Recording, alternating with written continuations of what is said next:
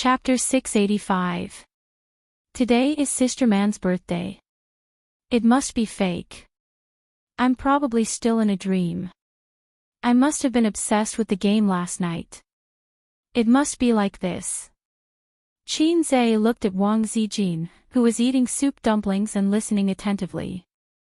Without any hesitation, he slapped her white and cute oval face. Slap. It was not a strong slap, but it was crisp. Wang Zijin was stunned. Her expression froze, and the soup dumpling in her mouth fell into the tofu pudding. Sister Ziwei's face gradually became ferocious. It hurts, Xianxia said softly. It hurts. Wang Zijin glared. Yes, I love Sister Ziwei the most, Xianxia said. It seemed that it was not a dream. Wang Zijin looked at the phone, then looked at Xianxia, and said expressionlessly, "You will lose me like this. Say something, I'm waiting for your answer," Siyu shouted on the other end of the phone. Yes, when? Xianxia replied. Maybe it was a coincidence. It could not be that the system was assisting him. No, it was not assisting him. It wanted to see the world in chaos. He had a lot of problems to solve, and now he had to deal with Nan Man Pei. Without Sister Man, Xianxia was confident that he could control the overall situation. Of course at night. We'll go pick some gifts in the afternoon, Siyu said. After hanging up the phone, Xianxia was scared. He rushed over, kissed Wang Zijin's face, and rubbed it. It doesn't hurt. Wang Zijin kept a straight face and did not speak. Xianxia whispered in her ear, watching his sister who was concentrating on the game, "Then I'll let you sit on top tonight, and you can have sex with me." Wang Zijin could not help but smile when she saw his winking. She quickly stopped and snorted. In your dreams. You'll have to rely on your hands at night. Are you serious? You want me to learn from the blind monk and use my hands to achieve my dreams again? Xianxia thought to himself, this wind won't last long. If I only have Sister Ziwei as my wife, I will definitely be under her control. She had nothing to do at home in the afternoon, so she took some time to pay attention to Zhenhuan. The broadcast on the satellite channel was coming to an end, and the finale would arrive in a week.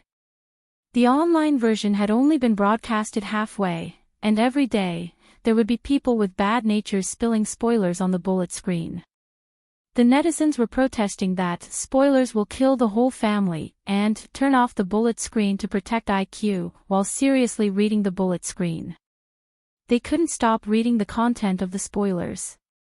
The profits brought in by Zhenhuan far exceeded Xianxia's expectations.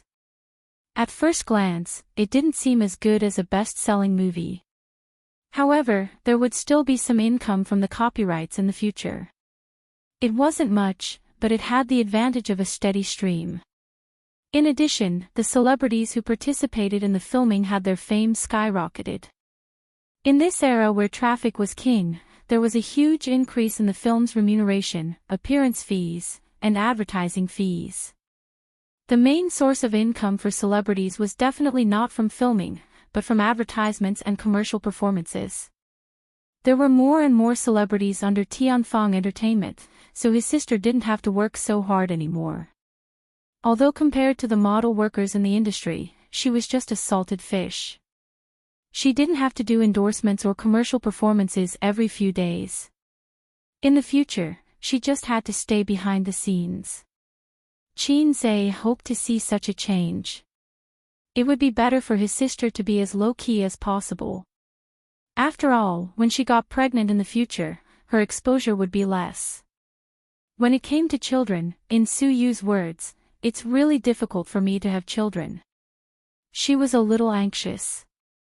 She thought that if she got pregnant after one time and gave birth the next month, she would definitely say that she was pregnant with a son in October. In his heart, Xianxia didn't want to have children yet. He always felt that he was only 18 years old and didn't have the patience and awareness to be a stay-at-home dad. Wang Zijin was the same, and so was his sister. She was younger than Qin Zhe in her heart and always felt that she was a little fairy. If she gave birth too early, there would be two crying monsters at home. The older one would hold the younger one and cry to each other. After lunch, at his sister's request, he made 2 plates of fruit ice cream for the two of them and put them in crystal utensils. This way, his sisters could eat ice cream in the warm air-conditioned room. Girls loved to eat desserts, and Qin Zhe liked to see his sister's happy face when she ate desserts. As for Nan Man Pei's birthday, the two of them naturally wouldn't go. They weren't familiar with Nan Man Pei, and he didn't invite them. However, Wang Zijin asked Qin Zhe to be home before 10 o'clock. This request was reinforced by Qin Bao. At 1 o'clock in the afternoon, he waited for Su Yu's car in the underground parking lot and took her Maserati to leave the community. What gift should I buy? Su Yu drove while racking her brain. What do you think of perfume? If the perfume is not a limited edition foreign, then it loses the meaning of being a gift. Qin Zhe shook his head. Doesn't your sister have a limited edition Chanel? Su Yu instigated. I'll turn around and you bring it out. Do you want us to break up? Qin Zhe rolled his eyes at her. That perfume was bought through Davis's connections. Now, it couldn't be bought with money. His sister carefully treasured it, and her best friend Wang Zijin wanted to bare her fangs and claws when she sneaked a peek. Buy a watch. Su Yu said. The watch on Sister Man's hand is worth millions. Do you want to know? Qin Zhe said. The gift is light but the thought is heavy, then, buy an electric jinbo. Ah. Su Yu, who didn't understand Japanese, didn't understand. What's that? Nothing, I'm just being naughty. Qin Zhe shrugged. You can decide what you want to give. Oh. No, we're going together. Don't you want to give a gift? If the husband and wife are together, it seems that you only need to give a gift. Qin Zhe frowned. I remember when I was a child, my parents gave gifts in return.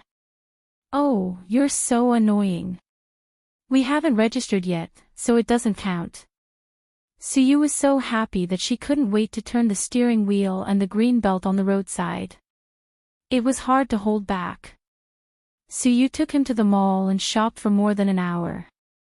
They didn't buy anything, so they drove to another mall until 4:30 in the afternoon. Seeing that the gift was going to be dark if they didn't finalize the gift, she took Qin Zhe to a counter and bought a Dior perfume. Qin Zhe suspected that she had purposely dragged him to the mall before. So you actually knew it in your heart, and deliberately took me around for a long time. Qin Zhe was speechless. It's rare to come out, so I just want to accompany you. Su Yu admitted generously, and casually raised the knife. Bah, it was coquettish. Obviously, she knew that he was amenable to coaxing but not coercion. Perfume was a consumable, so it was appropriate to give it at any time. Besides, with Nan Man Pei's wealth, it was completely unnecessary to buy something too expensive. I've also thought about your gift for you. Buy a box of cosmetics. Although Sister Man only puts on light makeup occasionally.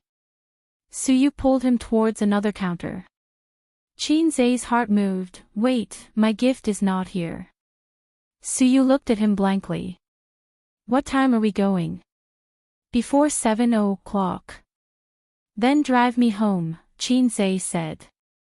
When he got home, he found that he didn't bring the key. He usually didn't bring the key to the house. When he came back with his sister, it was his sister who brought it. No one opened the door when he knocked, so he had to call his mother. Qin Ma was at the other end of the community, bragging with the aunties in the district and sending some specialties and facial masks that her daughter brought back from the United States. In the community, Qin Ma was a popular figure, enjoying the flattery and envy of the aunties. Occasionally, she would take a few autograph tasks, and the aunties in the community who asked for autographs for their grandchildren would be grateful. Qin Ma didn't like to mix with this group of aunties in the past. Although the relationship was maintained well, They would always talk about Qin Bao Bao from time to time, and then ask, "Does your daughter have a boyfriend?" How annoying. The reason why she always remembered Qin Bao Bao was mainly that this bestie was too outstanding. Other people saw a beauty from a young age, but she had a seductive aura from a young age. When she was in junior high school, there were young people in the community who secretly stuffed love letters on the carpet at home. The bold ones waited for Qin Bao Bao to finish school with her school bag. Her slim body was wrapped in the school uniform, and her ponytail swayed. They asked for her phone number all the way in the community. At this time, Qin Zai's role was reflected. The little henchman shouted, "Get lost," to whoever he saw. Thus, the little henchman's childhood playmates were all from the community next door. Qin Ma received a call and said helplessly, "I'll go home first. My son came back today, but he didn't bring his keys. He's waiting at the door." The aunties were shocked. "Oh, Qin Zai is back. So filial. He didn't forget to come home to see you even though he's so busy." Qin Ma replied as she got up. Her face was a little red. She thought to herself, "Filial my A**s. It's as if he's not in Shanghai. Remember which autograph it is, old Sue." The aunties didn't forget their purpose after praising each other. "Okay," Qin Ma said as she walked away. The 140 square meter suite had 3 bedrooms, 1 living room, 1 kitchen, 2 bathrooms, a small storage room and a balcony. In the storage room were Qin Zai and Qin Bao Bao's childhood toys, as well as some elementary, junior high, and senior high school textbooks. These things were kept by the old man, and hidden in them were his children's childhood. Some toys were thrown away when they were broken, and some toys were only covered with a layer of dust after more than 10 years. Suyu stood at the door of the storage room and watched Qin Zai rummaging inside. His hair, shoulders, and arms were covered with dust. "What are you looking for?" Suyu said angrily. At this time, she saw Qin Zai take out a bald feather duster from the bottom of the box and said with deep resentment, "It's this thing. It dominated my whole childhood." Crack. It's never too late for a gentleman to take revenge. Qin Zai killed the enemy of that year with his own hands. "Suyu, don't tell me you took me home just to see you tear the feather duster with your own hands." At this time, Qin Zai threw the remains of the feather duster at Suyu's feet. For revenge, husband and wife have to fight together to be satisfied. "Come on, you step on it." Suyu, she blushed and looked shyly at Qin Ma next to her. The word husband and wife made her feel as if honey had melted in her heart, but she was also a little uneasy. "Found it." Qin Zai breathed a sigh of relief. Suyu suppressed the strangeness in her heart and looked over. Qin Zai was dragging something in his hand. This thing seems to be a spinning top. When she was a child, she often saw boys waving small whips and slapping the spinning top. It was different from the spinning top that children play with now. It was made of wood and inlaid with a ball at the bottom. The wooden spinning top was dark and gray, with a trace of cracks on the surface. Qin Ma endured for a long time and finally said, "You came home to look for this thing." "Yes, Mom, you don't have to worry about me. I'll leave soon." Qin Zai said, "I'll go to a friend's birthday party in the evening." Qin Ma was disappointed. Oh. To hell with filial piety. Son and daughter are the same. Then sign your name before you go. Okay. There are 2 stacks of artistic photos of Qin Zai and Qin Bao Bao at home, specially used to deal with such situations. Suyu was stunned. "Don't tell me this thing is your birthday present." Chapter 686. On the way to Nan Man Pei's villa, it was Qin Zai's turn to drive. Suyu's beautiful designer bag contained a washed wooden top. Being able to lie quietly in a bag with a price of 6 digits, that guy could be regarded as a successful person in the world of tops. You sent this thing to Sister Man, will you really not be beaten? Suyu didn't understand what he meant. Nonsense, Sister Man can't beat me. Xianxia retorted. The point is that she will be angry. I'm not sure, try to see if the low strategy is really based on reality. What do you mean? Suyu asked. But Xianxia refused to talk to her and did not explain. Last night, he had just successfully captured Sister Man and had sex with her. Today was Sister Man's birthday, and he felt the deep malice from the system. In addition, he needed to confirm the nature of the game again. The inertia of human thinking is not difficult to capture. As long as there is enough data, I can deduce the universe. This is what the low system said. As a system, although it is a bit low, its computing ability is the foundation of its foothold in the system world, and it can be trusted. If it is as the system said, then it is amazing. This is not a game, it is clearly a girl strategy assistant. My 72 concubines in the 3 palaces and 6 courtyards. It was quite exciting to think about it. In addition, there was one thing that made him particularly concerned. If what the system said was true, then Suyu, the little girl, was too indecent. I only took 40 seconds to capture her. It's scary to think about it. This girl is introverted and shy. She has a slight personal admiration for me, but how, at such a young age, she wants to go to the orthopedics department. I am her cousin. How can I have a longing for my cousin that I shouldn't have? I treat her as a sister, but she wants to. It is natural to have a younger brother's complex, and an older brother's complex should go to hell. First determine the authenticity of this matter, and then find a way to get his cousin back on the right track. He didn't expect that the most dangerous boss in this book was actually Yu. My sister and I know the root of everything. Bah, I know the truth. Thinking of his cousin, his heart was heavy. Suyu was still nagging. Suddenly, he patted him on the arm and said in a strange tone, You just said, husband and wife, in front of your mother. Xianxia suppressed his thoughts and looked at her. So what? Suyu whispered, didn't you say that your parents know the relationship between Wang Zijin and you? Xianxia, I didn't say that my parents know about our relationship. Suyu, you only said that your father likes me very much. She frowned and said, will your mother think that I'm a shameless third party? She likes Wang Zijin more in the first place. Xianxia, it's okay, my mom will only blame me. She won't blame me too much. I'm her son. No matter how feminist she is, she'll give me a thumbs up and say, son is awesome. Besides, my mom. His eyes widened abruptly.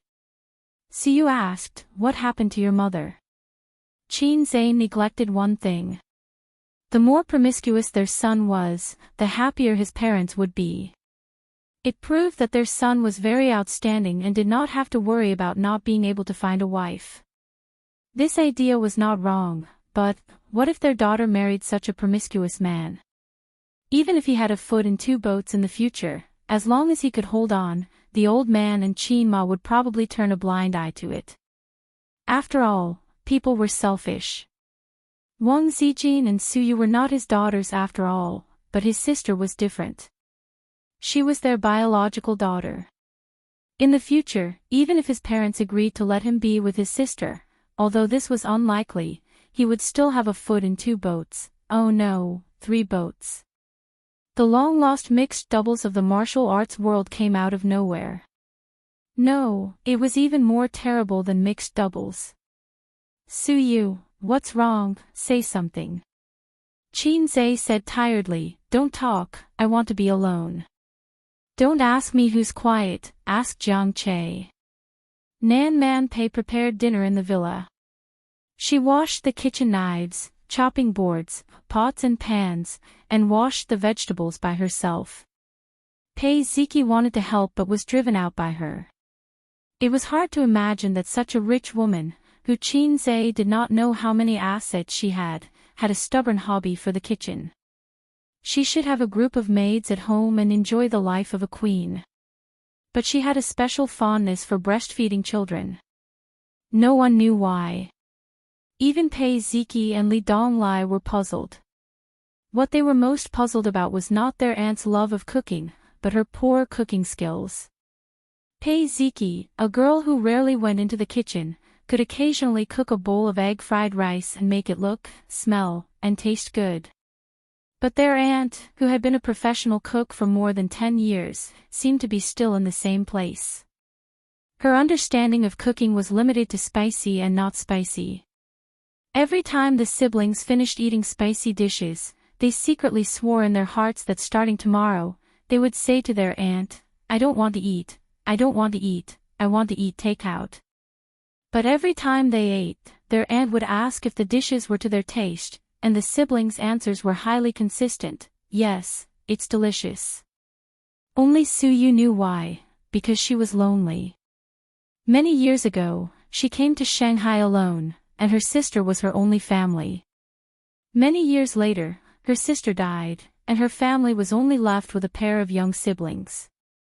If she could not breastfeed her children, her life would only be left with making money and being in a daze. The kitchen was a place where the smell of home was strong. Only when she thought that there were 2 children at home waiting to be fed could she feel that she still had a home. When she first met Suyu, she smelled a familiar smell from her. The smell of the same kind. Therefore, the 2 of them quickly became good friends. The ingredients selected today were very suitable for making Hunan cuisine. There could be no vegetables in the refrigerator, but there must be dried chilies and green peppers. Nan Man Pei washed the vegetables, and the meat dishes that should be cleaned were also cleaned up, but she did not cook. "Ziki, call your Aunt Suyu, why hasn't she come yet?" Nan Man Pei said angrily, "If she doesn't come, don't come." "Oh." Pei Ziki made the call and quickly replied, 20 minutes. Clang! The sound of a spoon hitting the lid of the pot.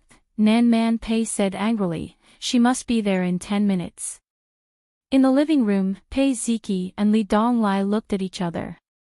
Their aunt's anger was unreasonable. Nan Man Pei angrily threw the spoon into the sink and touched her flat belly. She was hungry. Xianxia and Suyu arrived before 7 o'clock, and Li Donglai greeted them happily. "Qin Gu. You've grown taller." Xianxia patted him on the shoulder. In the middle of the year, Li Donglai was 170 centimeters tall and below his shoulders. Now his head could reach Xianxia's mouth. "I will be better than you in the future." Li Donglai made a playful advertising slogan. "Very good." Xianxia nodded. "Stand still, I'll buy you a few oranges." Li Donglai said, "I can't beat you, Qin Gu." Xianxia looked at Pei Ziki, and the little girl was peeking at him. When she met his gaze, she immediately looked away and leaned on the sofa in a very indifferent posture with a straight face. "You've grown a lot," Xianxia said seriously. If his eyes hadn't fallen on her small chest, Pei Ziki would have answered. Xianxia stopped and looked away before the little girl made a threatening gesture. "Where's Sister Man?" "In the kitchen." As soon as he said that, Nan Man Pei, wearing an apron, casual clothes, and slippers, came out of the kitchen and glanced at Xianxia coldly. "Come and help." "I'll help too." Suyu joined in the fun. "You can't even tell the difference between tomato and tomato." "Go away," Nan Man Pei said and turned back to the kitchen. "The difference between tomato and tomato?" Suyu tried hard to think but couldn't figure it out. She pulled Xianxia's arm. "A tomato is a tomato, right? There's no difference, right?" "Xianxia, what an urgent question. Is this why you asked me to help?"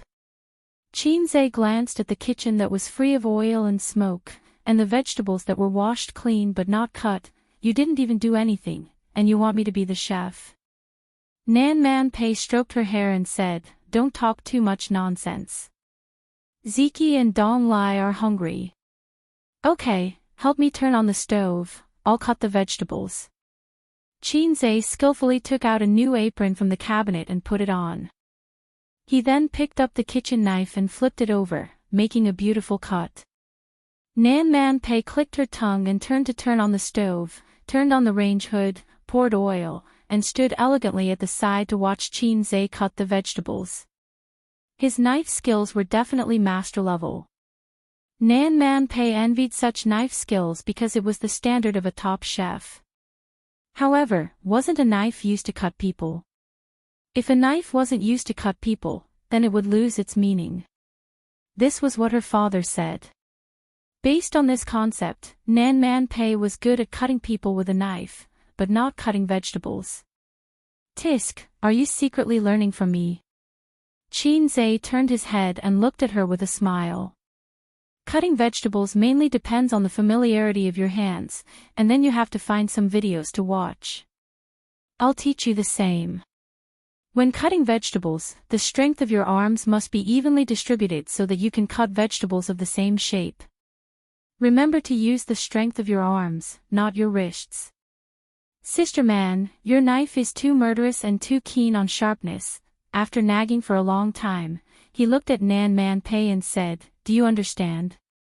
Nan Man Pei was listening attentively. When she heard this, she immediately rolled her eyes and said, "I'm bored. I'm just watching. Who wants to hear you talk endlessly?" Qin Zhe said, "All right, throw the vegetables into the pot and help fry. I'll take over after I'm done with this." Nan Man Pei did as she was told and poured the vegetables into the pot. Sizzle, sizzle, sizzle, and oil splattered everywhere. She stir-fried expressionlessly, unlike the other girls who screamed and ran away. At this time, Qin Zhe finished cutting the vegetables and placed them on the glassware. He walked behind Nan Man Pei and was about to take over when he was suddenly attracted by her fair and tender earlobe. Pei Nan Man had to cook today, so she tied up her hair. Through her messy hair, one could clearly see her snow-white and slender neck, as well as her sparkling and rosy earlobes that shone through the window. Thinking of his experience in the game, Qin Zhe subconsciously blew a breath of hot air at Nan Man Pei's left earlobe. With just a breath, Nan Man Pei's body stiffened. Then, her body softened and began to tremble slightly. Her neck, shoulders, arms. Layers of goosebumps appeared on her skin. The vegetables in the pot were soaked in oil and sizzling with smoke. The ladle that was stir-frying the vegetables stopped. Nan Man Pei turned around, her beautiful face frosty. Qin Zhe was speechless. It seemed that he had gone too far. Chapter 687. Everyone had a sensitive spot. Qin Zhe's sensitive spot was his neck. He could understand the feeling of having goosebumps all over his body and shivering fiercely. A woman's hair couldn't be touched. A woman's age couldn't be asked. In addition, unless she was your wife, her sensitive spot couldn't be touched. Two things could be confirmed. 1. Sister Man's sensitive spot was really her earlobe. 2. Ye really had a deep malice of, "Let uncle break my leg." In the silent eye contact, "Oh, you're cooking, it's all burnt." The witty Qin Zhe bit back and looked away, pretending to care about the dishes in the pot. He said so, Nan Man Pei wouldn't let it go, right? So Her Excellency Queen's face changed several times. She gritted her teeth, silently stepped aside, crossed her arms, and gently rubbed the goosebumps.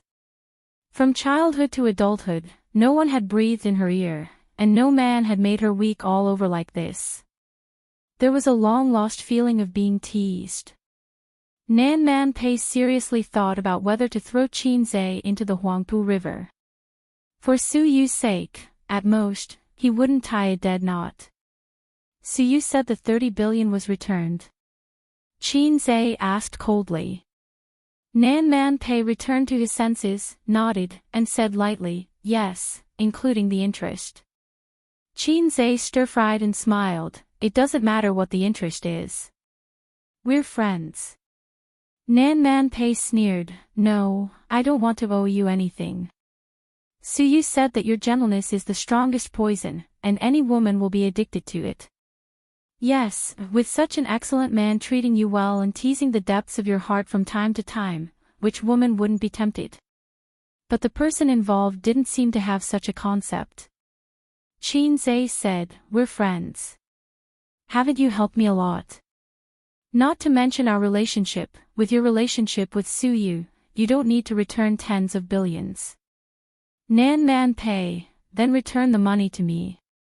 I was just saying. Xianxia smiled awkwardly. But aren't you becoming more and more wary of me? Nan Man Pei's expression changed slightly as he said in a deep voice, I've always been like this. You have no bottom line when it comes to treating women well. You think that your gentleness and kindness are one-sided, but you ignore the longing and reluctance that women have for you. Nietzsche once said, when you stare into the abyss stares back at you. She didn't want to admit it, but Xianxia was like an abyss in her heart. Once she fell in, she couldn't climb out. Xianxia scratched his head. Big sister man, although you might feel awkward if I say this, it's better than saying it to an outsider. This sentence was said by Genghis Khan, not some clay vegetable. Nan Man Pei. The person who was really embarrassed didn't stop. He said to himself, moreover, if it was 2 years ago, even if I was devoted to a girl, she probably wouldn't look at me in the eye. The scope of girls was limited to high-quality beauties like his sisters Suyu and Wang Zijin. With Xianxia's good looks and the label of a house in Shanghai, sleeping with an ordinary cabbage was actually not a problem. But with his aesthetic standards destroyed by his sister, it was difficult for him to accept ordinary girls. Nan Man Pei's cat-like curiosity was aroused again. What happened to you 2 years ago? Nan Man Pei asked. On the surface, he was as calm as an old dog, but on the inside, he was curious. 2 years ago, I was the successor of communism. 2 years later, I'm the king of Hei's. Xianxia said. Unable to satisfy his curiosity, Nan Man Pei curled her lips. She felt that Xianxia must have changed so quickly because something must have stimulated him. Talent was not money that could be picked up easily. She guessed that Xianxia used to be low-key and did not show off, but in the past year or so, something must have stimulated him. Nan Man Pei could not guess it for the time being. As they chatted, the food was ready. Nan Man Pei and Xianxia brought the dishes to the table. The table was full of meat and vegetables. The air was filled with the fragrance of vegetables and spicy food. Li Donglai kept picking up the spicy chicken with his hands, eating one piece after another. Wash your hands. Nan Man Pei scolded, how old are you? How can you be so unruly? Xianxia silently glanced at her. Who was the one who was secretly eating in the kitchen, taking one piece after another? Who was that? Nan Man Pei opened a bottle of red wine. The two women and the girl drank, while Xianxia and Li Donglai drank beer. The little girl kept forcing him to drink, but she drank until her face turned red. Xianxia's expression did not change. How discouraging. The red-faced Li Donglai and Pei Ziki looked at each other. Pei Ziki nodded, got up, and ran upstairs. After a while, she came down with a square brocade box in her hand. Auntie, this is the bracelet that Donglai and I bought together. We wish you peace and happiness, and a beauty like jade. Nan Man Pei opened the box. There was a jade bracelet lying inside. The color was excellent, and it was worth at least a few 100,000 yuan. It was obvious that the siblings had emptied their coffers. Good girl. Nan Man Pei touched her niece's head and nodded at Li Donglai. It was not a big deal to buy expensive gifts for the elders, but it was rare to be willing to empty the coffers. Nan Man Pei was actually no different from their mother in the hearts of the siblings. Oh, I almost forgot that I had a gift. Su Yu took out the perfume from her bag and pushed it in front of Nan Man Pei. She smiled and said, I know you like this perfume. Don't dislike it, rich woman. Nan Man Pei smiled, put the jade bracelet and perfume aside, and glanced at Qinzhe without a trace. Qinzhe was eating and did not pay attention, but Su Yu noticed.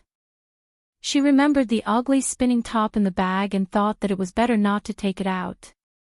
Her man was most of the time reliable, but from time to time he was not serious, exaggerated, and very naughty.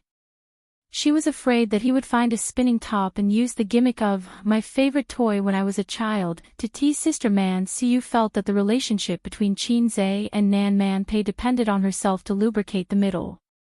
In fact, she did not know that the relationship between Nan Man Pei and Qinzhe was far better than she thought. Much better. Just by being teased and not getting angry, it could be seen that Nan Man Pei treated Qinzhe differently. Hey, Qinzhe, didn't you bring a gift? Pei Ziki secretly paid attention to Qinzhe. At this moment, she was unhappy and said, then what are you doing here? Are you here for free food? Before you say this, you spit out the food in your stomach. Qinzhe dissed her and then turned his head. Su Yu, take out the gift. Su Yu looked embarrassed and glared at Qinzhe fiercely. She hesitantly took out the wooden top and defended her man. Sister Man, he was joking. Pei Ziki opened her eyes wide and looked at it several times. After confirming that it was just a broken top, she was furious. Qinzhe, what do you mean? It's my aunt's birthday. How can you give this thing? Break up. Don't ask me what position I'm in. It's too old.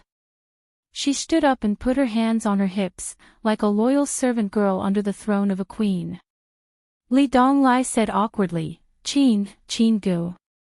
This thing was really not done well. It shouldn't be done. Qin Gu was not short of money, and he had a good relationship with her family. If she didn't want to give an expensive gift, she might as well not give it. It didn't matter. Why use this kind of thing to fool people? Her aunt didn't invite outsiders on her birthday. She invited him to her house for dinner. She really treated him as a close friend. Nan Man Pei looked at the wooden top and was stunned. Birthday. Gift. Wooden top. The memories that had been sealed away for a long time surged up like the tide and the moonlight. The first birthday gift she received from her father in her life was a wooden top. Her father felt that if he had a son, he must play with the top with him. But if it was a daughter, it didn't matter. Her father's words seemed to travel through time and rang in her ears. Over the years, she had received many gifts, many of which were expensive. 2 years ago, a rich man who was pursuing her gave her a Bugatti sports car worth 90 million. There were also people who gave her limited edition jewelry that started at 7 figures. Those things were not attractive to Nan Man Pei. She was not interested in things that could be bought with money. But this wooden top evoked Nan Man Pei's childhood memories and her father's doting smile. The meaning of this thing could not be defined by money. It was not accurate to say that it was feelings. It was a soft feeling in the heart that outsiders could not touch. Gradually, Nan Man Pei's eyes moistened. No one at the scene understood Nan Man Pei's inner thoughts, except for Qinzhe, so they were shocked by her reaction. The straight woman of steel was actually red-eyed. In the eyes of Pei Ziki and Li Donglai, it was as if the sky was falling and the earth was sinking. The brother and sister looked at each other. Su Yu and Nan Man Pei had known each other for a long time. She had always been light, as if nothing could make her hard. She couldn't help but look at Qinzhe. Qinzhe grinned at her. So cool, this feeling of flirting with a woman is so cool. It's better than acting cool. Thank you. Nan Man Pei held back her emotions and stared deeply at Qinzhe. this is the best birthday gift I have received. This gift reminded her of her father's love. Xianxia was stunned. The lines were so similar to the game. The system's computing power was too buggy. For some reason, Xianxia's brain twitched and he said subconsciously, "Call me Dad." Chapter 688. At the table, the atmosphere fell into a strange silence. Pei Ziki and Li Donglai showed a superb level of facial art. Their eyes and noses were full of drama, and their big mouths were also full of drama. At any time, they would jump out a sentence, "So you are this kind of Xianxia." Suyu stared at Xianxia with her beautiful eyes. This was flirting, right? This was definitely flirting. She had heard Xianxia say the same words more than once. For example, when the two were studying Edo 48 hands, in order to increase the fun, Xianxia would jump out such a sentence from time to time, "Su Ali, call Dad." Compared to Suyu's anger and jealousy, Pei Nanman was completely stunned. Her hand that was holding the chopsticks was trembling non-stop trembling. After Xianxia finished this sentence, he regretted it in his heart. It was cool to show off for a while, but his corpse fell into the Huangpu River. It felt good to predict the enemy's action. Everyone didn't know the significance of the spinning top to Nanman Pei. Only I knew. I also knew that Nanman Pei thought of her father when she saw the spinning top, so the 3 words, "Call Dad," was not flirting as Suyu thought, but a shocking revelation. But it seemed that whether it was flirting or revealing, it was not appropriate to say it. "Sister man, I'm joking." Xianxia laughed, just to liven up the atmosphere. "Is it funny?" "I don't think so." Suyu pinched Xianxia's waist under the table, stepped on his instep desperately, and muttered, "Is it funny? Is it funny?" Nanman Pei was expressionless. "Let's eat."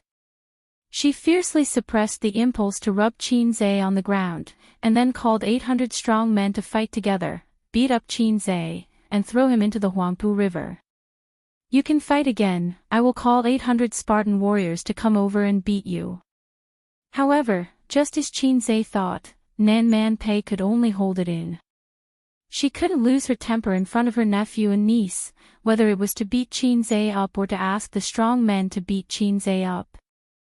Nanman Pei was very angry, but he couldn't show it on the table. He kicked him under the table. "Ouch!" Suyu screamed. She bent over and covered her leg with tears in her eyes. "Sister man, why did you kick me?" She was stepping on Xianxia's foot.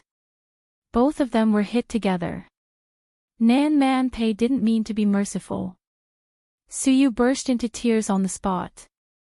Li Donglai and Pei Ziki looked at their aunt together. Nanman Pei kept a straight face and said calmly, "What? I didn't kick you. Are you having a cramp?" Suyu, Pei Ziki and Li Donglai's eyes met. The latter was working hard on his phone and typing with his head down. Li Donglai, "I feel a strange atmosphere."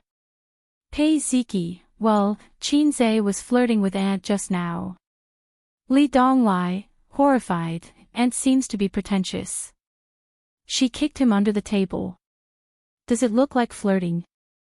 Pei Ziki, "Flirting your head. Don't think about it. How can Xianxia have any relationship with Aunt? Absolutely not." Li Donglai, "Why are you so excited?" Supercilious, Pei Ziki's face turned red. Li Donglai, "Do you like Qinggu?" Pei Ziki, "Your sister." Li Donglai, "Aren't you my sister?" Pei Ziki was furious and kicked him hard. Li Donglai endured it and didn't cry out in pain. Pei Ziki was angry for a while and sent a message, "Xianxia and Aunt Suyu are a couple. If there is anything wrong with him and Aunt, it will be a disaster. Sisters against each other or something. Li Donglai, you don't have to worry about this. Qingji's real girlfriend is not Aunt Suyu." Pei Ziki was shocked, "Who told you that?" Li Donglai, I overheard it when Aunt was on the phone. That's why I know what to do. Pei Ziki put down her phone silently, thinking that men are really bad. Poor Chen Qingyuan. She didn't even have a chance to be a mistress. She could only be a spare tire. Thinking of this, she glared at Qin Zhe fiercely. Qin Zhe looked blank. Pei Ziki picked up the phone again. What if Aunt really likes him? You can see that Aunt treats him differently. The only person who can frequently step into this villa, except for a few loyal cadres of her aunt, is Qin Zhe. Li Donglai, at worst, I will call him uncle. Pei Ziki, so stupid. Li Donglai, you say it as if you can influence Aunt's decision. Besides, don't imagine it yourself. It's all blind guesses. If it really comes to that point, you can't help it. Dinner was eaten from 7:00 to 9:00. 3 bottles of red wine were bottomed out, and the beer in the freezer was emptied. Su Yu and Nan Man Pei drank beer later. Because beer was very tasty with spicy Xiaolong prawns. Her good sister celebrated her birthday, and she accidentally drank too much. Red wine and beer, especially grinding the stomach. Su Yu vomited once in the middle, and after dinner, she said that her head hurt. Li Donglai was also drunk. He insisted on drinking with Qin Zhe. The result was that he ran to the toilet and vomited. Then his legs were soft, and he went back to the room to rest with the help of his sister. Nan Man Pei's alcohol tolerance was not comparable to Su Yu's. Her white face was stained with 2 groups of delicate red clouds, and her eyes were slightly blurred, but her consciousness and behavior were normal, and she was not drunk. Qin Zhe drank and couldn't drive, so he couldn't send Su Yu home. Fortunately, Nan Man Pei had a lot of guest rooms here, so there was no need to worry about not having a place to sleep. Qin Zhe hugged her upstairs. Su Yu took off her clothes, leaving only a set of black lace, which set off her white body and was particularly attractive. She rolled around on the bed and wrapped her seductive body tightly in the quilt. Then, she looked at Qin Zhe with a flirtatious expression that said, "You can do whatever you want with me. Don't make trouble, we're at Sister Man's house." Qin Zhe said softly, "Rest tonight. Sister Man's house is very soundproof." So you stretched out a white and slender leg from the quilt and tried to lift Qin Zhe's thigh. "Anyway, you can't drive after drinking. You can rest here tonight." Qin Zhe shook his head. "I'll call my sister later and ask her to pick you up." Su Yu was angry, and her feet changed from rubbing to kicking. "You don't hurt me at all." I don't care, you have to sleep here."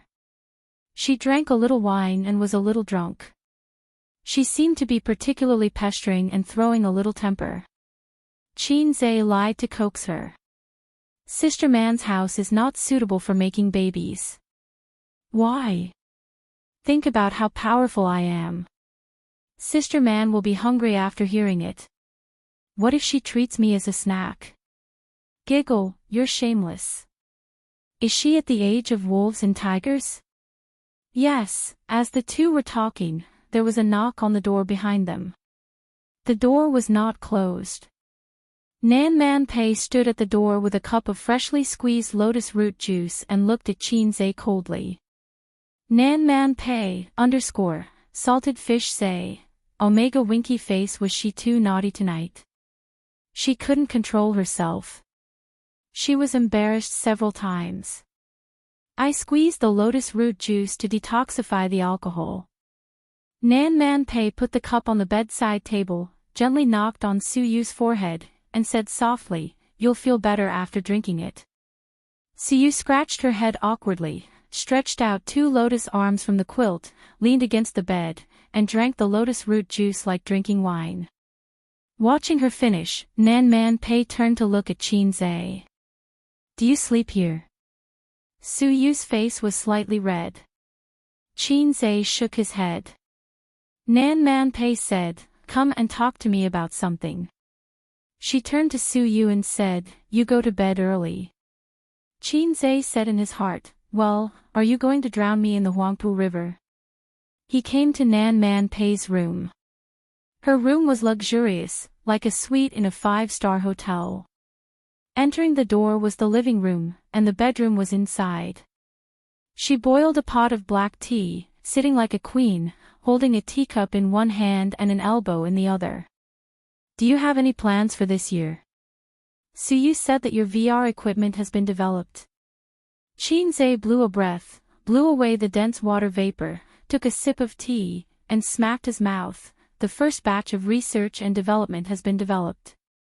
I will sell the equipment before the new year, and then when the follow-up equipment is developed, I will open my own exclusive store. Just like the iPhone." Nan Man Pei frowned, "Not selling to the VR Experience Museum." Xianxia curled his lips. "That kind of broken shop in the CBD area can make money, but it can't make a lot of money. I didn't buy Dongfeng for the profit of tens of millions a year. I want to start a new era of gaming." Nan Man Pei was stunned and said with emotion, "If I didn't know you, I would think that you are a pompous young man in front of me, or a habitual profiteer." "Xianxia, I'm not Jack Ma. Your 100 million can be increased by at least dozens or hundreds of times, and it won't take too long, within 5 years. He said in a confident tone. "Then I'll sit and wait for the money." Nan Man Pei teased. "Sit down, a woman working so hard for so many years, it's completely unnecessary." Xianxia waved his hand and said arrogantly, "If I want to invest in the future, I will inform you first. You invest the money and then sit and wait for the money to come in." His eyes were full of arrogance, as if he was the king of pioneering new territory, and a business empire was just a snap of his fingers. Nan Man Pei was stunned for a moment and stared at him. Compared to when they first met, he had changed too much. If other people said such words, Nan Man Pei would only think that they were bragging in front of a woman, but when he said such words, it was inexplicably convincing. "Why did you think of giving me a spinning top?" Nan Man Pei pretended to speak in a relaxed tone, but her eyes were fixed on him. "This spinning top, it was given to me by my uncle." Xianxia said with a serious face, "My father is the kind of person who only knows how to whip me to move forward, but he rarely shows the loving side of a father. The stick is his loving side. Although my uncle is pompous and frivolous, he was very good to me when I was young. He said that the spinning top is a good gift from a father to a son, and he gave it to me because I lacked fatherly love." "Yes, I need it because I lack fatherly love." Xianxia nodded with a serious face. Then, he gulped down his tea. "Sister man, remember to invest more when you open a shop in the future. After all, even I can't afford to invest so much money to open a branch all over the country. The tea is delicious, I have to go first." Before his sister came, he could make a baby with Suyu. After he finished speaking, he got up and prepared to leave. After passing by Nan Man Pei, he suddenly heard a movement behind him. Xianxia drank some wine, so his reaction wasn't sharp enough. Just as he was about to dodge, he felt something tighten around his neck, and then he tripped over a huge force. Many of the weak joints in his upper body were restrained. This woman, she actually sneaked up on him. Chapter 689. Nan Man Pei had put up with him for a long time.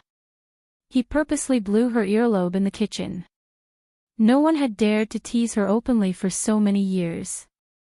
To be honest, when she received the gift, the spinning top really touched the softest part of her heart. She was very touched. But when she was so touched, he said, "Call me Daddy." If this happened a few years ago, when her temper was at its worst, Xianxia would have already sunk into the Huangpu River. Pei Ziki and Li Donglai were present. It was not good for her to fall out with him. She tried hard to hold it in. She had not felt so wronged for many years. But this guy just said bad things about her behind her back. Fatherly love, right? I'll let you have a taste of motherly love tonight. Nan Man Pei gritted her teeth. Her thigh muscles tightened silently. Hey, Sister Man. Let's talk nicely. Qin Zhe struggled desperately. There's nothing to talk about. Die. I'll let you see how powerful a fierce woman can be. She was so angry that her tone was childish. She wanted to fight Qin Zhe to the death. My neck is broken. Qin Zhe screamed and struggled. Sister Man, don't do this. I'm still a child. This damned woman was very strong. She was like a female leopard. Under her crosslock, Qin Zhe could not break free for a while even with his monstrous strength. His neck was tightly held by two long legs. His wrists were twisted above his head. In order to deal with his monstrous strength, Nan Man Pei pressed hard on the weak acupoints on his wrists with her thumb. At the same time, Qin Zhe's small waist, which he privately said was not inferior to his sister, was bending backward desperately. This way, she could twist Qin Zhe's head off. It hurt. This woman was really angry. Was the serious talk with him just now all an act? Was it just to trick him into coming here to ambush and teach him a lesson? Of course, Qin Zhe would not allow himself to be captured without putting up a fight. In his current situation, he would only be able to pull pay Nan Man and complete the difficult carp flip. With the strength of his waist, it would not be a problem, but if he did that, his neck would be broken. One more move. Roll over, Sea Swamp King. Qin Zhe was rolling, and so was Nan Man Pei. Qin Zhe was rolling with her. During the rolling, Nan Man Pei tightly grabbed Qin Zhe's neck and rolled from left to right. Her head hit the corner of the sofa several times, and it was so painful that she almost cried. But even so, those long legs that could crush a person to death still did not loosen. After half an hour, Nan Man Pei's hands and legs were numb from the long-term tension. On the other hand, Qin Zhe felt that his neck was about to break, but he was fine. The tables were turned in an instant. Qin Zhe forcefully pried open the two long legs that had been clamping him for half an hour. He flipped over and straddled Sister Man's round and perky buttocks. Then, he twisted her arms behind her back. It turns out that a man born with a weapon is more powerful than a woman who is barehanded. Qin Zhe gasped for breath and was proud of himself. Nan Man Pei struggled once but failed to break free. While panting, she pretended to be calm and said, "You win. Today's matter is written off." "Ha, Sister Man, do you think I'm a hothead? Do you think I'm easy to fool?" Qin Zhe pressed his buttocks and snorted, "The serf has turned over and become the master. It's time to ride on the landlord." She still couldn't beat him. The gap between them was too big. Nan Man Pei was disappointed. She immediately put on a straight face and said coldly, "Get up. Don't make trouble."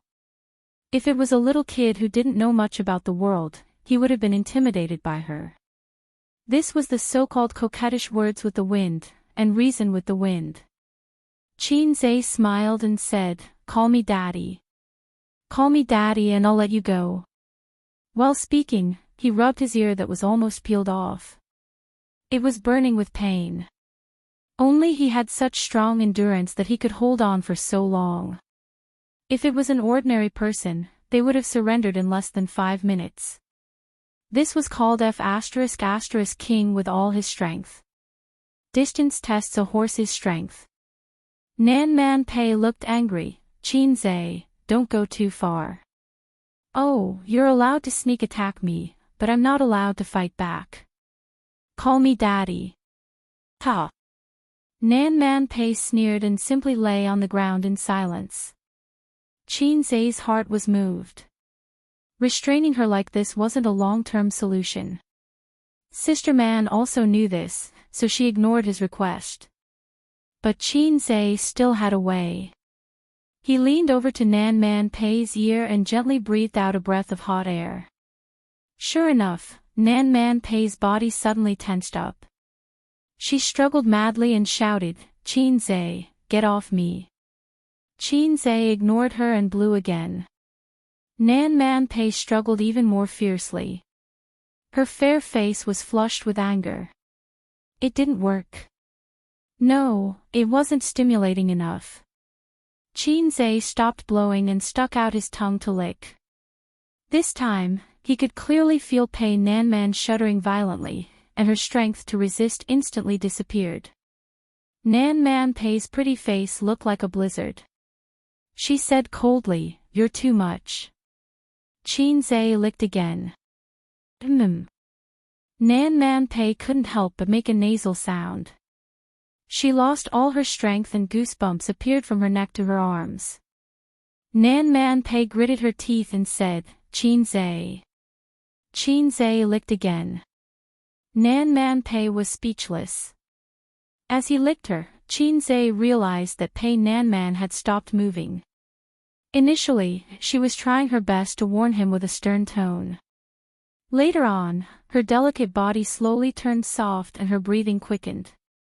Now, she was lying on the ground, motionless. Nan Man Pei was being straddled by him. When he lowered his head to lick her earlobe, their heads were almost parallel. Xianxia looked at her face and suddenly understood the true meaning of the phrase, "a face like a peach blossom." Her face was pale and her temperament was elegant. When she didn't exude that fierce aura, she gave people the impression that she was a woman as elegant as a chrysanthemum. She was a great beauty. But right now, her face was as red as a drunkard. Her misty eyes seemed to be hiding a pool of autumn water. Pei Nan Man, who had never seen such an expression on her face, was stunned. "I'm taking it a step further now. She probably won't resist." Thinking of this, he was a little restless. Just then, Nan Man Pei's misty eyes flashed and she recovered her anxiety. With a disgusted expression, she said, "What do you think Su Yu's reaction will be if I run to her and tell her that you took advantage of me? Are you really going to complain?" Xianxia said in a deep voice. "What do you think?" Nan Man Pei said mischievously. There was a very good hatred hidden in it. This man made her have no way to deal with him. The strong aura that she had cultivated for many years and the wealth that scared ordinary rich people couldn't suppress him. The skills that he was so proud of had been crushed. Then I can't lose. I have to make it real. Xianxia pinched her chin and lowered his head to suck on her plump red lips. There was a faint fragrance on Sister Man's small mouth. It might be perfume, lipstick, or the residual fragrance of black tea. It made people want to pry open her teeth to find out. Xianxia was afraid that his tongue would be bitten off by her, so he didn't dare to put it in. He didn't even dare to linger on her lips for a long time. Nan Man Pei whispered, "Can you let me go?" Xianxia let go of her hand and sat on the ground. He grinned and said, "Sister Man, can I still live to see the sun tomorrow?" Nan Man Pei rolled her eyes at him. Her reaction was surprisingly calm. There was no anger like a girl's, nor was there shyness that made her face red. Instead, she behaved in line with a mature and intellectual woman's natural and unrestrained manner. After thinking about it, Xianxia probed, "Why didn't you remarry for so many years?" Nan Man Pei said lightly, "Why would I want to marry? There are thousands of gigolos outside. Will I lack men?" Xianxia immediately said, "Sister Man, do you mind having a salted fish in your harem group?" Nan Man Pei immediately broke down and scolded, "Get lost." After kissing and licking, he took advantage of her and took the opportunity to run away and hide his identity. Xianxia chuckled and got up to leave. When he reached the door, he stopped and turned back. "I was serious about what I said before." Nan Man Pei was stunned. "What?" Xianxia said, "I want to form a group and integrate all the companies under my name. Sister Man, I know you are richer than me, and I also know that your path has become more and more difficult in recent years. Times are changing. In the past, you could tolerate the black industry, but now you may not tolerate the gray industry. I don't know why you always choose one person, but I don't want your future to be shackled by your career. A woman can have a career, but it shouldn't destroy all the beauty and charm. Nan Man Pei stared at him blankly. He turned the doorknob and said, "What I said just now was also true." He didn't need to say anything. Nan Man Pei blushed and said angrily, "Are you going to get lost or not?" Get lost, get lost." He slipped out and closed the door behind him. After he left for a long time, Nan Man Pei leaned against the sofa and sat on the ground for a long time without moving. The look in her eyes was complicated. She raised her hand and touched her lips with her slender fingers and sighed. After about half an hour, she heard the roar of a motor. The lights outside the window were bright. She walked to the window and saw Xianxia jogging out of the villa to meet a black Lamborghini. The window of the driver's seat was rolled down. The woman driving was wearing pajamas and her hair was tied up in a bun. Her face was sharp and her eyes were lively like a little vixen. The little vixen waved her hand heroically. Xianxia obediently got into the sports car like a henchman. The motor roared again, and two beams of light cut through the darkness and drove away. Chapter 690. In the following week, the advertisement for Dongfeng's VR game was officially released on various major platforms, including self-media, primetime slots on satellite TV, mobile apps, and even subway TV. In the era of information explosion, there were too many places to place advertisements. The advertising cost alone was a daunting expense for small and medium-sized enterprises.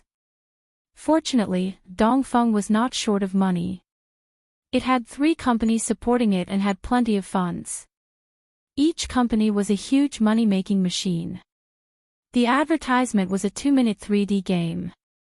The game, Prehistoric World, which was originally only a small hit in the mobile game field, was a knockoff among knockoffs. However, it had been brainwashing people all over the country in the past few days. It used the same advertising model as I am Xia Hui, brainwashing. The core idea of the advertisement was brainwashing. From brain gold to Xia Hui, to some time ago, start with a kun, level up by swallowing, and now Prehistoric World. However, the brainwashing advertisement for Prehistoric World was not promoting the game, but the VR game iMask. Many people were unfamiliar with this thing. At most, they had a simple understanding and science through online consultation. Although the brainwashing ability was very strong, people who were used to the bombardment of advertisements did not care too much. Some of the same industry, who did not know much, even sneered at this advertisement, thinking that it was an exaggerated gimmick created by unscrupulous developers. How could such a thing exist? It might be possible after more than 10 years of development. However, not long after, Qin Bao and Xianxia posted an advertisement on Weibo, recommending this VR device to fans. They posted the performance and advantages of this VR device, accompanied by Qin Bao's gaming experience, which was a long 500 words. A detailed introduction and trial experience was something that advertisements could not do. It was not until their Weibo advertisement came out that the VR game iMask was really taken seriously by people. This was the celebrity effect. No matter how loud the advertisement was outside, the brainwashing effect was achieved, but there were very few people who really experienced it and paid attention. However, if a public figure wrote a recommendation, fans would pay attention out of love for the house and its crow.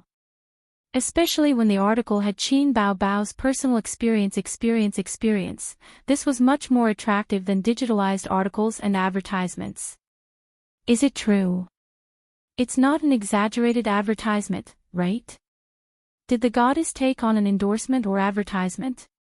Don't be like that. Xia Hui has already disappointed me to the core. If it's real, I'll definitely buy it. I feel like I'm eating chicken. There were also some half-baked experts who analyzed, this kind of VR game that connects to computers has long been available overseas, but even overseas, it can't be popularized. Furthermore, it's expensive, and there are even fewer of them in the country. Look at Qin Bao Bao's personal experience. It's written even better than the foreign ones. It's a little fake. But soon after, many celebrities posted on Weibo to praise this eye patch for the VR game. Among them were celebrities under Tianfang, as well as well-known big shots in the entertainment industry. When a few or even a dozen celebrities posted on Weibo to praise it, the nature of the situation was completely different. The biggest advantage of being in the entertainment industry was that you never had to worry about not having enough advertising. Xianxia sent a set of VR game blindfolds to each of his close friends for them to try out. If they could like it on Weibo, he would give them the VR game blindfold. This was a kind of marketing, but it was different from a formal advertisement. This way, they could save a lot of money. After the celebrities tried it out, they were surprised and excited, and they were willing to give Xianxia face. Some of the celebrities casually reposted Xianxia and Qin Bao Bao's Weibo. The more attentive ones wrote a sentence about trying out the game or took a picture of the VR game blindfold and posted it. It instantly became a hot topic. As it occupied the headlines, the topic was too hot. Whether they followed it or not, more or less people heard about it. Immediately after, many voices of doubt appeared on the internet. Several professionals in the field of virtual reality posted one after another, expressing their doubts about the authenticity of the VR game blindfold and categorizing it as exaggerated marketing. I knew it. Commercial advertisements can't be trusted. I was really looking forward to it. It's not that I didn't believe it. It's just that it's strange which company is behind this thing. They have so many celebrities helping to promote it. This question was quickly answered. Logging into the company's credit information website to search for Dongfeng Technology Company, Limited, the name of the legal person was easily found, Xianxia. Someone posted a screenshot on the internet, and everyone was suddenly enlightened. F*CK, so it's Xianxia. No wonder. That's right. It wouldn't be strange if he could hire so many celebrities to promote it. What is the fast shooter trying to do? Enter the VR industry. It's a well-known pit. There's no way out of it. Is there anyone who dares to test it? No, I'm afraid I'll die on the spot. Regardless of whether people were looking forward to it or not, it was already popular enough. In terms of advertising effect alone, it was undoubtedly a success. In terms of the public's expectations, it was a bit lacking. Not to mention the companies and industry professionals who were stuck in the industry, even the general public knew that the development of virtual reality technology was like a turtle crawling at the bottom of the sea. No matter how good the fast shooter was, he couldn't be fast in the face of hard technology. The first batch of VR game blindfolds produced by Dongfeng would not be sold in physical stores for the time being. This kind of non-large-scale VR game device was not a specialty of VR experience centers, so there was no point in selling it to them. It would enter thousands of homes in the form of a game console. Just like the Little Tyrant game console in the past and the current PlayStation series. It would not be sold in physical stores either. It would be sold through the official website and delivered directly to the doorstep. For this reason, the boastful uncle specially signed a cooperation contract with a delivery company. Su Guang had been a failure for so many years. Now that he had become a big shot, he had a burning desire for his career even though he was already in his 40s. This time, when he returned to Shanghai for the holidays, he had lost more than 5 kilograms. His aunt was so heartbroken that she almost cried. His body lost weight, but his wallet bulged. He was no longer wearing cheap casual clothes. Instead, he was wearing branded suits, handmade leather shoes, and an Audi R8. A leopard cannot change its spots. Su Guang had been itching for a fight recently. Now that he had made up for his regrets in his career, he wanted to get back his face at the gambling table. Su Guang's holiday was only 3 days. There were still a lot of things to deal with in the factory. Originally, Qin Zhe defined him as the mascot of the factory. Su Yao's team would take care of the details. But Su Guang's diligence was beyond his expectations. It was a good thing that his uncle had the tendency to turn over a new leaf. On the last day of the holiday, Su Guang came to visit his sister with tonics and gifts. He had not stepped into his sister's house for many years. Firstly, he did not want to see Qin Jianzhang, that heartless old radish. Secondly, he was really embarrassed. It happened to be the weekend. Qin Zhe, Qin Baobao, and Wang Zijin were also there. As usual, his sister did not give his uncle a good face. She threw a tantrum at her younger brother and said that she did not want to hold a concert. She failed.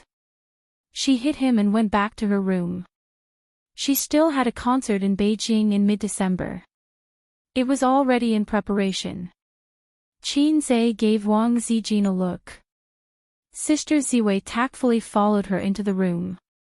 First, they talked about Dongfeng's capital and stock. The VR game iMask was only the first batch of products. The production was not large, and the stock was not large. In fact, its core technology could be used in other fields, not limited to games. The first batch of products was a stepping stone. First, they would open the market and make a name for themselves. Qin Zhe had a rough idea of how to operate in the future. Your promotion online is really loud. Just before I came back, I went to Guangdong to attend an exchange meeting. When people heard the name of our Dongfeng technology, guess what happened? Uncle beamed with joy. Not a single person paid attention to me. Qin Zhe thought to himself, is there anything glorious about not paying attention to you? Uncle said, when I know that it won't be long before these guys regret not sucking up to me at the exchange meeting. Uncle had a very shallow understanding of this industry. After all, he did not know much about the new products. He only knew about them from the technical staff. After the equipment was successfully produced, the technical staff cheered and opened champagne in the office to celebrate. The half-baked factory director was unexpectedly loved by the staff because of his forthrightness and high benefits. Before this, Dongfeng was a factory that could not make ends meet. The benefits were pitifully meager. At most, each person would get a box of apples and a box of drinks during the new year. The dumplings for the Dragon Boat Festival did not even have egg yolk, and the mooncakes for the Mid-Autumn Festival were actually 5 kernel mooncakes. Now, not to mention the 5 insurance and 1 housing fund, the monthly department dinner alone was enough for everyone to go to a 5-star hotel for a buffet of 400 yuan per person. I heard that you secretly went to Macau last month. Qin Zhe threw a cigarette to Uncle. Su Guang's face stiffened. He laughed dryly. I was just playing and won more than 100,000 yuan. How did he know? Of course, Qin Zhe knew. Not to mention that Dongfeng Technology was Su Yao's informant, it was too easy for him to find out his uncle's whereabouts. He asked Bai Guowei's family background to look up Su Guang's information. What kind of plane ticket he bought, where his destination was, and what time his flight was. There was no need to bother Nan Man Pei. Qin Zhe was expressionless. I just heard a very interesting thing from a friend. There was a boss in Zhejiang province. At the beginning of the year, he went to Macau to gamble and lost 500 or 600 million yuan. He couldn't come up with so much money in a short time. He said that he would give him half a month to go back to the mainland to make up for it. Then he regretted it. After all, he didn't have much assets. 500 or 600 million yuan was too much. Uncle, guess what happened? Su Guang's forehead was covered in cold sweat. What happened? Qin Zhe, he died in an accident not long after. Don't you think it's a coincidence? This was what she said when chatting with Su Yu. She also heard it from Nan Man Pei. You can play if you want, but only in Shanghai. You can play at most twice a month, and each time can't exceed 500,000 yuan. This is the rule I set for you. If you don't listen, I won't play with you. Anyway, you don't have any shares in Dongfeng.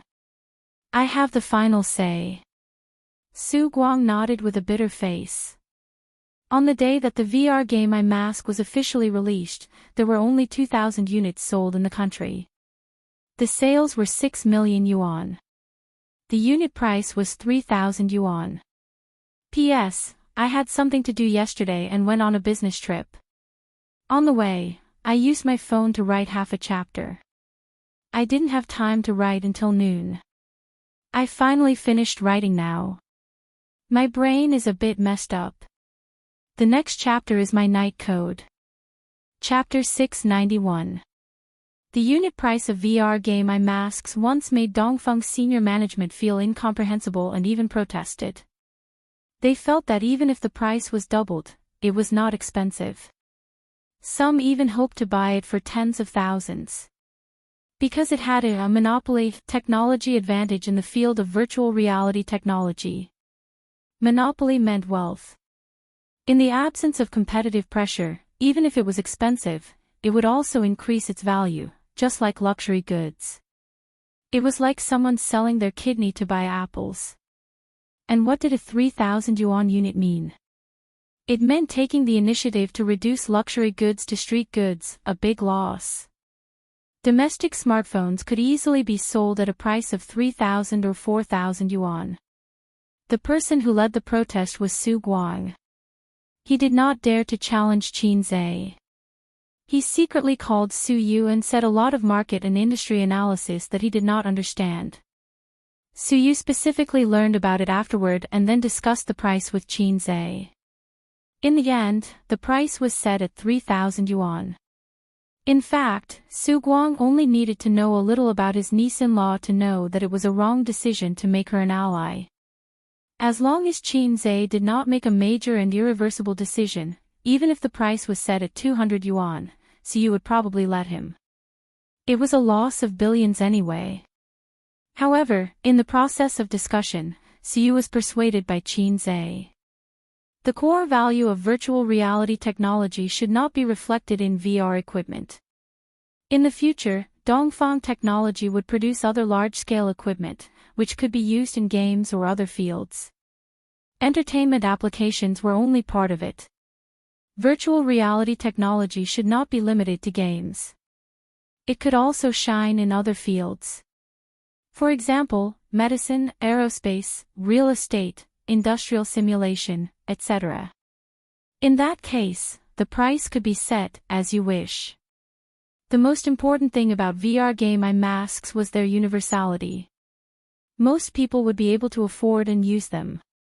This would pave the way for future development, especially for Purple Crystal Network Technology's path of game domination. Su Yu was such a smart person, she understood as soon as she heard it, and then shamelessly proposed to invest in Amethyst technology. Qin Zhe was used to such an excessive request and pretended not to hear it. In the past 6 months, Yingying had always been evil to Baozi investment and wanted to annex it. Baozi, from the name, it should be hers. Wang Zijin also had some thoughts about Tianfeng Entertainment. She felt that things like widowhood should be given to the girlfriend. Why should her sister snatch it away? While Teddy Su was constantly on guard against the threat from the moaning monsters, he was also thinking of biting off a piece of meat from Purple Crystal Network Technology to provoke a real girlfriend. The plan to set up the group could not be delayed. When the time comes, let them tear it apart themselves. Dragging Sister Man into this mess and making her a sh*t stirrer. No, she couldn't be a sh*t stirrer.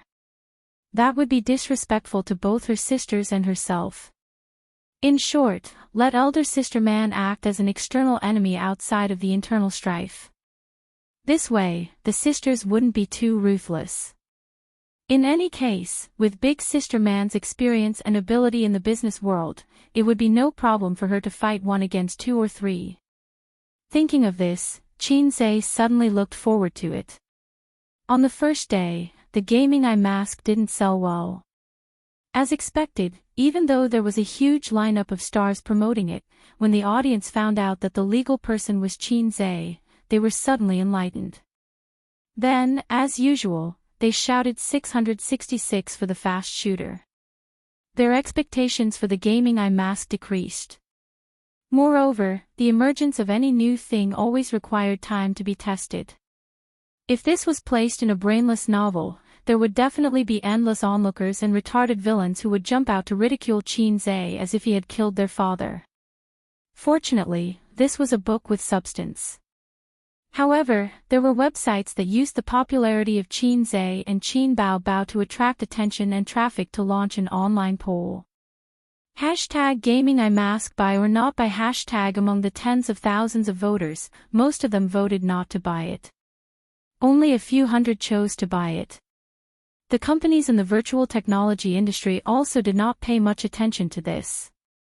They only collected the sales data of the gaming eye mask the next day, glanced at it, and threw it aside. Their interest was gone. At first glance, 6 million sales per day seemed to be quite good. However, if they excluded the effect of the stars and added in the cost, this sales volume would be a flop. Moreover, the behavior of consuming fans would not last long. If the product did not have outstanding performance, the sales volume would plummet. Therefore, the industry would at most continue to pay attention to this wave and see what would happen next. For the performance of the equipment mentioned in Xianxia's Weibo, they were particularly disdainful. It was just a boast to scare laymen.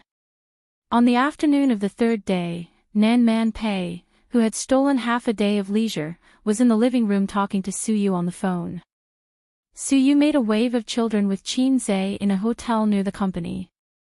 As a result, the satisfied Xianxia fell asleep, and she, who was exhausted, could not sleep. Up to today, a total of 2,400 units have been sold. Fortunately, the cost of these equipment is not high, and the initial research and development investment is not much. Although the inventory is not much, I don't know how long it will take to sell them. Suyu sighed. So, you think the investment failed? Nan Man Pei frowned. Initially, Pei Nan Man had invested 100 million to give face to Xianxia. Later on, after hearing Xianxia's boasting, Pei Nanman's heart also began to look forward to it. She had invested 100 million, and the return was tens of billions. Even though Pei Nanman viewed money as dirt, she still could not ignore this investment. But at present, it seemed that the effect was not ideal. That guy was probably disappointed now. Nan Man Pei asked Suyu. No, this guy's mentality is very stable, and he came several times. Suyu's tone was relaxed. Nan Man Pei was speechless. I didn't say the investment would fail. It's just that the early sales don't look ideal. I want to increase publicity or something. If it doesn't work, I can give the VR experience for free. But he doesn't want me to talk nonsense. Talk nonsense? Well, we talked about it while we were making the baby. He thinks I'm not focused enough. Nan Man Pei, that's it, I don't want to talk to you today. Nan Man Pei decisively hung up the phone. Just as he was about to go back to his room to write calligraphy, the community property rang the doorbell. The nanny who was mopping the floor in the living room put down the mop and went to open the door. A moment later, she returned with a box. Is it my express delivery? On the third floor, Li Donglai leaned over the railing and looked down. When the nanny said yes, he cheered and rushed down the stairs with a series of bangs. Li Donglai picked up the package and rushed up 2 stairs. He paused, turned back, and said to Nan Man Pei on the sofa, Auntie, I ordered the game Blindfold from Xianxia's company yesterday. It arrived today. Don't you have shares too? Can you give me back my money? I used my pocket money to buy you a bracelet. Nan Man Pei was very rich, but the pocket money he gave was limited. Every rich second generation in the circle could beat him in terms of pocket money. His friends could spend 100,000 yuan a month to keep a high-quality vase. He could only spend a few thousand yuan a month to go to the big sword. At first, he went to high-end clubs with his friends to play. He didn't have to pay the bill himself. After a long time, he stopped going. Because the expenses there could squeeze out 2 months of his pocket money. Li Donglai was embarrassed to always let others pay. His sister Pei Ziqi's pocket money was 10 times his. Yes, 10 times. Li Donglai and Pei Ziqi used to bicker like fire and water mainly because of the imbalance in pocket money. Later, when he got to know Qin Zhe and heard about his master's tragic past, he suddenly felt balanced and even a little superior. His aunt's reaction caught him off guard. Pei Nanman said, "Game blindfold. Take it to my room." Ah. Li Donglai was stunned and misunderstood. He hurriedly said, "Auntie, I'm already in university." Nonsense. Nanman Pei immediately used what he had learned. He waved his hand and said, "Go quickly." There was a manual in the bag. Li Donglai opened Nanman Pei's computer and downloaded the game. Then, he activated the Bluetooth box and clicked on the game controller, on the Golden Shield antivirus software. The step-by-step process wasn't difficult. Any young person who knew how to surf the internet could do it. The only drawback was that it had high requirements for the computer's configuration. The whole process took about 40 minutes. Then, he logged into the game and said, "Auntie, use my account. I have a lot of heroes." Li Donglai was puzzled. He thought that his auntie was going to confiscate his game console. He didn't expect that his auntie would ask to play it. Nanman Pei nodded silently. The game interface wasn't much different from a mobile game. It was even simpler and many functions hadn't been released yet. Li Donglai noticed that it was an online battle game. It wasn't a standalone game. He was instantly excited. This game console was sold for 3 days and only 2,000 units had been sold. Some hadn't even arrived yet. It took a long time to match. Nanman Pei waited quietly and wasn't in a hurry. On the other hand, Li Donglai was impatient. He was about to switch to a standalone game when the match was completed. "Auntie, wear an eye mask," Li Donglai quickly said. It was Nanman Pei's first time playing a game. He walked and stopped, wearing an eye mask and looking left and right. Bao Bao, he was curious about the new world. Interested. Li Donglai could watch the game through the computer, but he couldn't experience the first-person perspective of the VR eye mask. When he saw Nanman Pei's appearance, he felt like a cat was scratching his heart. He wanted to kick his auntie away but didn't dare to. After 3 minutes of the game, Nanman Pei wandered around the jungle until Li Donglai cautiously reminded him, "Auntie, you play a game." Her Majesty Queen took little Li's advice and rushed into the enemy's defense tower aggressively. 5 minutes later, the King of Support in the middle lane sent a message. "Wen Zhong, turn on the voice chat." Li Donglai looked at the computer screen. "Auntie, should I turn on the voice chat for you?" Nanman Pei nodded. Once the voice chat was turned on, F***CKU. At %%#, Li Donglai quickly turned off the voice chat and didn't dare to breathe. A vein popped out on his auntie's smooth forehead. "She won't smash my game console, right?" Nanman Pei took off his eye mask and said expressionlessly, "I'm not playing anymore." "You do it." Li Donglai was overjoyed and couldn't wait to try it. He asked, "Auntie, is it fun? What do you think?"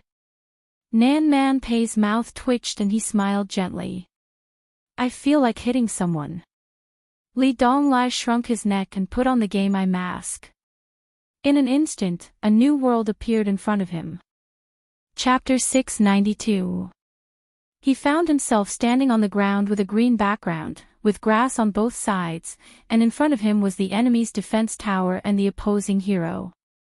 Here, everything was 3D, whether it was the surrounding scenery or the enemy's small soldiers in cloaks, it was a three-dimensional image, giving people the feeling that they were watching a 3D blockbuster. Especially when he looked back, he saw the defense tower behind him and a pair of small soldiers slowly approaching. This was incomparable to the shooting game Li Donglai played in the VR hole. The operation method was also more difficult and interesting than shooting games. And compared to playing games in the VR hall, this game blindfold was more affordable and convenient.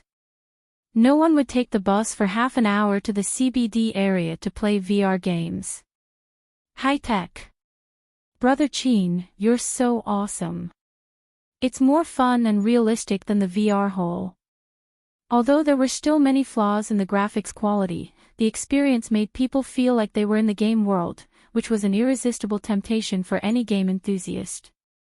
As time passed, Li Donglai also found an advantage. His eyes didn't hurt and his head didn't feel dizzy. Motion sickness was an old problem in VR games. Playing games reduced the gaming experience. Many people even tried the symptoms of dizziness and nausea and never touched VR games again. I don't feel dizzy, I finally corrected this little problem. Li Donglai thought. He actually didn't understand that this seemingly small progress was a qualitative leap in the field of virtual reality. It was enough to cause a sensation in the industry. The game ended and he lost, but Li Donglai was excited and his eyes were shining. He knew that the winter vacation would not be lonely. Nan Man Pei sat on the sofa and made a pot of tea for herself. Occasionally, she looked up at the computer screen and cared about the progress of the game. She didn't play games and didn't find it interesting, but she cared about whether this game blindfold was interesting or not. Suyu's phone call not long ago made her understand that this game console was not selling well. How do you feel? When Li Donglai took off the blindfold, she asked. Li Donglai hesitated. I feel like hitting someone. The force of the blow was so great that he almost cried out in pain. Li Donglai covered his head and thought sadly, sure enough, I can't beat Qin Gu. Nan Man Pei said indignantly, where did you learn such a glib tongue? Li Donglai said aggrievedly, Qin Gu is there. Auntie, if you have the ability, hit him. Nan Man Pei was even angrier and gave him another knock on the head. Li Donglai was speechless. I won't be naughty anymore. I don't have the talent. How about the game console? Nan Man Pei asked again. Li Donglai sat up straight and said obediently, it's very fun, very interesting. There's no game console like this now. If the game development can keep up in the future, it will definitely be a hit. No, there's no need to wait for the future. I think it will be a hit very soon. Nan Man Pei nodded happily. Then. Auntie, the game console. Li Donglai stammered. Take it. Li Donglai happily put the blindfold, the box, and the controller back into his bag. He hugged it and left quickly. When he returned to his room, he turned on his computer and downloaded the game. While waiting, he held his phone and madly recommended it in the WeChat group. He took a picture and uploaded it. At everyone, this game console is so cool. It's so cool. Hurry up and buy it. By the way, I heard it's nothing special. I won't give Qin Gu any pocket money. He made me lose 3 months' worth of pocket money. I hate him. Gu Qing, Li Donglai, you're playing games again. Study hard and don't fail your exams at the end of the semester. Li Donglai grinned. There were many little beauties in the circle, and Gu Qing was one of them. After his sister's endless reminders, Li Donglai finally understood that Gu Qing secretly liked him. Unfortunately, it was a crush that was destined to be fruitless. This girl was too obedient. She wasn't Li Donglai's cup of tea. Qin Gu had a golden saying, take off your pants to do things. Pull them up and pay. If you could do this, you could have fun. Otherwise, don't play with the feelings of other girls. Look, this experience in society, this understanding of life, it wasn't something that a rookie like him could compare to. He didn't know that Xianxia was actually all-mouthy king. This sentence was relayed by the experienced driver Huang Yizong. He was the real king in bed. Zhang Wangyun, are you still not tired of playing games? Li Donglai, you should learn to grow up. Huang Tingzi, that's right, that's right. You're already in university. Don't you want to date and play games? Li Donglai, buy it or not. If you keep talking, I'll take a taxi and beat you guys up. The group fell silent. Chen Qingyuan, it's very fun. It's very interesting. Li Donglai, Chen Qingyuan, you're buying it too. Chen Qingyuan, of course I'm buying it. Yiro, wow, good student's corpse is coming back to life. Good Qing, +1 Zhang Wangyun, +2, Pei Ziki, +3, Pei Ziki, good student, are you free during the winter break? Tutor me in English. I feel that next year's college entrance exam is very difficult. Chen Qingyuan, I don't have time, Ziki. I'm going abroad to study during the winter break. I'll also visit Harvard, Cambridge, and Massachusetts. I haven't decided which school to apply to yet. My mom said she'll try her best to help me. There was no problem that money couldn't solve. If there was, it was definitely not enough. Of course, the most important thing was that she relied on her ability. Otherwise, Qin Gu wouldn't approve of her results. Zhang Wangyun, look at her, an infatuated girl. Look at you guys, you only know how to fool around with your boyfriend, but don't know how to get into Harvard for your boyfriend. Huang Tingzi, who had a sinister personality, teased, I'm afraid that after you graduate, he might get married and have children. Yiro, that makes sense. Qingyuan took the wrong path from the beginning. If you want to sleep with him, get him drunk. If you can't get him drunk, force him. There are so many of us here, we'll definitely help you. At most, you'll go to jail. You don't even dare to go to jail, yet you still have the face to say that you love him. You can only chase a man by sleeping with him. If you sleep with him once, he'll be obedient. If you sleep with him once, there will be a second time. They can't control their lower bodies. How can you be so stupid to actually think about getting into Harvard? Li Donglai, ridiculous. Do you think Qin Gu is the kind of man who will listen to you after sleeping with him once? At least 10 times. Pei Ziki, shut up, Li Donglai. People like Qin Zhe can't be slept with. Don't instigate her. I think Qin Yuan's choice now is right. No matter what happens in the future, she definitely won't regret her current efforts. Li Donglai, Qin Yuan, I know some inside information. To be honest, you can forget about being his official girlfriend. If you're willing to be a mistress, you might have a chance. Yiro, Li Donglai, F***ck your sister. Why do you want a woman to be a mistress? Pei Ziki, Yiro, are you really going to lie to me? Are you sure? Do you believe that I'll beat you to a pulp? The topic had strayed 1,000 miles from the original topic. Li Donglai glanced at the computer. The download was only 20%. It was still very early. He sent a message to Qin Zhe, Qin Gu, your game is too fun. Excited. Qin Zhe replied very quickly, the game experience is not bad, right? Li Donglai, I admire you to death. You really can do anything. You're too talented. Qin Zhe, I'm not talented. I'm just a talented porter. Li Donglai, oh right, Chen Qingyuan said that she's going to get into Harvard and Cambridge next year. It seems that she's in line with our country's stable policy. It's as if the heavens are helping her. Qin Zhe, really?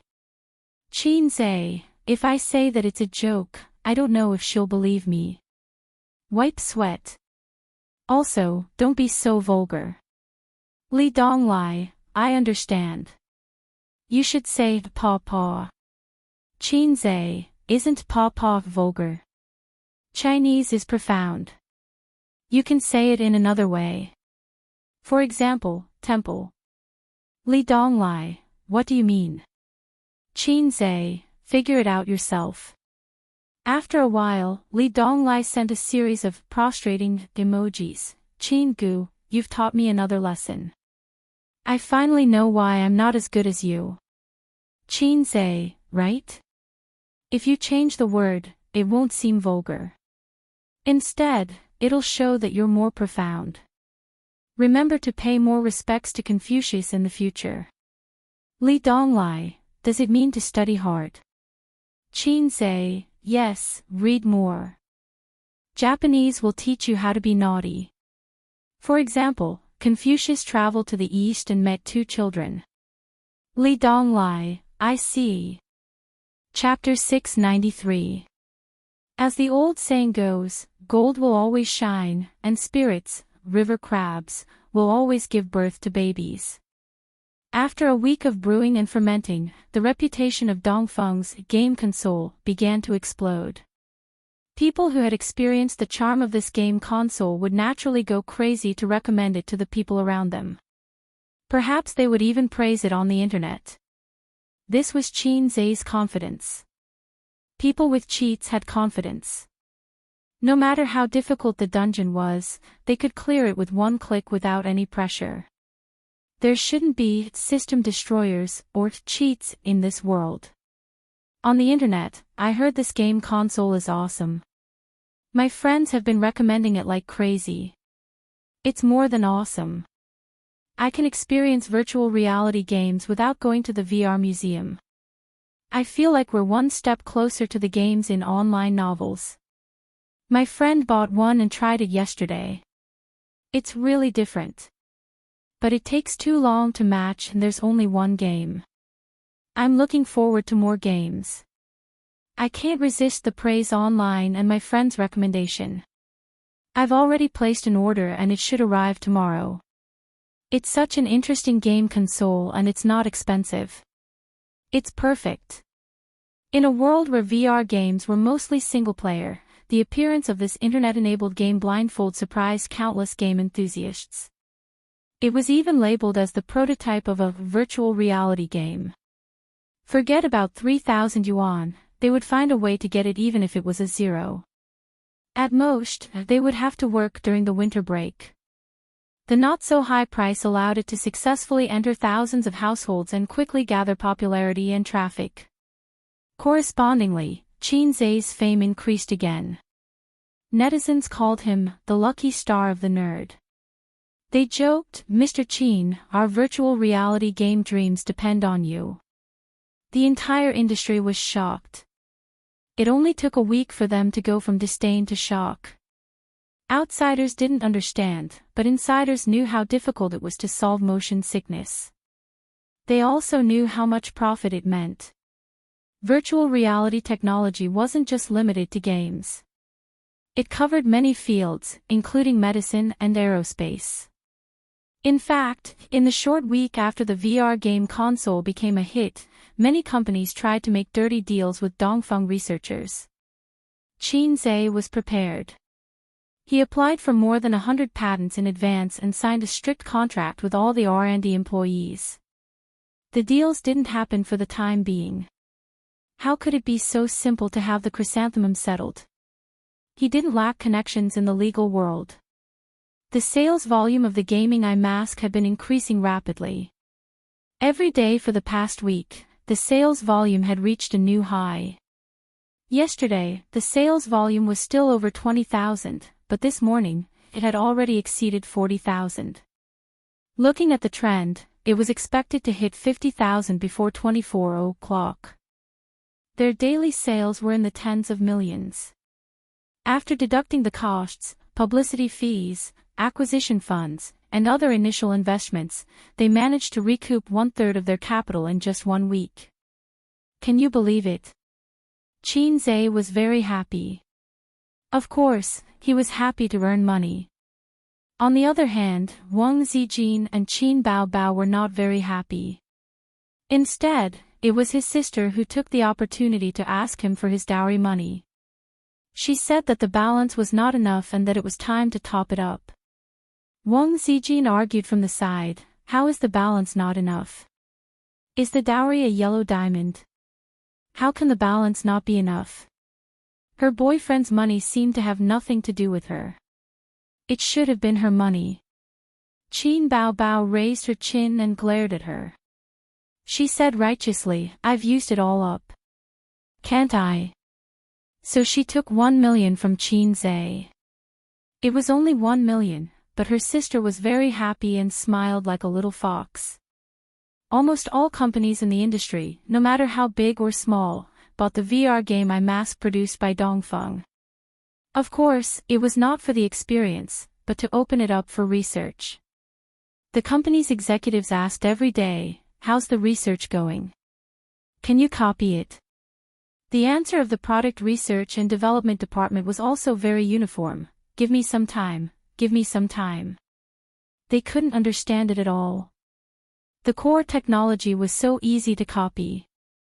There was no difference between strong and weak countries, and strong and weak companies. Unless there was a blueprint. Moreover, even if they understood it, it would take a long time to understand and copy it. Until the market share was occupied by others. Near the middle of the year, Qin Zhe asked Suyu to invite several big companies in the VR industry, and asked Wang Zijin to contact several large game companies, including Penguin, to prepare for a cooperation meeting between the top of the enterprise. This was the first time that Qin Zhe, as an entrepreneur, had issued an invitation to the business big shots. This alone was not something a star could do. No matter how old and famous he was, it would not work. A real entrepreneur would not care about an actor. But Qin Zhe could, because he issued an invitation as a shareholder of Purple Crystal Technology and the legal representative of Dongfeng Technology.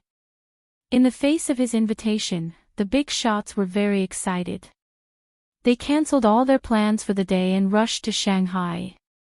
The prospects and importance of virtual reality technology were not something that Tianfeng, Purple Crystal, and Bao Zhe could compare to. The latter three, you could play with them however you wanted. As for the former, if you wanted to play it well, you would need a lot of resources and talents, as well as a lot of connections. It was probably the dream of all reborn cheaters to have control of all the profitable industries in the palm of their hands. At the same time, it was also their shackle. This kind of cheater would most likely be killed halfway through the journey. Want to develop wretchedly? It was impossible. Qin Zhe was not afraid of being killed, but he did some calculations. He wanted to go further in the field of virtual reality. It was not realistic to rely on him alone. In the field of games, Purple Crystal Technology was not ranked in the industry. Using such an awesome game console to play a game that was gradually declining in popularity. It was too wasteful. Redeem the game code from the cheater system? No, this was not the best way. The points could not be used in such a place. Cooperation was the way to go. For other applications of virtual reality technology, looking for partners with strong capital was also the best way. Qin Zhe had calculated that this way, he could earn the most with the least investment. Cooperation to make money, this was the secret that 99% of reborn cheaters could not understand. As long as he gave up a part of the profits, he would have a group of partners and could earn more money. Why not? The meeting was at the World Financial Center, from 9 to 11 in the morning. Today, Qin Baobao, who was supposed to be the #1 vase to accompany her brother, was not here. She had gone to Beijing, and her concert was in a few days. There were about 30 people in the meeting, all of them big shots. The positions of the companies they were in were at least third or second in command. The smaller companies had big bosses. Qin Zhe received them one by one, exchanging business cards and asking about their well-being. Accompanying him was Suyu. Nan Man Pei looked at this scene from a distance and said to Wang Zijin with a smile, I have to admit, in terms of business communication, she is more compatible with Qin Zhe than you. Wang Zijin disdainfully curled her lips. Because Suyu was more talkative, she could talk about industry development and business management with anyone she met. The guests and the host were happy to talk. If she went, would she talk to the other party about the core values of socialism? Or would she talk about her 20 years of controlling people in the military compound? Wang Zijin's eyes suddenly focused and frowned. Who are those two? There was a mother and daughter pair over there. The mother was still charming and had an outstanding temperament, and the daughter was a delicate flower. She looked at Qin Zhe with shyness and a little excitement. Nan Man Pei looked over and said, that woman is called Zhang Aizhen. Her husband is from the National Development and Reform Commission. She is a very capable career woman. The one next to her is her daughter. Then, he glanced at her, Ziki's friend. I heard that she has been pursuing Qin Zhe. Wang Zijin said indifferently, oh. Nan Man Pei sighed, why would such a good girl like Qin Zhe? Wang Zijin glanced at Nan Man Pei unhappily. She was unhappy that he was talking bad about her man. Chen Qingyuan also came with her mother. Zhang Aizhen did not work in the VR industry or online games, but she happened to have time. When she heard that Qin Zhe invited many big shots to a meeting, she came to join in the fun. It was good to expand her network or make some appropriate investments. When Chen Qingyuan heard, she wanted to follow. As soon as she saw Qin Zhe, she could not move her legs. Qin Gu talked about Qin Gu and had endless things to say. Until Siyu frowned and pulled Qin Zhe away, Chen Qingyuan also wanted to follow, but she was pulled back by her mother. Where is the restraint? Where is the restraint of a girl? Zhang Aizhen said unhappily. Mom, restraint is when a man pursues a girl. A girl will be pretentious. Why should a girl be restrained when chasing a man? She is looking for trouble. Chen Qingyuan rolled her eyes. How did I give birth to such a useless daughter? Zhang Aizhen was disappointed. Didn't you say that he is very good? If I can get him, you and Dad will be happy. With such an excellent son-in-law, why do you still need to run around to earn money? That is true, but do you have any hope? Zhang Aizhen sighed, silly girl, look at how beautiful the woman beside him is. She can kill you with a finger. No matter how beautiful she is older than me. She is an old woman. In another 10 years, she will be old. I will be in my prime. What is there to be afraid of? I have not grown into a mature sister yet. Ziki's friend. She seems to be very interested in me. Qin Zhe explained. No need to explain. She is not your cup of tea. Siyu whispered, you are a shameful sister complex.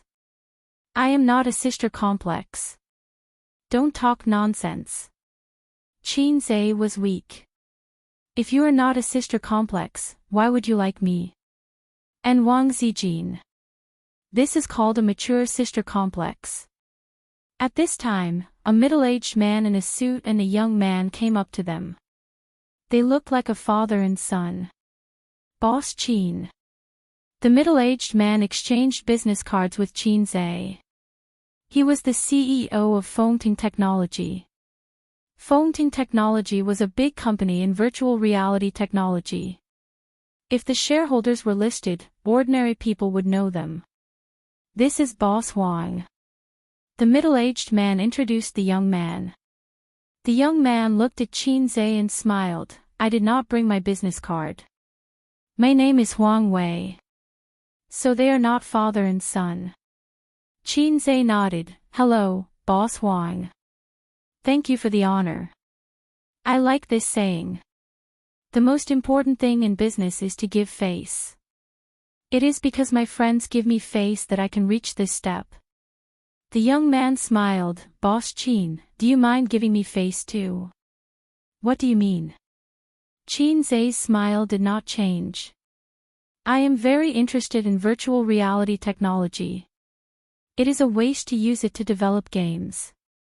The young man said, I will invest 500 million in your phone technology. I will take 50% of the shares. Qin Zai and Xiu looked at each other. Where did this hothead come from? You want to invest just because you want to. The young man had a well-hidden domineering aura. Although he was smiling and spoke politely, he gave off a strong self-confidence that said, everyone here is trash. Qin Zai was no stranger to this aura. He was the same. This was the aura of a hack. Chapter 694. But it's undeniable that Qin Zai is really attractive to girls, especially those who are inexperienced. Nan Man Pei said. Wang Zijin smiled faintly and said with a hidden meaning, an inexperienced little fox is no threat to me. I'm only afraid of some old witch who has cultivated into a demon. Nan Man Pei smiled. To be honest, I've never been like today. I suddenly admire Qin Zai very much. If it was Su Yu, she would probably use the same harsh words to refute or pretend not to understand. But in this way, she would be in a disadvantageous position. At most, it would be a tie. But Nan Man Pei's words had the flavor of an elder. Wang Zijin was stunned. Why do you say that? Nan Man Pei, I've seen a lot of rich men, and among them, there are even self-made heroes. In addition to their own talent, they are actually borrowing power. The upper class borrowing power, the lower class borrowing power. The rich men with no power and no influence need to borrow power, and the rich men also need to borrow power. In the end, it's like a rolling snowball. Qin Zai is talented, and he has you, the extraordinary peacock lady, supporting him. But in my eyes, he's still too independent. In less than 2 years, he has such a large-scale industry and such a strong wealth. It's all because of his incredible talent. In terms of personal ability, he is the best I've ever seen. To be honest, it's impossible to meet a second person like him in this life. But without your Wang family, his future, although bright, can be seen at a glance. But even with your Wang family, it's not enough. This social talent can't solve everything. The more money he earns in the future, the more industries he touches, and the more breakthroughs he has, the more danger he will be in. For example, because a certain bank blocked the bank's way of making money, the bank's mother, the central bank's soft knife to the payment software. He's obviously aware of this problem. Choosing to cooperate with competitors is his attempt, and also a change. Your 3 companies have actually become a bit bloated today. We have also reached a bottleneck. The biggest problem should be the lack of human resources. At most, we can maintain the current situation. If we want to expand, it will be even more difficult. Wang Zijin nodded slightly. That was indeed the case. Purple crystal technology was currently extremely lacking in professional teams and outstanding talents. As for the development of teams and talents, it was not enough to poach them. To put it bluntly, they lacked time to consolidate their foundations. Before Qin Zai started his crazy search for celebrities, Tian Feng already had a weakness in this area. Now, this weakness had been temporarily fixed, but it could not be fixed once and for all. Hence, Tian Feng was actively grooming newcomers. Bao's investment was even worse. The limitations of private placement made it impossible for it to expand wildly. Nan Man Pei continued, choosing to work with them may seem like you're giving up some benefits, but you're actually getting more resources, not only in terms of financial resources and manpower, but also in terms of connections. When everyone's interests are tied together, your connections are also my connections. Qin Zai only needs to maintain his position as the Wulian Alliance chief and not let himself fall.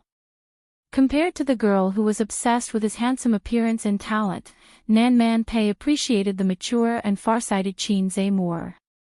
If a woman longed for a strong man to conquer her, Then in Pei Nanman's mind, only a mature and steady man was her ideal partner, not a boy who was jumping on stage and singing, or a boy who was immersed in writing a few new songs without blinking his eyes. Wang Zijin smiled. His growth potential is huge. The man I like is certainly not a fish in a pond. Nanman Pei thought that it was because of her self-confident and conceited character that she did not see the unusual relationship between Su Yu and Qin Zhe. Conceited women were easily blinded by a single leaf. In the same way, Qin Bao Bao, who always believed that her charm was infinite, was the same. Wang Zijin was a little proud of Nanman Pei's brainless boasting about her man. She couldn't help but chase after her man's figure. Then she saw the young man who was talking to Qin Zhe. She was stunned at first and looked surprised. She whispered, "Why is that guy here?" Huang Zong is joking. The East is not short of funds. Qin Zhe smiled and declined. If Huang Zong wants to cooperate, then listen to me on stage and we can talk about the details. Huang Wei snorted, 500 million is too little. I can increase the investment. I'm not short of money. The other party's tone was a bit arrogant. What a coincidence, I'm not short of money either. Qin Zhe smiled. What's the use of money? I'm not interested in money. If making money was not to show off, then it was meaningless. Money is really useless. What I really want to invest is not money. You can get something that money can't give you. Huang Wei said, I admire people like Qin Zhe who started from scratch. It hasn't been easy. I'll go to the toilet. Qin Zhe, think about it. After he left, the middle-aged uncle named Zhu Guoguang laughed to ease the atmosphere.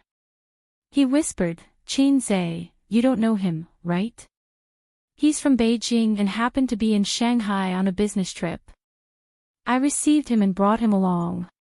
As he spoke, he mysteriously whispered a few words in Qin Zhe's ear. After hearing this, Qin Zhe's expression became serious. So it was a second-generation rich kid from Beijing. He was indeed a cheat. In this day and age, it wasn't only the lucky ones who picked up the system that were cheats. There were some people who were born with cheats. An ordinary person's lifetime of hard work was not worth as much as a word from them. Wasn't this cheating? It couldn't be helped. Who asked him to be born so well? Putting aside those wastrels who indulged in pleasure and didn't think about making progress, there were two kinds of successful second-generation rich kids. Politics and business. The former were the first-generation rich kids. In fantasy novels, they were the talented eldest sons who had the potential to inherit the family business. The latter were slightly less talented and couldn't climb to the same height as their parents, so they entered the business world. These people were better off than the first-generation rich kids. Because they didn't need to have too much business talent, they could rely on their family connections to enjoy endless resources. Excluding those industries that were monopolized by the country, they could do whatever they wanted in all 360 industries. There were too many indescribable transactions in this industry. It was widely rumored that a second-generation rich kid once bought most of the shares of a big boss in a certain industry. Not long after, Huang Wei returned. His smile was warmer and his expression was more relaxed. Qin Zhe, what do you think? Qin Zhe nodded. No problem, but I want you to invest more. Huang Wei's smile became more relaxed. Tell me, how much do you want? Qin Zhe, 50 billion and I'll sell Dongfeng to you.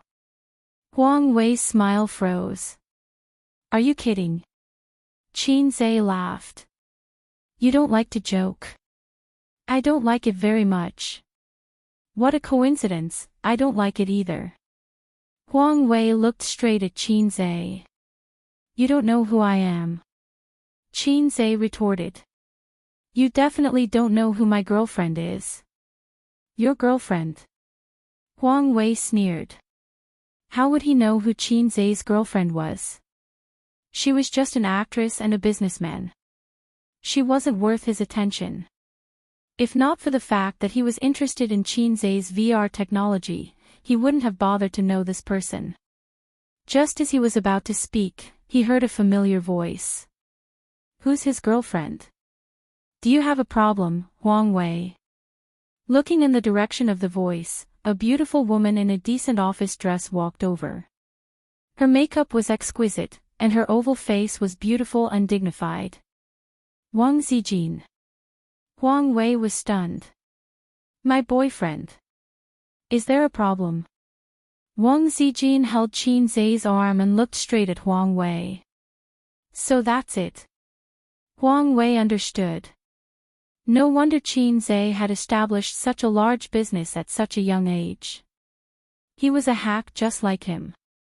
The Wang family's white gloves. Long time no see. Huang Wei changed his attitude and greeted with a smile. Wang Zijin nodded coldly. I won't entertain you. You're not here to talk about cooperation anyway. She pulled Qinzai to the side. Zhu Guoguang curiously asked, Boss Huang, who is this woman? Huang Wei glanced at him and ignored him. He turned around and left. Since she was from the Wang family, he would let it go this time. You know him? Qinzai asked in a low voice. I know him, but we're not close. If we're close, he'll definitely know that you're my man. Wang Zijin said, the Huang family can be considered as a family that rose from the ashes. A few years ago, he was just an average second-generation heir. This guy specializes in things like taking over a magpie's nest. He's smart, but it's all just petty tricks. He only knows how to play dirty tricks. If it wasn't for the fact that his father knows how to pick sides, I'd be able to take on 10 of these minions with one hand. Qinzai nodded and didn't think too much about it. With Wang Zijin around, he could handle most of the troubles. The meeting began. Qinzai slowly walked up the stage under everyone's gaze. He held the microphone and looked around. I'm very happy to have everyone participate in this meeting. I've always believed that cooperation is a win-win situation. Dongfeng Technology is fortunate to have made a major breakthrough in VR technology. I'm very happy to share the core technology with everyone. The 10-minute-long speech was like a news broadcast. Regardless of whether it was true or not, it would not be wrong to brag first. But the real way to cooperate was not to share the core technology. There was no technology investment. Instead, Dongfeng Technology would take the lead and form a production line alliance. Dongfeng Technology would provide the core technology, and other companies would be responsible for the components. It was the same for game development. Everyone would develop games together, and Amethyst Technology would provide the platform. The details of the cooperation would be discussed later. Qinzai estimated that in this batch of people, or rather in this batch of companies, 1/3 of them would withdraw because of the greater the expectations, the greater the disappointment. But more companies would choose to cooperate. Even if they couldn't get their hands on the core technology, cooperation was still a win-win situation. Chapter 695. The details of the cooperation were the focus of Qinzai and Su Yu's work for the next half a month. Wang Zijin also participated, learning more than helping. The details and outline of the business cooperation were drawn up by Qinzai and Su Yu, assisted by more than a dozen senior executives of the cooperating companies, and finally modified by the legal department. After confirming that there were no mistakes, the contract was signed. Peers were not only enemies, but also natural partners. It depended on the size of the market. The prospects of VR technology were very broad. Even if anyone wanted to monopolize it, they couldn't. It was better to share resources and form an alliance. The advantage of this was that if they went overseas in the future, there wouldn't be an awkward situation of being stretched in all aspects. Qinzai's current assets and net worth, 10 billion more or less, had no impact at all. The change from a businessman to a business tycoon was a change in mentality. The businessman wanted to make money, while the tycoon wanted to occupy the market.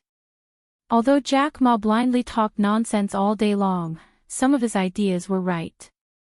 When a businessman reached a certain level, they shouldn't pursue money, but other things, such as influence. Jack Ma's strength was not in money, but in his influence. How many people relied on him to survive, and how many people needed him? When he reached this level, he could gain a certain degree of respect from the higher-ups. On the other hand, no matter how much money someone like Xianxia had, if he built a tall building and his building collapsed, it would have almost no impact on society and the people. So a second generation dared to look down on him.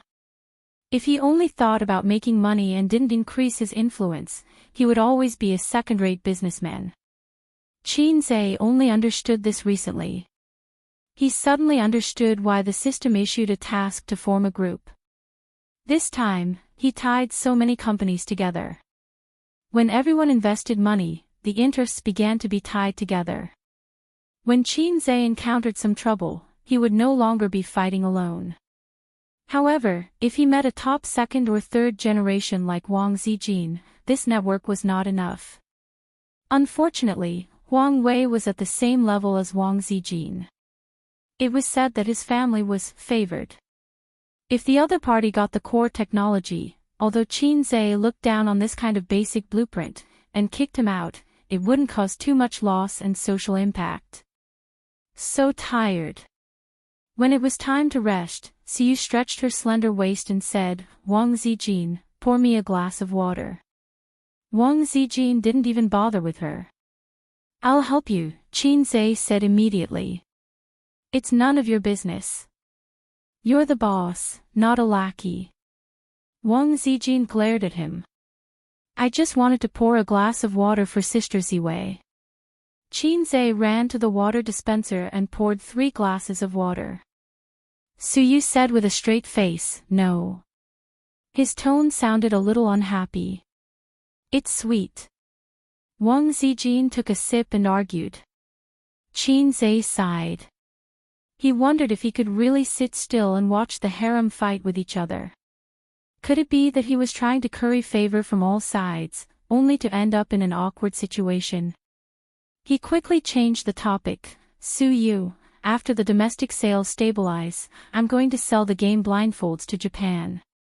Do you have any experience in finding an agent company?" "Suyu, no, but I can entrust others." "Why are you in such a hurry to open up the Japanese market?" "I don't know if they welcome this kind of game machine." "Of course, they will. I've tried it myself.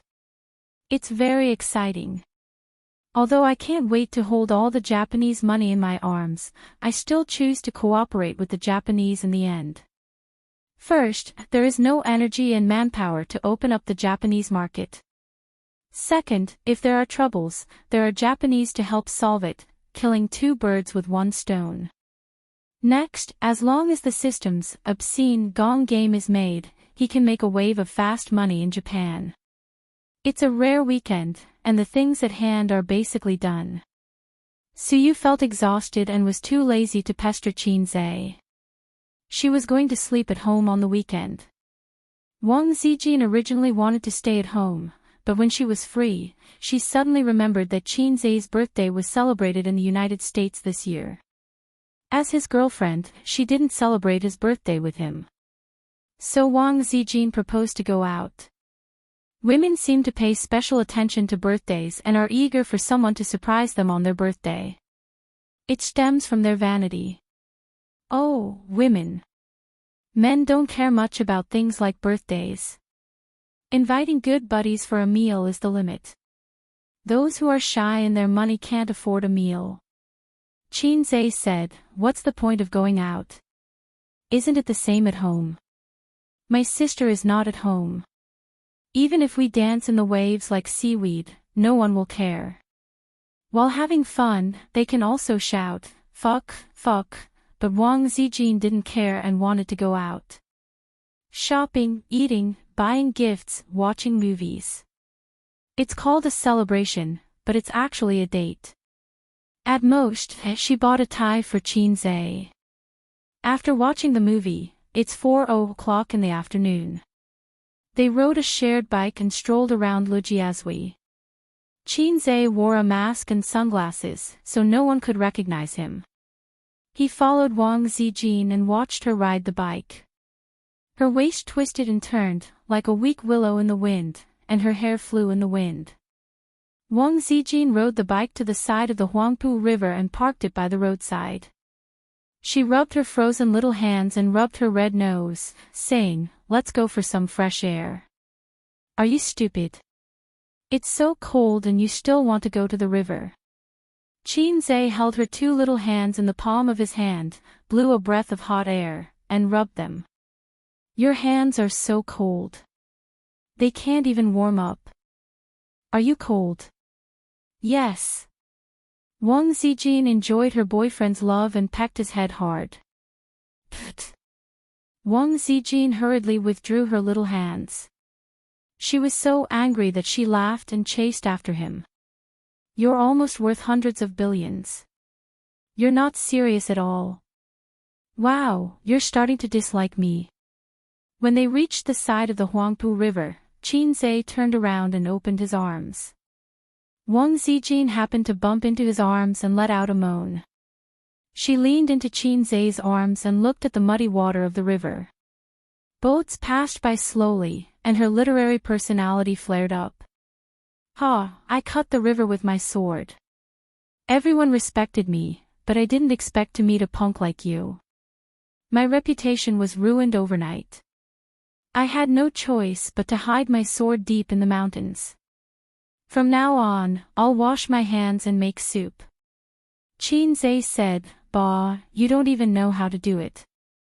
Wang Zijin hit him and stared at him. Suddenly, she laughed. Wang Zijin was a person who couldn't stand noise and Cold War.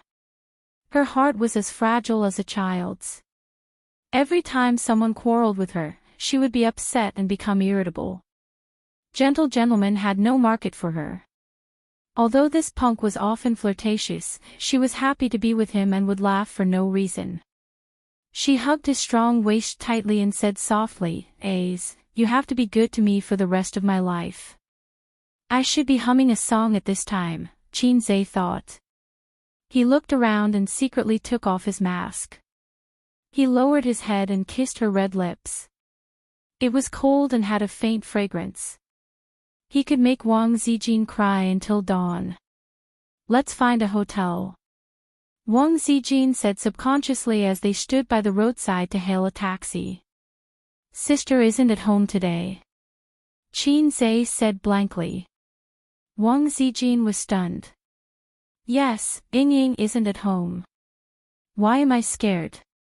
Since when did I have the psychological trauma of going to a hotel to have sex?" Wang Zijin felt sad for her real girlfriend and almost cried. The next day was the weekend.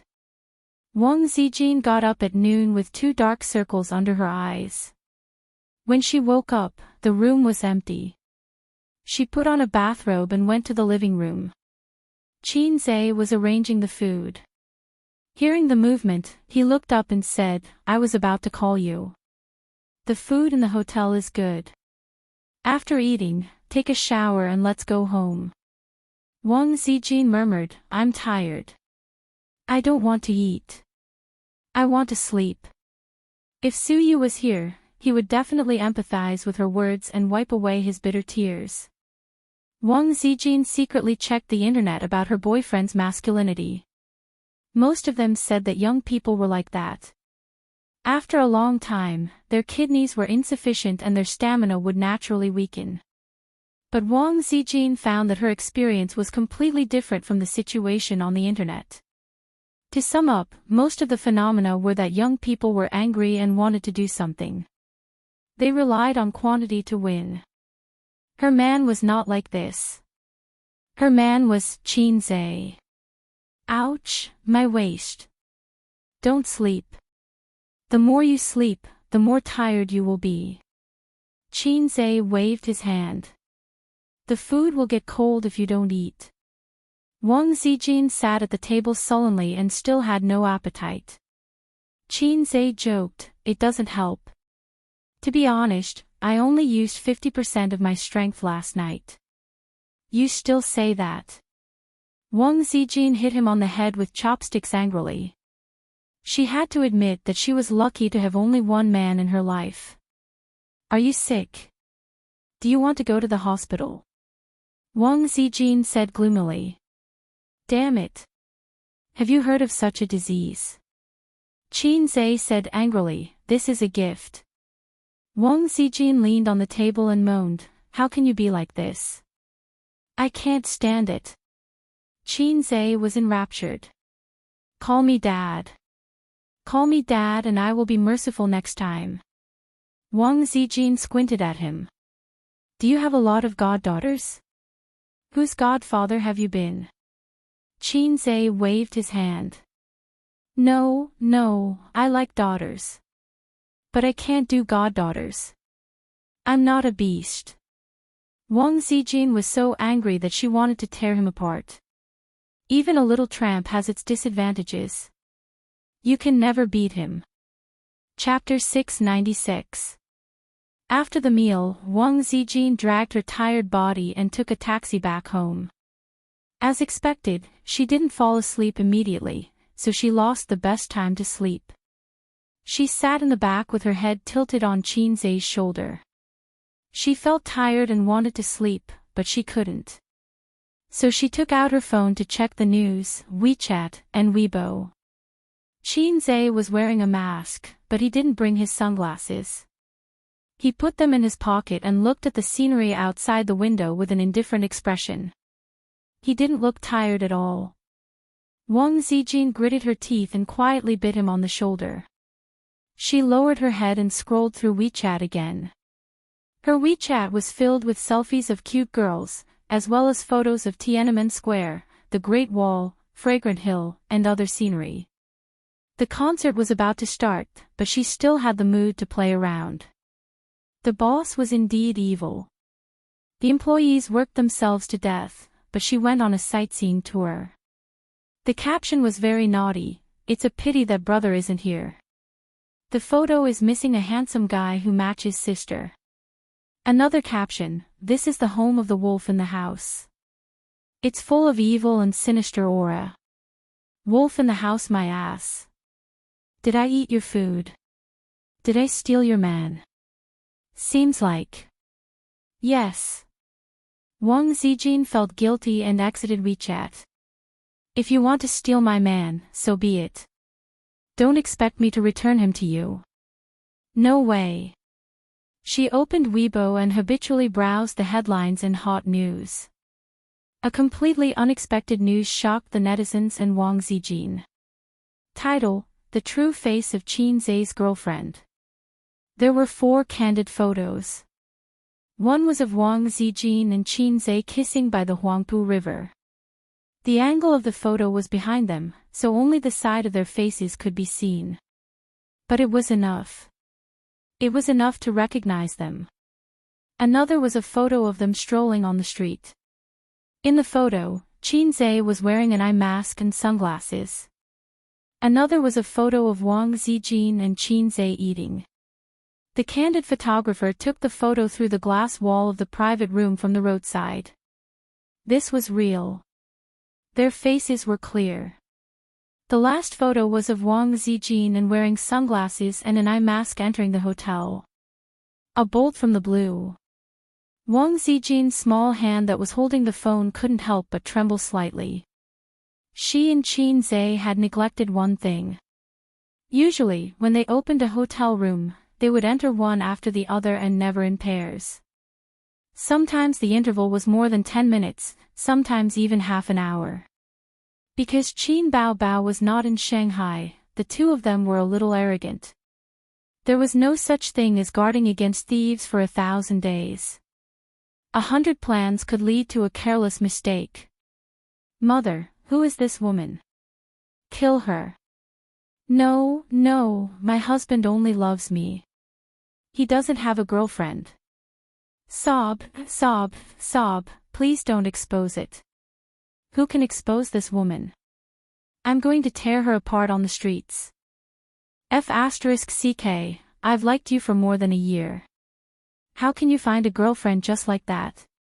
Are you worthy of me? I burst into tears instantly. I'm crying. It's already the end of the year, and you still want to hurt me like this? Are we still going to celebrate the new year? The saddest thing of the year. F***ck, I've lost my passion to live in an instant. The comments on Weibo were the real explosion. This Weibo post was posted at 10 in the morning. 3 hours later, it had been forwarded more than 999 times and left more than 30,000 comments. In the comments, there were not only scolding and crying. There were also people who praised her for her beauty. However, they were all men, so most of the people who said that they were making things difficult for women were women. Then there were clapping and cheering, saying that Xianxia finally has a girlfriend. My girlfriend can also give up. These comments were often filled with bitterness. Wang Lin slowly raised her head from the comments. She raised her round chin and looked at Xianxia, panicking. Xianxia retracted his gaze and looked at her with a smile. I have something to tell you. It's nothing, big. Wang Lin looked as calm as an old dog, but she was panicking inside. What's the matter? Xianxia, who was in the dark, asked. Wang Lin looked at him sadly. She did not speak and handed him the phone. Xianxia took it blankly and glanced at it. With just one glance, he was stunned. There were too many words to describe his state of mind at this time. 5 thunders, scalp tingling, a bolt from the blue. Xianxia thought about telling the truth. He regarded this as a problem that he had to face this year, but his laziness made him put it off again and again. If it was not urgent, he would not be in a hurry. He felt that he still had a chance to develop wretchedly. But the reality was always like this. From time to time, it would give you a hard time and then ask you, are you surprised? Are you excited? He had always been paying attention to the trysts between Su Yu and Wang Lin. The profession of a paparazzi was pervasive. If he was not careful, he would be secretly photographed by him. There were so many examples of his predecessors. But now he understood that nothing could be hidden forever. It was only a matter of time before it was exposed. He did not neglect it this time, but there would always be times in the future. Otherwise, why would there be a saying that even a wise man would be wet once in a while? No, it's okay. There's no fire in the world that can't be wrapped up, and there's no wall that the wind can pass through, Xianxia said calmly. Wang Lin looked at him silently, nodded slowly, and buried her head in his arms. She knew that Xianxia was actually panicking. He was so panicked that he was out of his wits and his mind was about to explode. His calmness was fake. You could not believe that a person who would say, there's no fire that can't be wrapped up and there's no wall that the wind can pass through was as calm as an old dog. But he did not realize it himself. 8 p.m., Beijing, Kowloon Stadium. The last stop of Qin Baobao's national tour was Beijing. In fact, it was not called a national tour. It just went to the first-tier cities in the country. Qin Baobao could not bear to go to all the important cities in the country. Holding a concert was not an easy thing. From the preparation to the opening, not only the staff was tired, but the stars were also tired. Just singing for 2 hours straight was torturous enough. If it wasn't for the sake of making money or fame, there really wasn't a need to hold concerts so often. So, Xianxia let her follow the company's plan from the beginning to the end. As a woman who was not career-minded and could live a happy life with her brother, it was not easy for her to work hard to get to where she was today. It was hard to say who was the one who was the bad guy. Xianxia was not unique to the salted fish character, and so was his sister. It was just that her excellence often made people ignore her nature of not wanting to improve. Qin Bao herself also thought that it was good. Being too outstanding was not necessarily a good thing. It would only pull the distance between her and Qin Zhe further and further. But when the salted fish suddenly became outstanding, the person who was left behind was her. Qin Bao rode the small Mao Fang and chased after her brother's sports car. She did not fall behind too much. The concert opened at 8:30. Qin Bao wore a gorgeous off-the-shoulder dress and sat in front of the dressing mirror. Any makeup artist played with her gorgeous and charming face. The makeup artist put in a lot of effort to make her seductive temperament more obvious. No matter how beautiful a woman was, the difference between wearing makeup and not wearing makeup was still very big. Plain white face, seductive eyeshadow, flaming red lips, long and curly eyelashes, and his sister's naturally sharp face. Looking at the woman in the mirror, she could play any role of a vixen. Two female assistants looked at her from the side and praised, "Boss Qin is so beautiful. If I were a man, I would definitely pursue you." The other said, "It seems like Boss Qin lacks a man. There are many men pursuing Boss Qin. Don't make a fool of yourself." Yes, yes. Even if I become a man, I can't get Boss Qin. As a woman, I could have counted on a prince charming like Qin Zhe, but now I can't count on it. But Qin Zhe's girlfriend is so beautiful. Qin Bao, who was too busy today and almost didn't touch her mobile phone, rolled her eyes and said, "Where did his girlfriend come from? Did you see any gossip news again?" The two assistants looked at each other and kept silent awkwardly. Yes, Qin Zhe didn't admit it. Must she be his girlfriend when she went in and out of the hotel? Maybe she was a female model, a goddaughter or something. It didn't seem very good to gossip about her brother in front of his sister. Still, the makeup artist was stubborn and asked curiously, "Isn't the one on the internet Qin Zhe's girlfriend?" Qin Bao frowned slightly and found that things were not simple on the internet. The makeup artist concentrated on fixing her makeup. Yes, it was exposed this morning. Weibo exploded. "Boss Qin, don't you know?"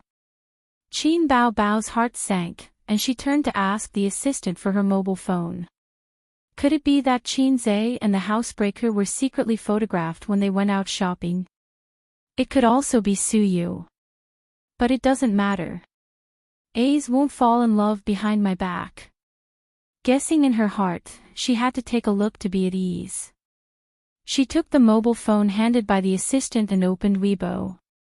Without searching, she could directly see the hot Weibo in the hot topics. 4 pictures, each with a knife, stabbed Qin Bao's heart fiercely. Boom! There seemed to be thunder in her mind, and Qin Bao's eyes turned black. Chapter 697. The moment Qin Bao saw the photo, her heart stopped beating. In the past, there were often exposés in the gossip news.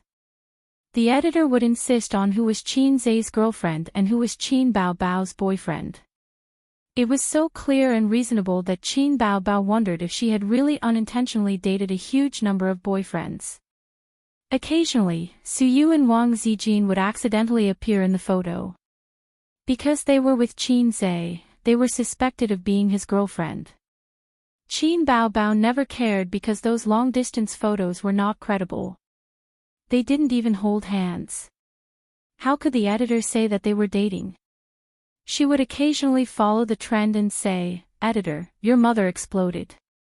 This time, they didn't hold hands. They kissed directly.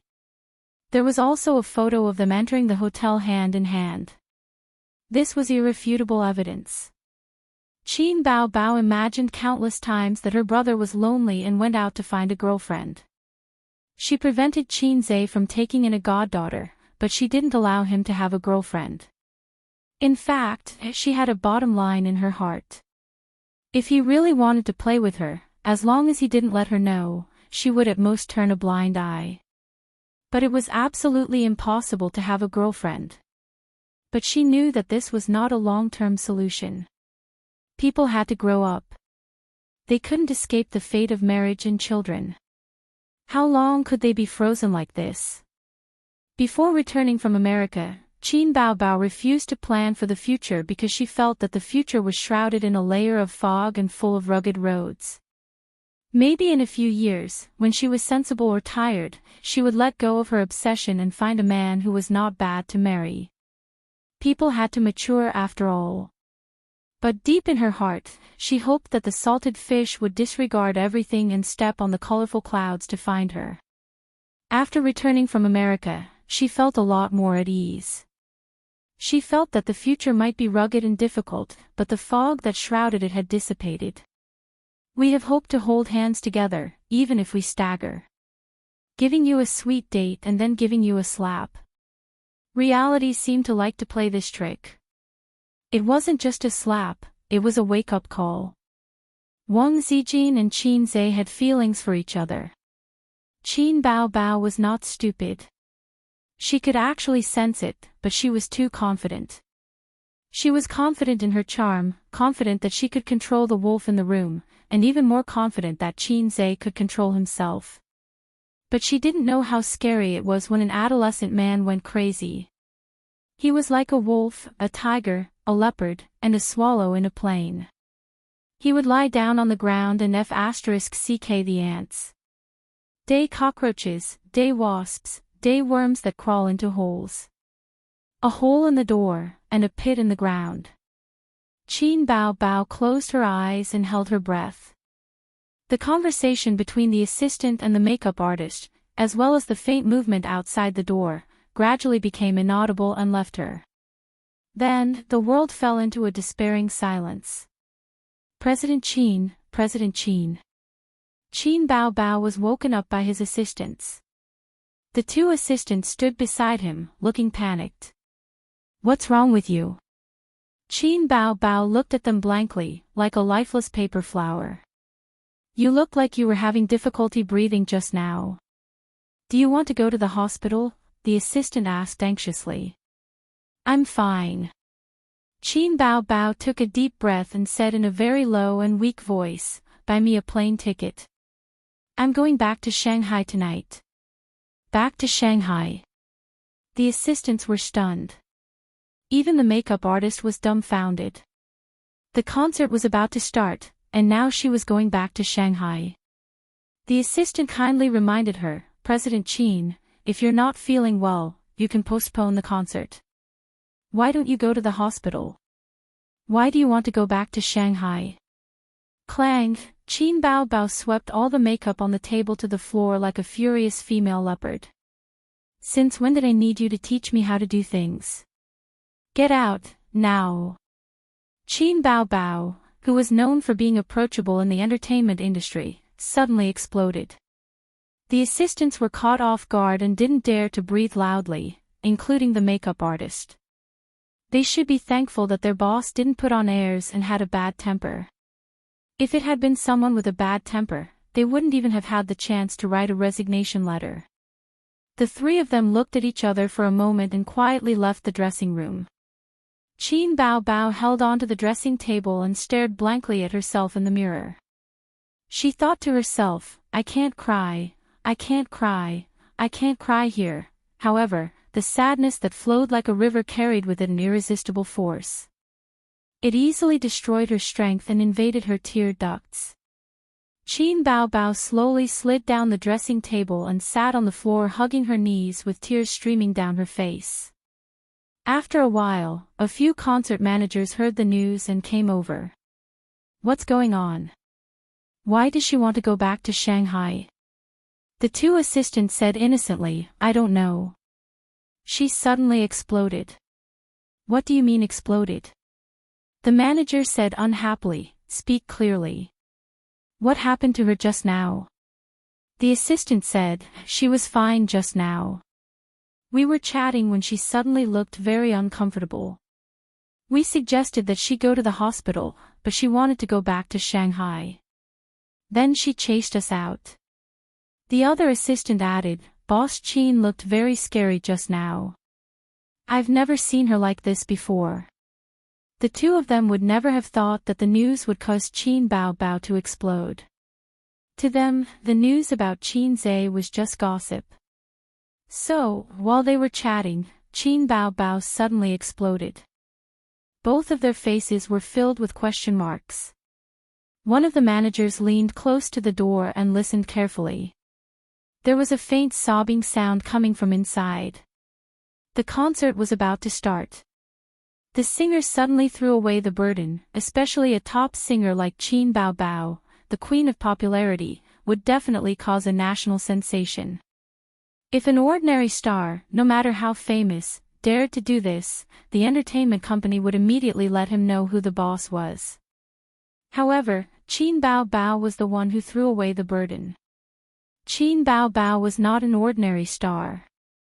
She was the father of everyone present. Oh, no, mother of everyone present. The other manager approached and raised his hand to knock on the door. He was stopped by his colleague who was eavesdropping. The latter shook his head with a serious expression and asked the assistant, "Help her buy a plane ticket." "Why buy a plane ticket?" "Get out of the way. I'll talk to Boss Qin." "What about the concert?" "It's hard to explain to the audience how big the loss is." That person said angrily, "What's there to talk about? Not letting you in is for your own good. After talking, I'll let you go home and farm." After a pause, he continued, "Just tell the audience that Qin Bao Bao suddenly had a physical condition and was sent to the hospital. The concert is cancelled. Change the refund to the money and change the compensation to compensation. Then, the two of you help her buy a plane ticket." He guessed that Qin Bao Bao must have encountered something sad, family matters, or something else. Who would dare to go in at a time like this? Did they think that the salary was too low and they didn't want it anymore? Tonight, Qin Zhe could not sleep. He was as steady as an old dog in front of Wang Zijin.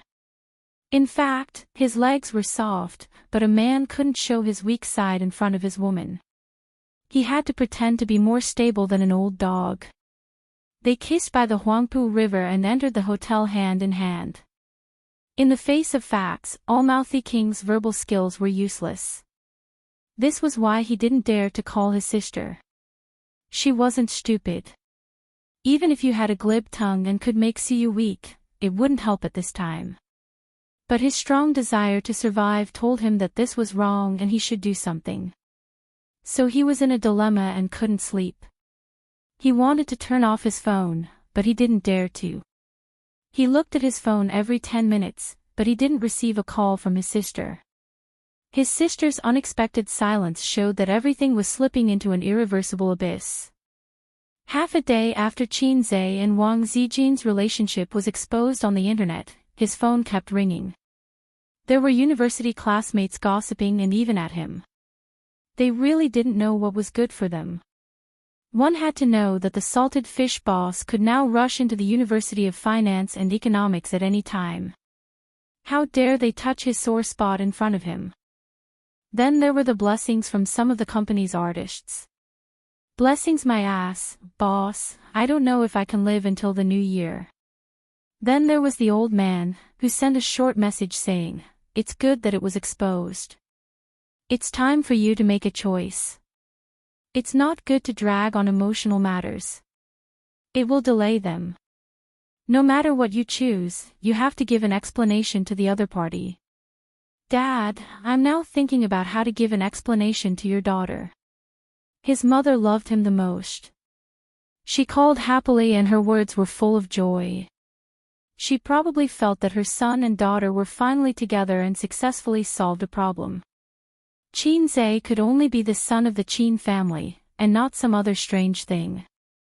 Qin Zhe was very sad about his mother's happy expression. To some extent, it was even more panicked than when his sister came back with a 50-meter knife. When a card was laid out, it was like a domino effect, and all the cards would be exposed in broad daylight. His mother's flag. At 1:00 in the morning, Qin Zhe couldn't sleep. After thinking about it, he got up and went out. He gently knocked on Wang Zijin's door. "Sister Siwei, are you asleep?" There was no response, but a few seconds later, the door opened. Sister Ziwei's haggard goose face shook her head silently. "I knew you weren't asleep, so I came to keep you company," Qin Zhe said. Wang Zijin pushed him out of the door and said in a tired voice, "Don't come in. I'm annoyed." The door closed, and Qin Zhe stood at the door miserably. Wang Zijin leaned against the door and rubbed her temples. She exhaled a mouthful of turbid air in frustration. She was thinking about how to tell Qin Bao that she had a lot of ideas and had started preparing last year. When Qin Bao came back, she was going to use her flexible tongue to convince Qin Bao. From the day until now, Wang Zijin had been deducing the negotiation process in her mind. She guessed Qin Bao's various reactions, how she should deal with it, and how to subdue her. The worst-case scenario was that her best friends turned against each other. It was not worth it to fall out with Qin Bao over a man, so she had to avoid this situation. At this time, if Wang Zijin had a universe calculation system, she would be safe. Qin Zhe, who obviously had a cheating device, was in a mess at this time. He smoked in the room and then went to the living room to smoke. At this time, a phone call came in. Qin Zhe was shocked and quickly reached for his mobile phone. After holding the phone, he paused, took a deep breath, and took it out. "Caller, Nan Man Pei." Damn it.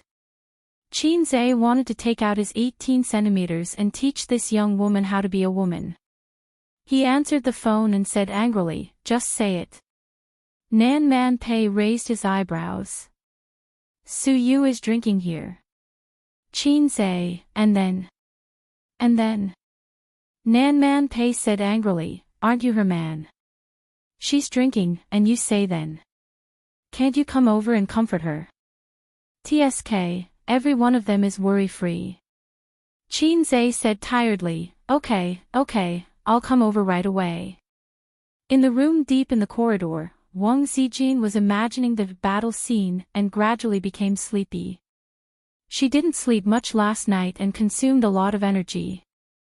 She had bags under her eyes and her oval-shaped face looked particularly haggard.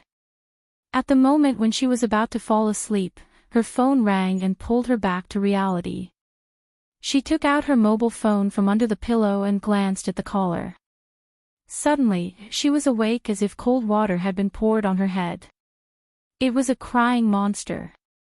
Chapter 698. Wang Zijin suddenly sat up.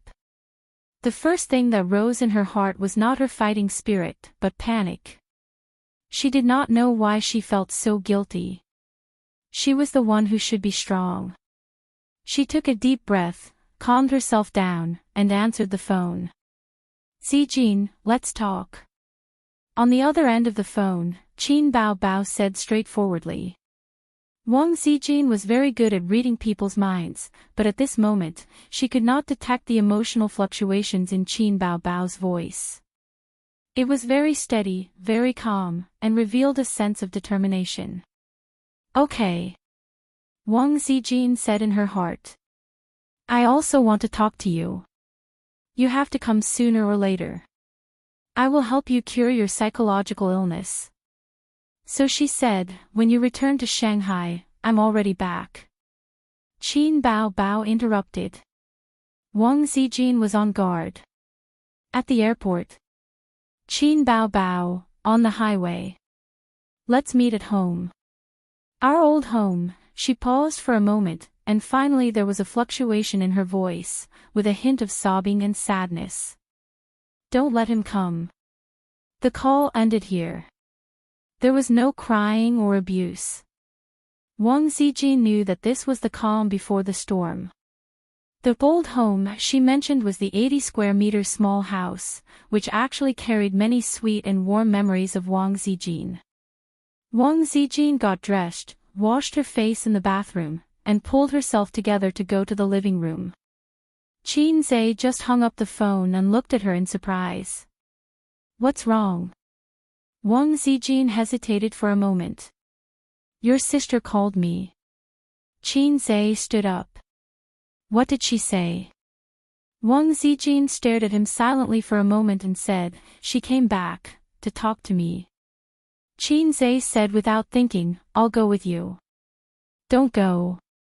Wang Zijin shook her head and said in a low voice, some things are not suitable for you to say. I guess she's in a bad mood now. You'll only aggravate her emotions if you go. Leave it to me. This was a solo match between women. Men shouldn't talk nonsense at the side. At this point, everyone understood. Wang Zijin was just short of saying that her sister had a younger brother complex and that she would be responsible for ending it. Xianxia was not in the mood to hide. He knew that things were not over yet. He would either be killed 3 times by the old man or be killed by his sister. He no longer had the opportunity to develop wretchedly.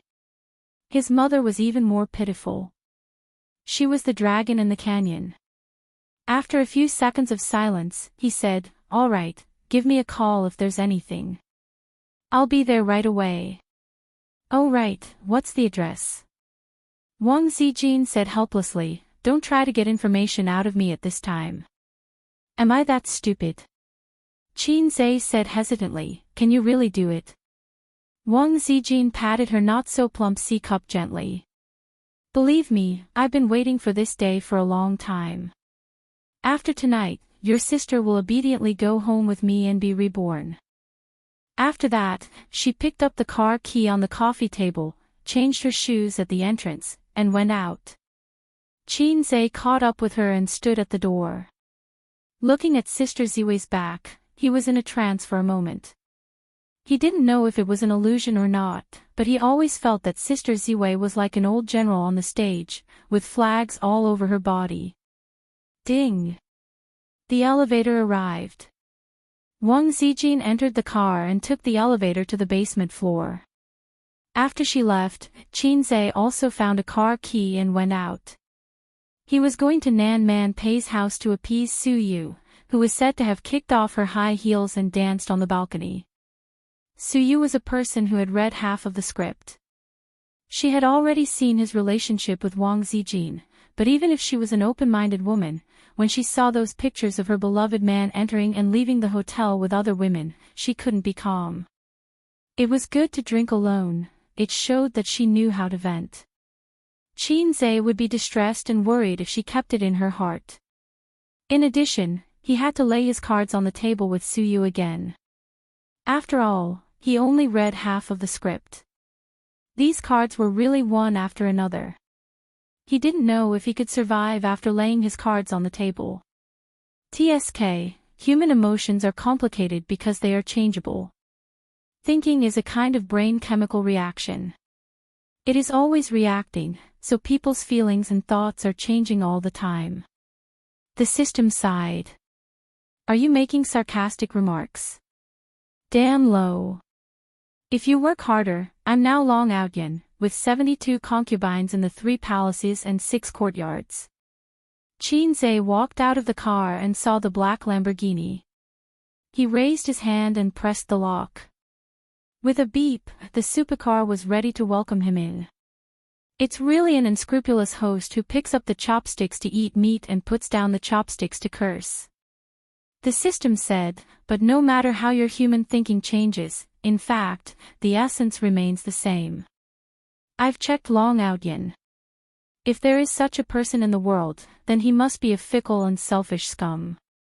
His so-called fickle but not fickle is actually just treating women as a tool for pleasure. We are always interested in the things we love, and we will even love it, but we will not really respect it. At any time, there will be another better tool to replace it, or the two can play together, just like the mobile phone. People should not consider the feelings of the mobile phone and choose not to change the mobile phone. I'm not looking down on scum. It makes no difference to me whether a scum is a hero. The talent and wealth you have now, aren't you a Long Outyan? But you can't become the real Long Outyan. You will never be that kind of person because of your thinking. But you also have the bad habits that 99% of men have. People can't love only one person in their life, otherwise there won't be so many exes. You're just lucky to grasp those loves at the same time. Enough, I don't want to listen to your nonsense. Xianxia started the car.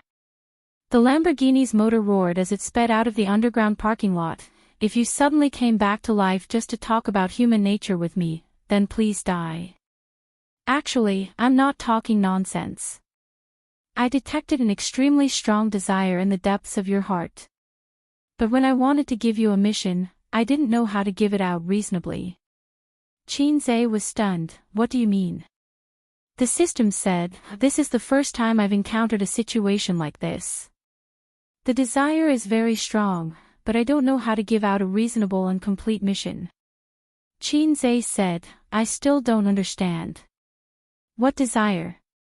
The system said, a strong desire to live. Xianxia was speechless. The system said, your life is not in danger, so why do you have such a strong desire to live?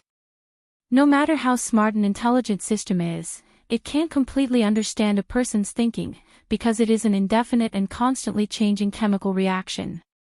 Strange, strange. Xianxia said, you've finally exposed the fact that you're low. A real cheat system, can't you read a human's thinking in seconds? However, the system ignored him. Half an hour later, he arrived at Nan Man Pei's house. He pressed the doorbell a few times. The one who opened the door was Li Donglai, who stayed up late playing games. Pei Ziki was still a high school student, so she was already asleep. In the villa, Nan Man Pei's room was still lit up. The window was open, and Su Yu's noise could be heard faintly. Qin Gu, you're here. Li Donglai looked at him with a gaze similar to, brother funny. Xianxia was irritated and kicked him, look at your sister. Li Donglai followed up with a mischievous tone, do you want to look at my sister? She's sleeping in her room wearing suspenders. When Xianxia lifted his foot, he had already turned and fled.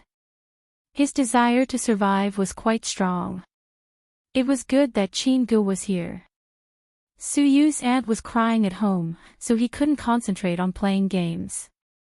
Also, he himself said that he would try his best to raise his pants for money, but he was trapped in a love triangle. Li Donglai also saw the news on the internet. On the second floor, Nan Man Pei's room was unlocked. He opened the door and saw the living room in a mess. It was full of paper towels, empty wine bottles, and some side dishes. In addition, Nan Man Pei's cherished ceramic teapot was broken. There was no one in the living room. Su Yu was on the balcony. He entered the room and saw Su Yu on the balcony holding an empty wine bottle in one hand and waving the other. She was shouting incoherently, Wang Zijin, that little bitch, one slap at a time, and then sneak her out the window. She waved her small hand vigorously, see? Sneak out like this. Nan Man Pei sat cross-legged on the floor of the balcony. She was barefoot and her hair was a little messy. She didn't have the slightest Buddhist aura.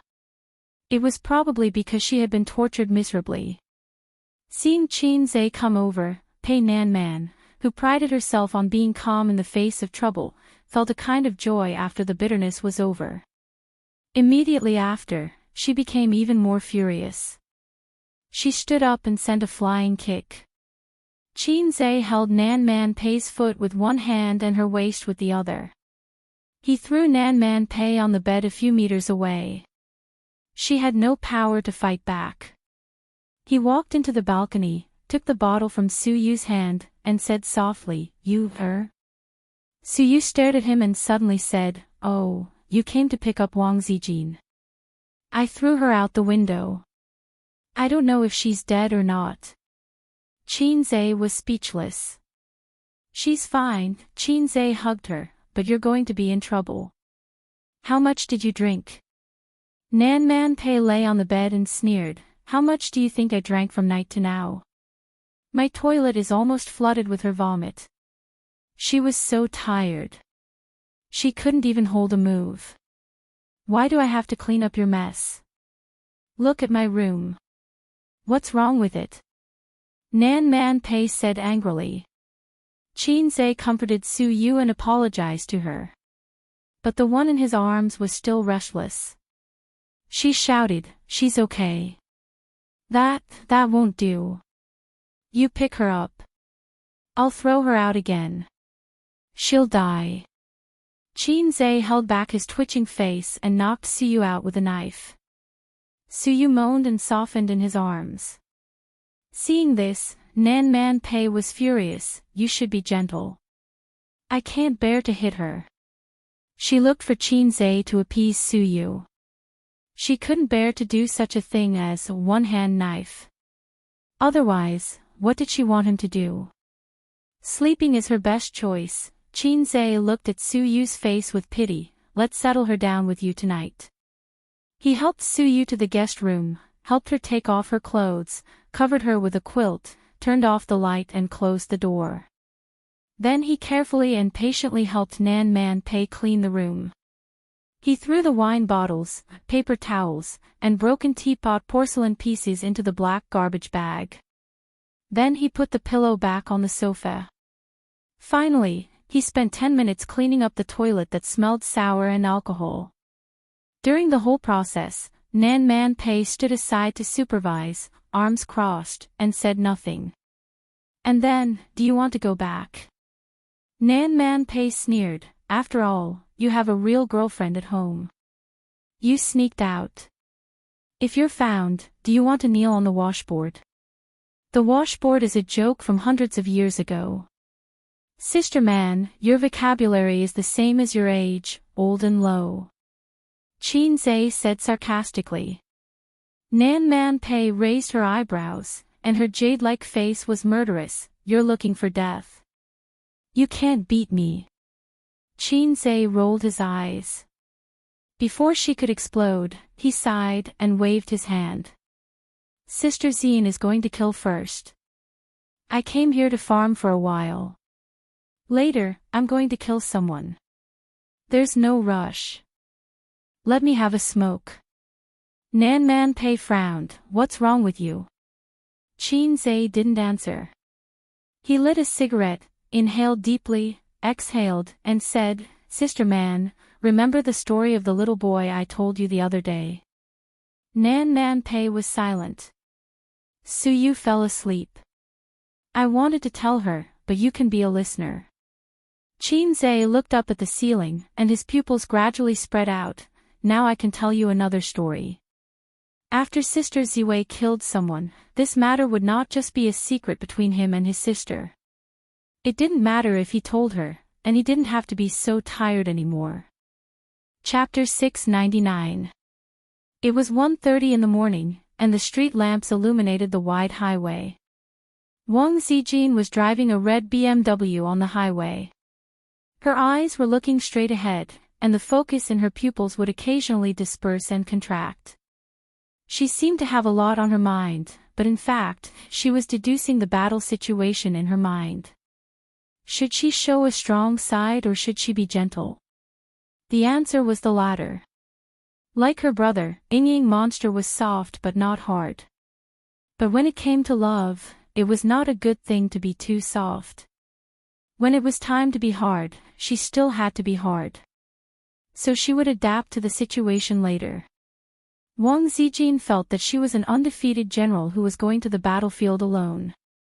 In fact, she had always been an undefeated general in this aspect since she was a child. Love was a battlefield for any woman, and every woman had to have the awareness and determination to guard their love. After getting off the highway, it would take another 10 minutes to reach the nest. When Wang Zijin was passing through the traffic lights, she almost collided with a Volkswagen on the side. Fortunately, both parties reacted quickly and braked. The window of the Volkswagen's driver's seat was lowered, and the driver stuck his head out and scolded her. Wang Zijin looked up and found that it was already a red light. She had unknowingly run a red light. She patted her face and pulled herself together. Ignoring the driver's chatter, she turned the steering wheel wildly, bypassed the Volkswagen, and drove away. Driving into the community, she turned on the roof light, pulled down the mirror of the visor, and tied her long black hair with curly ends into a ponytail. Wang Zijin usually did not tie a ponytail, because Qin Zhe said that a ponytail would make her face look big. Although it was a joke, she took it to heart. But a ponytail would add a concise and capable temperament to her, making her look strong. After doing all this, Wang Zijin slowly exhaled a mouthful of turbid air, driving away all the negative emotions. She turned off the engine, pulled out the key, and locked the car door in one go. She strode towards the residential building. Her back looked like a female general heading to the battlefield alone. Pushing open the familiar door, the living room was brightly lit. Qin Bao Bao was standing by the window, silently overlooking the city full of lights. If Wang Zijin's back view was that of a general marching into the battlefield with determination, then she was that of a lost queen, lonely and desolate. Wang Zijin paused and looked at her silently. Qin Bao Bao gazed at the night scenery while she looked at Qin Bao's back. In Wang Zijin's mind, Qin Zhe's song, "Don't Talk," suddenly appeared. There was a line in the song that was very appropriate for the situation: "If you want, with a black pencil, draw a silent stage play." In such an atmosphere, she suddenly realized that all the lines she had prepared did not seem to be suitable for opening remarks. In this silent stage play, she felt somewhat depressed and inexplicably sad. At this moment, Qin Bao Bao turned around and smiled. "You're here." Her smile was the same as before, but Wang Zijin could sense the emotions hidden deep within. As if there was a needle gently pricking Wang Zijin's heart, she nodded silently. Qin Bao Bao walked to the sofa, sat down, looked around, and whispered, "I still think this place is good. It's not big, but it's warm. There's only a wall between me and him. When I'm hungry at night, he can hear me when I shout. When he first moved in, I often couldn't sleep. If I wanted to watch a movie in the middle of the night, no one would accompany me, so I just shouted. Shouting once was enough. No matter how reluctant he would come over. But why is it that as the house gets bigger and richer, the distance between him and me starts to get farther and farther? I thought about it for a long time and figured it out. At that time, he and I were like this house, not big, but pure and simple. We didn't have so many things between us: money, fame, the company, and you. Looking at it now, do you think this place is very small?" Her gaze swept across the living room. "But the three of us would stay in this living room every night after dinner. You watch movies, he does mathematical modeling, and I always like to mess with him. I've liked to mess with him since we were young. There's no reason, I just think it's good. When you came to Shanghai, I thought you would only stay for a while, but in the blink of an eye, it's been a year and a half. Actually, I was quite annoyed with you after that. Is it really good to stay in someone else's house so shamelessly? Hurry up and leave. If you leave, this will be our territory again. But when I think of you saying that your family forced you to marry someone you don't like, my heart softened. I've been so good to you." Qin Bao Bao suddenly couldn't continue and stared at her. "When did it start?" Wang Zijin opened her mouth and answered honestly, "End of last year." "End of last year." Qin Bao Bao murmured and smiled sadly. "It's been almost a year. You've been hiding it from me for a year. It turns out that I've been fooled by you guys for a year like a fool." "Bao Bao," Wang Zijin calmed down and said, "I confessed to him at the end of last year. I love him very, very much. I've never thought of snatching anything from you, but this is how a relationship is. It's wonderful, beautiful, and selfish. When I first met him, I didn't feel that there was anything about him that attracted me. In my heart, he was the younger brother of a close friend. He might be very interesting because in the 3 years of high school, my desk mate always talked about her brother. She always talked about how bad her brother was, but when she talked about him, her eyes were always gentle. I thought that this brother must be very interesting and very different. After I met him, seeing him is not as good as hearing about him. In the beginning, he even showed his admiration for me, which made me feel a little annoyed. I thought to myself that if this brother of mine is like other men, I'll move out after I find a job. You might not believe it, but it was your brother who pursued me first. After getting to know him for a long time, I found that he was indeed different. He was obviously very talented, but he was very timid, as if nothing in the world could be difficult for him. He wanted to pursue me, but he didn't dare to take action. The longer we got to know each other, the more attracted he became to me. I was always so happy when I was with him. But do you know, the person who first made me have the idea of trying to be his girlfriend was not him, but you. Wang Zijin said in a deep voice, "You can't hide it from me. We've known each other for so many years, and we've slept on the same bed for so long. You've never hidden your feelings from me." Qin Bao Bao looked at her in a daze. After a moment, she smiled bitterly. "You're right. I like him. No, I love him. No one in the world loves him more than me." This sentence was like thunder exploding in Wang Zijin's ears. It was actually like this. She had already guessed it, but when Qin Bao Bao said it personally, Wang Zijin's worldview was turned upside down. Do you know what you're saying?" Wang Zijin was shocked. "Your brother and sister. As the elder sister, how can you say such things? Is it strange?" "It's quite strange. Maybe you'll think that I'm shameless to actually fall in love with my own brother." When she saw him chatting happily with another girl, her heart was filled with hatred. When I thought of him being intimate with another woman, or even getting married and having children, I felt like killing someone. There's no such elder sister in the world. Qin Bao Bao leaned back and slammed into the sofa. It was as if she had fallen into the river of time for 20 years. When I was very, very young, I knew that he wasn't my biological brother. He and I accidentally eavesdropped on my mother's phone call, but we didn't know who the other child was. I was older than him, so I was more sensible. I scared him not to tell anyone about it. Just treat it as a secret. That way, we could still be a happy family. He wasn't smart and was very ordinary. At most, he was good-looking. It was because he had such an excellent elder sister that his mediocrity was highlighted. However, he didn't hate his elder sister because of this. Instead, he cared for her and gradually accepted his mediocrity. Many times, my elder sister expected better from him. She hoped that he could pull himself together and become a boy with a temper. In the future, he would become a man with a temper. So I started to bully him, steal his things, and add insult to injury when my father beat me. But he was still so good to my elder sister. When he gave his favorite toy to my elder sister, his timid eyes, like a deer's, deeply hurt my elder sister's heart. Ace was very timid when he was young. He only knew how to play behind me.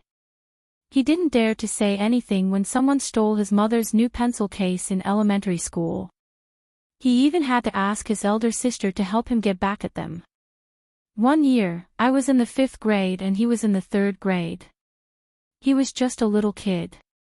On our way home from school, a group of boys bullied me.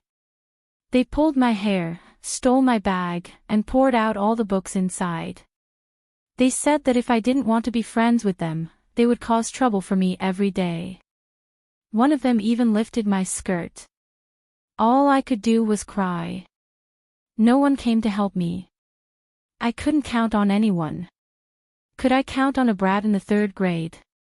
But do you know, when I was most afraid, it was this brat in the 3rd grade. He stood in front of me and cried, telling me not to bully my elder sister. Then, he fought them to the death. Qin Bao Bao's mind flashed with images of the past. In the image, the short kid fell down after being kicked and punched again and again. However, he gritted his teeth and stood up, fighting with the boys who were a head taller than him. He was clearly scared and wanted to call for his mother. However, he refused to back down. He gritted his teeth and fought with tears streaming down his face. The girl behind him cried until her beautiful little face was ruined. Even though more than 10 years had passed, this image was still fresh in Qin Baobao's mind. It was one of the most precious memories of her and her younger brother. From that day onwards, my feelings for him started to change quietly. I didn't even notice it myself. After that, my younger brother's kindness to my elder sister was no longer pure familial love in my heart. It wasn't pure, but it was very sweet. He was always gentle and modest towards my elder sister. He let me do whatever I wanted and gave in to me. He often complained that his parents' doting caused me to develop a lot of bad habits, but he never reflected on himself. In fact, he was the one who doted on my elder sister the most. All these years, my elder sister became more and more dependent on him. When she was at her most infatuated, she even felt that it was enough for her to have him in the world. Nothing else mattered. A few years ago, when he had his first girlfriend, he came back excitedly to show off to me. Do you know how I felt at that time? It was painful. It was so painful that I wanted to die, just like today. Qin Baobao covered her heart and choked with sobs. It was so painful that I didn't want to live anymore. Wang Zijin was silent. At this point, all words were useless. She listened to the girl's endless recollection of the past, revealing her feelings honestly and affectionately. It was a feeling that had been fermenting in her heart for more than 10 years. The moment she opened the lid, what she smelled was not a fragrance, but a heart-wrenching pain. Any words and excuses were suddenly pale and powerless in the face of this feeling. At the same time, Wang Zijin finally understood why she was scared. She was the third party. She was abrupt and discordant in this love that shouldn't have been. It was so discordant that many times, even she herself felt that she was unnecessary.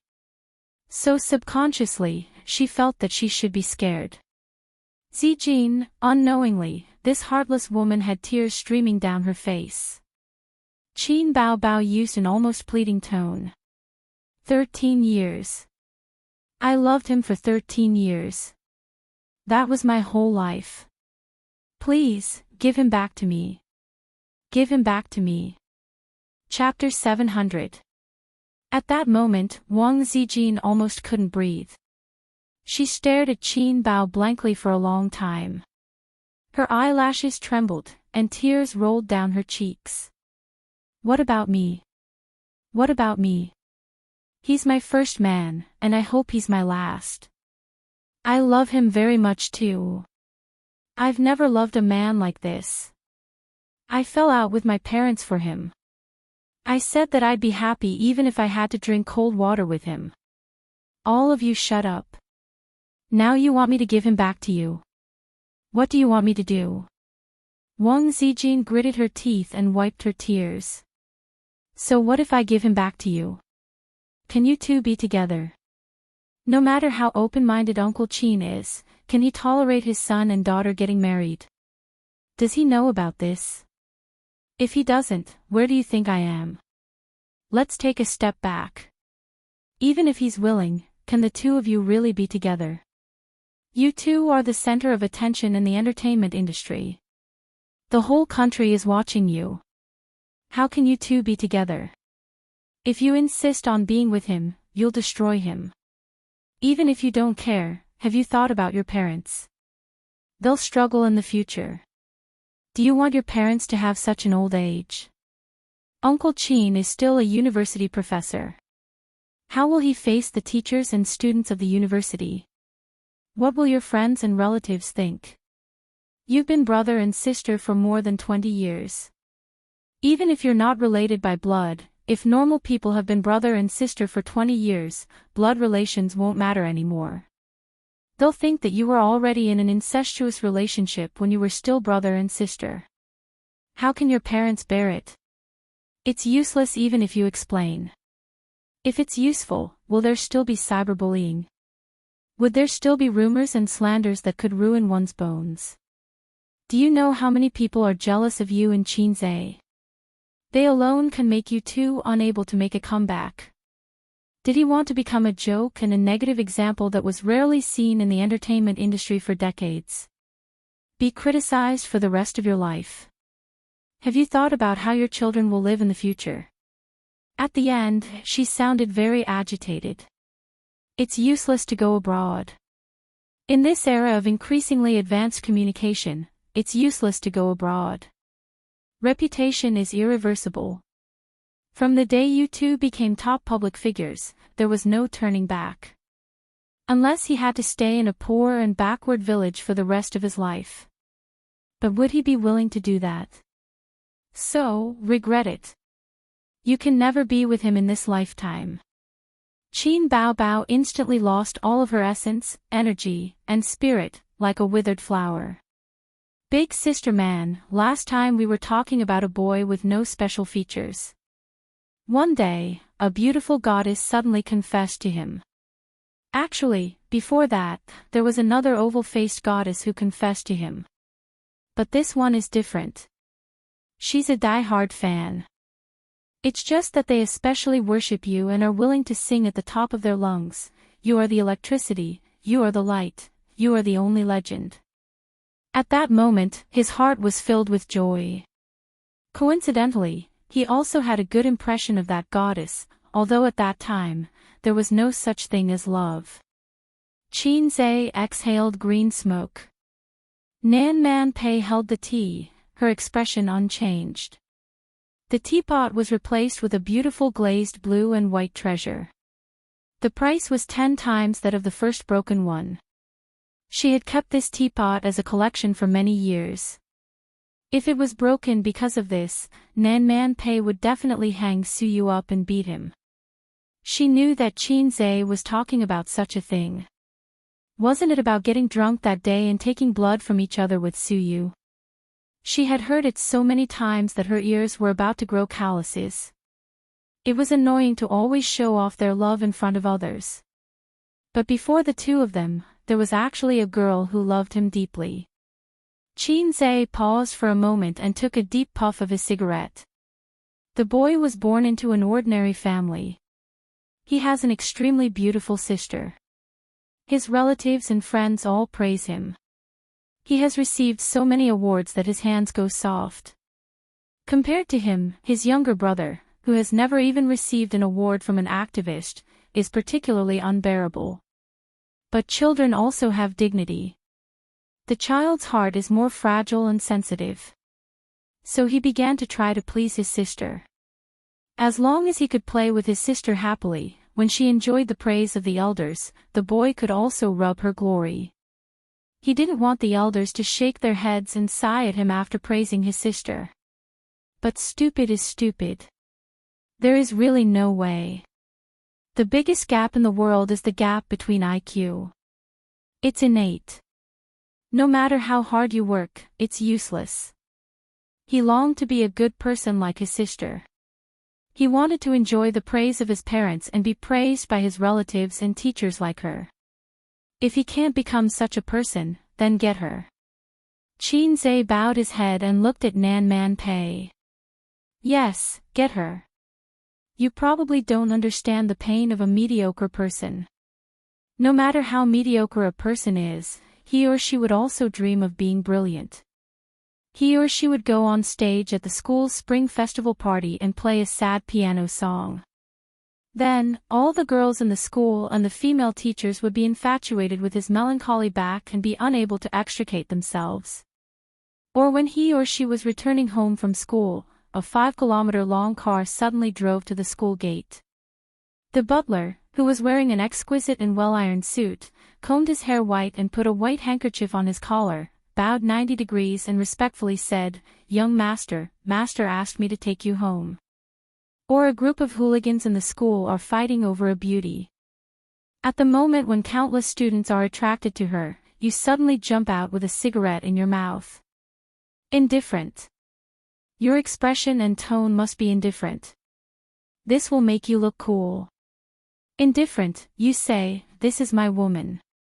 If you don't want to die, all of you should get out of here. Nan Man Pei was speechless. She thought to herself, your inner thoughts are so rich when you're young. It's hard for me to complain. Do you think it's funny? But he really, really wants to. He wants to go crazy. But the real him can't be more mediocre. His grades are average, his sports are average, his personality is gentle. In fact, this is the helplessness of mediocre people to please the world. Qin Zai's smile was bitter at first. Then, he suddenly thought of something and the corner of his mouth twitched. When he entered junior high school, the beautiful troublemaker sister caused trouble again. At that time, the hooligans who didn't study were fighting for territory in the school. When they saw a beautiful girl, they would ask to be their girlfriend. A big brother without a sister-in-law was an incompetent big brother. She was so beautiful that she became the hot cake that the big brothers had to fight over. The opportunity finally came. Sister stole 100 yuan from home. There were about 20 people. She said that as long as you helped my brother hold the line, she would give each of you 5 yuan. 5 yuan. At that time, a popsicle only cost 50 cents. 5 yuan could let you eat fish and meat in the cafeteria. Then, she found the hooligans and said that she was Qin Zai's woman. If you're a man, you should draw your sword. Actually, at that time, as long as she explained the situation to the teacher, those hooligans wouldn't dare to provoke her. She was a top student, and the school valued top students very much. Nan Man Pei commented, she's young, but she's quite scheming. I've never been so flashy. In front of dozens of people, I had a one-on-one fight with the school's bad student leader. In the end, I won. A fight between children is very simple. As long as you're not afraid of pain and fight to the death, it's not difficult to win. Although I looked worse, I shouted at him loudly. I said, Qin Bao Bao is my woman. Qin Zai grinned. I've remembered this sentence for many years. Now that I think about it, I'm really excited. Nan Man Pei was silent. After that, the boy's desire to get her became stronger and stronger. It was like a black seed buried in his heart, absorbing the negative emotions of the outside world and gradually blooming a black flower. From then on, he began to pay attention to his sister's beautiful figure and beautiful face. He watched as her breasts became fuller and fuller, and she had the charm of a young girl. He still treated her well, but it was no longer the affection of a younger brother trying to please his sister. It was a kind of love that was causing trouble. One day, when he was playing with his sister, the friction of their bodies made him have a physiological reaction. In his adolescence, he suddenly understood that it was difficult for him to treat his sister, who he had spent more than 10 years with, as family. At one point, he felt a huge sense of guilt. He felt disgusted as a creature in a dirty pigsty. Until one night, his sister knocked on his door while his parents were asleep. They slept on the same bed and talked about meaningless things. The younger brother was very well behaved. He felt that if he exposed his inner impulses, his sister would never get close to him again. However, God didn't close all the windows for this humble and ordinary child. He left a window open. That night, his sister kissed him. Nan Man Pei was stunned. In the darkness where there was no light, he heard his sister's rapid breathing. He imagined his sister's blushing face and her moist and shy eyes. A huge sense of happiness exploded in his heart. He was sure of one thing, his sister liked him. It wasn't a simple brother-sister relationship, but the kind of love that a girl secretly likes a boy. Qin Zai laughed bitterly.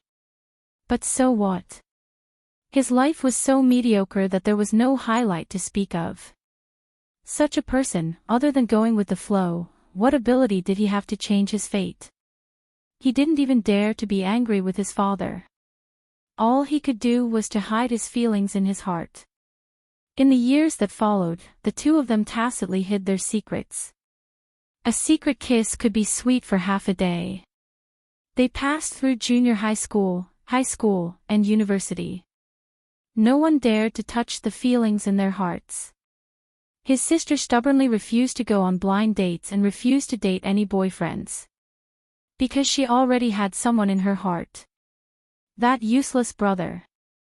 The younger brother was more rational. He knew that he couldn't do it.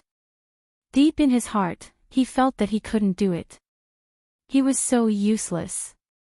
His greatest achievement was the big house that was destined to be left to him by his family. So he started to try to find a girlfriend. Time always dilutes everything. No matter how solemn their love was, it couldn't beat time. The perfect ending for the two of them was that he married a local wife, and his sister married an outstanding man. Everyone continued to hide their secrets in their hearts, leaving behind fleeting time, and moving forward into the future. Later, the boy finally grew up. He started to show his talent and became a child praised by his relatives and friends. He became someone else's child. He could do whatever he wanted in the entertainment industry. He was undefeated in the business world and earned a lot of money every day.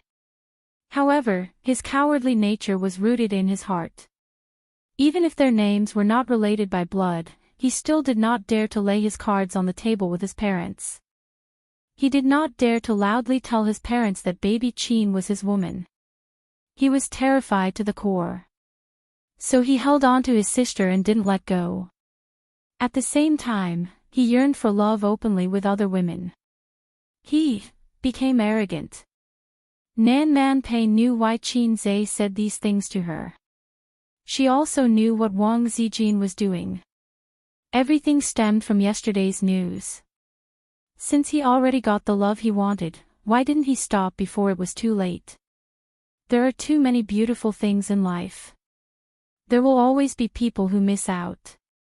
He shouldn't be obsessed with the fleeting past. If he knows that it's wrong, he should cut it off, Nan Man Pei said gently. I can't kill him, Qin Zhe murmured, others only see his brilliance and brilliance, but who has ever seen his humble and weak side? Who would like that incompetent and useless version of him? Only my sister, he said. Nan Man Pei was silent. She didn't know what to say. This confident, calm, and talented young man in front of her took off his heavy armor for the first time in front of her. Inside was a timid and humble little boy. Perhaps this was the real him. Chapter 701. At 2:00 in the morning, Wang Zijin went out of the door in a daze. The moment she closed the door, she turned around and saw Qin Bao sitting on the sofa in a daze, like a delicate puppet that had lost its spirit. Murderous intent. Every word that Wang Zijin said when she was excited hit Qin Bao's weak point.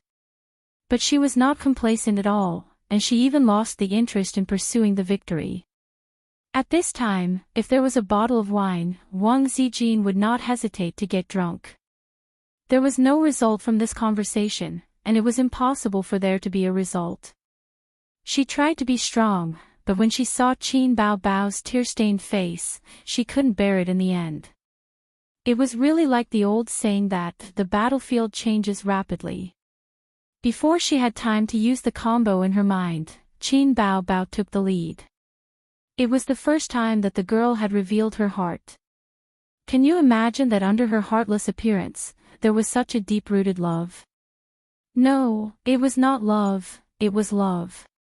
Wang Zijin was unable to refute, let alone deny it. She only felt that fate was like a naughty child, always playing some fatal jokes with adults, but she couldn't hit its butt. Stepping on the dim street lights, she returned to the car and sat alone in a daze. At this point, she couldn't cut off this love that shouldn't exist by waving a butcher's knife. When she finished listening to Qin Bao's self-description, she knew that the girl was deeply in love and couldn't extricate herself. Deep in the forest, she saw a deer, and deep in the sea, she saw a whale. Qin Bao was too deep in this love and couldn't turn back. What about him? If the elder sister was like this, what kind of mentality would the younger brother have? Thinking of this question, Wang Zijin fell silent.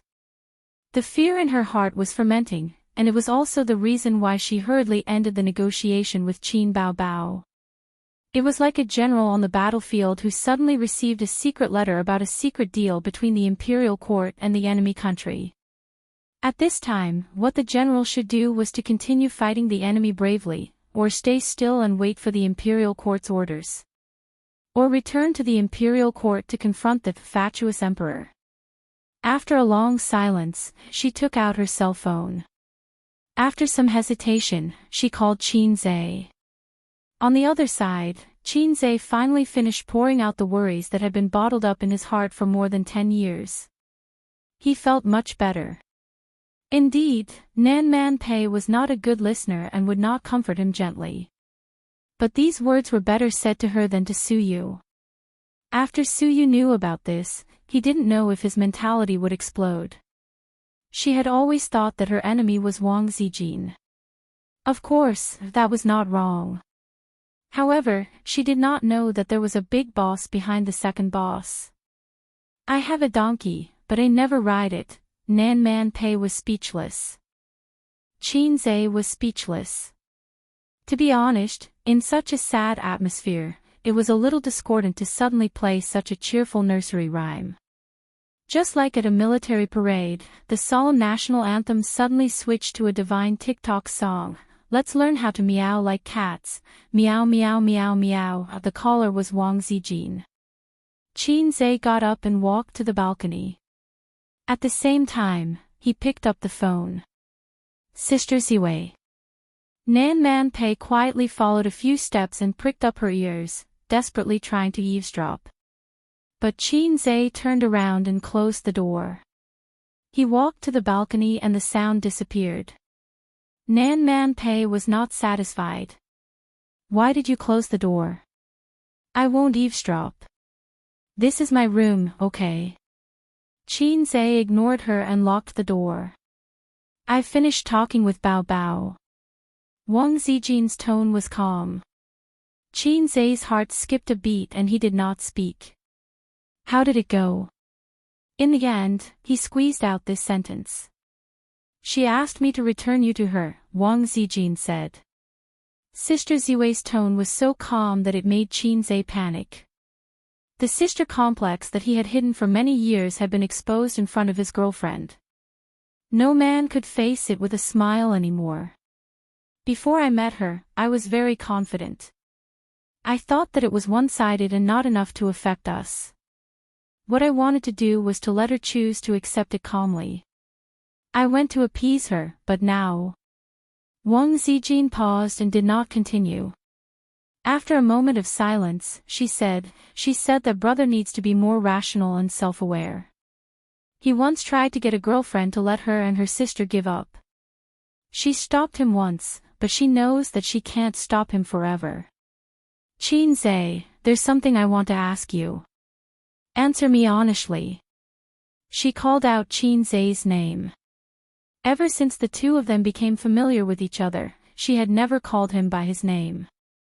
You said, we haven't known each other for long, but you took the initiative to pursue me. You seem to like me very much. Are you sincere or just acting for my sister? Wang Zijin said in a low voice. Don't patronize me. I'm sincere to you now, Qin Zhe said in a low voice. Wang Zijin said bitterly, yes, you've never been the kind of person who can't walk away when he sees a beautiful woman. I should have thought of it. But I didn't show that I was willing to give it a try at first for you. We're all the same. Neither of us is pure enough. Qin Zhe was silent. He didn't know what Sister Ziwei was thinking. At least, it didn't matter to him whether the affection was pure or not. There were many ways for men and women to fall in love. Love at first sight, love after a long time. He had never seen the former. The latter was like him and Su Yu. As long as the two of them fell in love with each other, it didn't matter what the pattern was at the beginning. But when Qingnu might be a little obsessed with emotional cleanliness. So Xianxia couldn't say, "Bro, there's nothing wrong with that. Let's not bother about it. That's not important." Wang Zijin sighed faintly. "Bao Bao, I know what's on your mind. What about you? Ace, if you had to choose between her and me, who would you choose?" This question was harder to answer than whether I should save your mother first when she fell into the water. Xianxia was silent. Wang Zijin waited in the car for a long time, but there was still no reply from the other end of the phone. Her heart gradually sank to the bottom. Wang Zijin was even prepared to be humble. She would say, "I won't be scheming or arrogant anymore. I won't keep you in suspense anymore. Please choose me. Although choosing me would make you bid farewell to that period of youth, I still want you to choose me. Please, you must choose me." She couldn't say those words. Xianxia's silence gave her the best answer. In the desperate silence, Wang Zijin chose to hang up the phone. The light on the roof of the car emitted an orange and dim light. Wang Zijin held back her tears for a long time. She finally collapsed. She leaned on the steering wheel and cried bitterly. She cried like a child. It was heart-wrenching. Nan Man Pei silently guessed the conversation on the balcony. Her fake character as indifferent as Chrysanthemum and her real character as violent and irritable had never made her so obsessed with other people's gossip.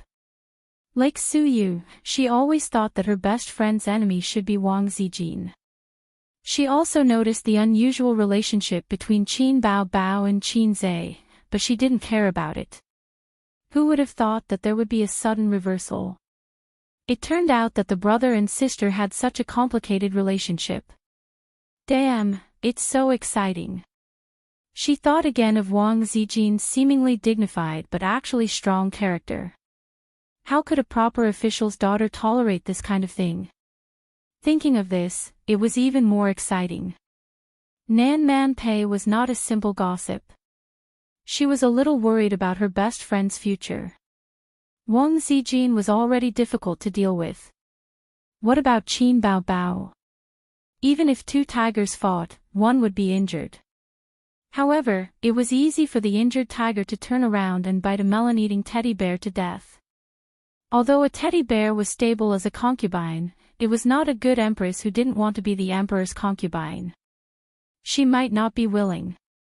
Nan Man Pei pinched her temples. She was a little worried. In addition, there was a sense of irritation and loss rising from the bottom of her heart. Xianxia listened to the busy tone on the phone and stood on the balcony in a daze for a while.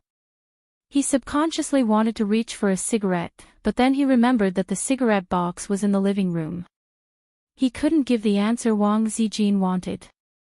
It was useless to say too much on the phone. So he sent a text message to ask where she was. She didn't reply. When he called her again, her phone was turned off. Xianxia left the room, picked up the cigarette box and coat on the sofa, and strode out. "Sister Man, please take care of Su Yu. I'll go back first." Nan Man Pei chased out of the door. "What's the situation?" "Xianxia, it's none of your business." Pei Nan Man took off her slipper and threw it at Xianxia, who was on the stairs. It hit him right in the head. He left without looking back. "Go away, little boy," Nan Man Pei shouted. Chapter 702.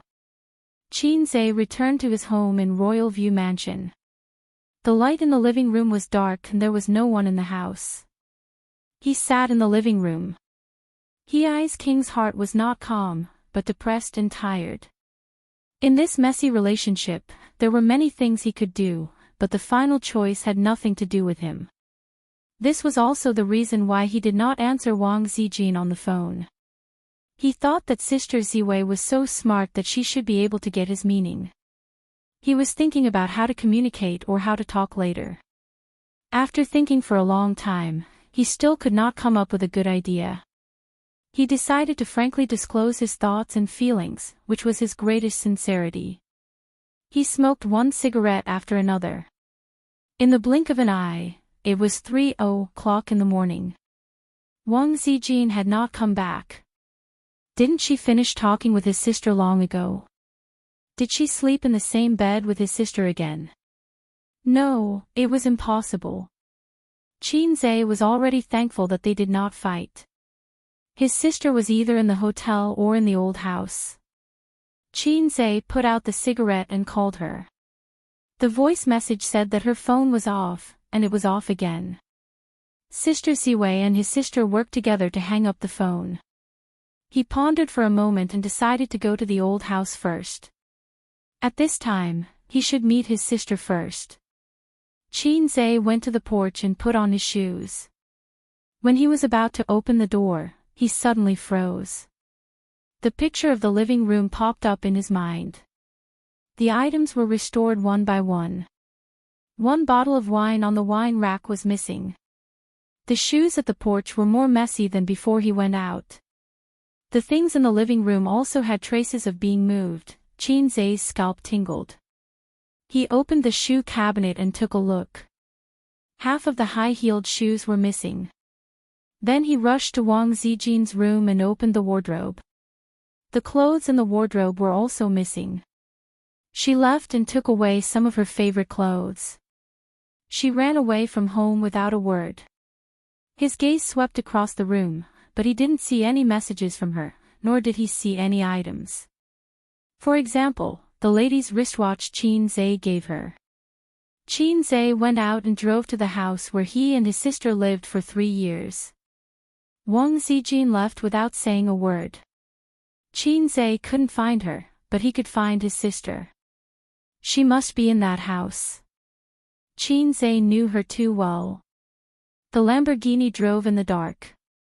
There were few cars on the road, and the bustling city during the day fell into a deep sleep.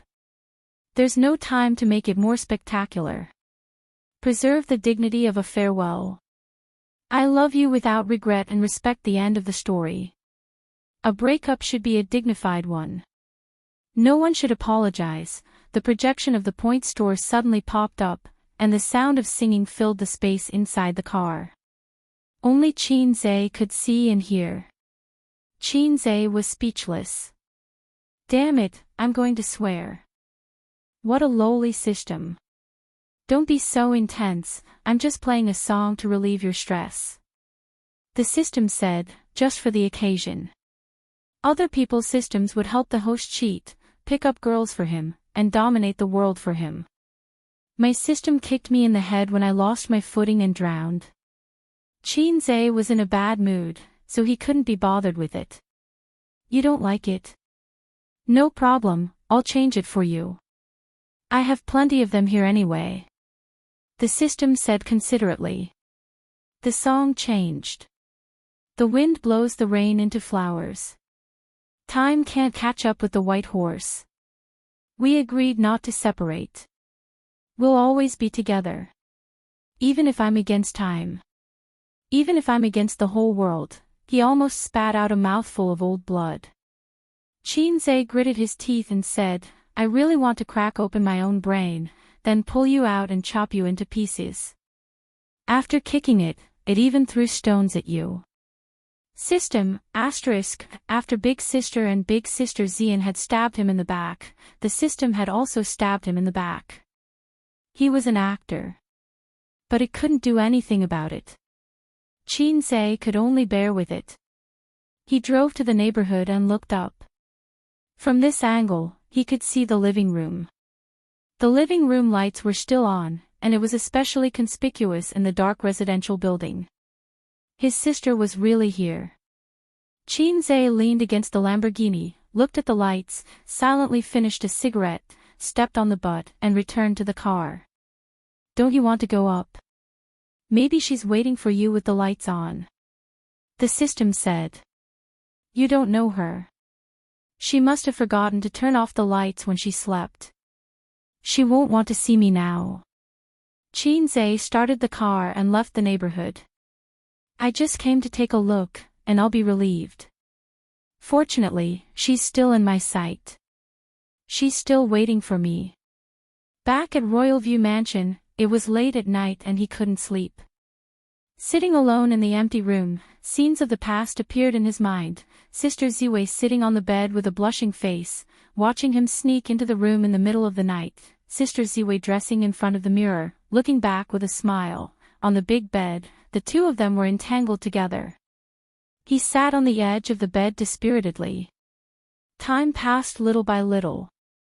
The sky outside the window gradually turned white, and then the sun rose. He unconsciously sat there for the whole night.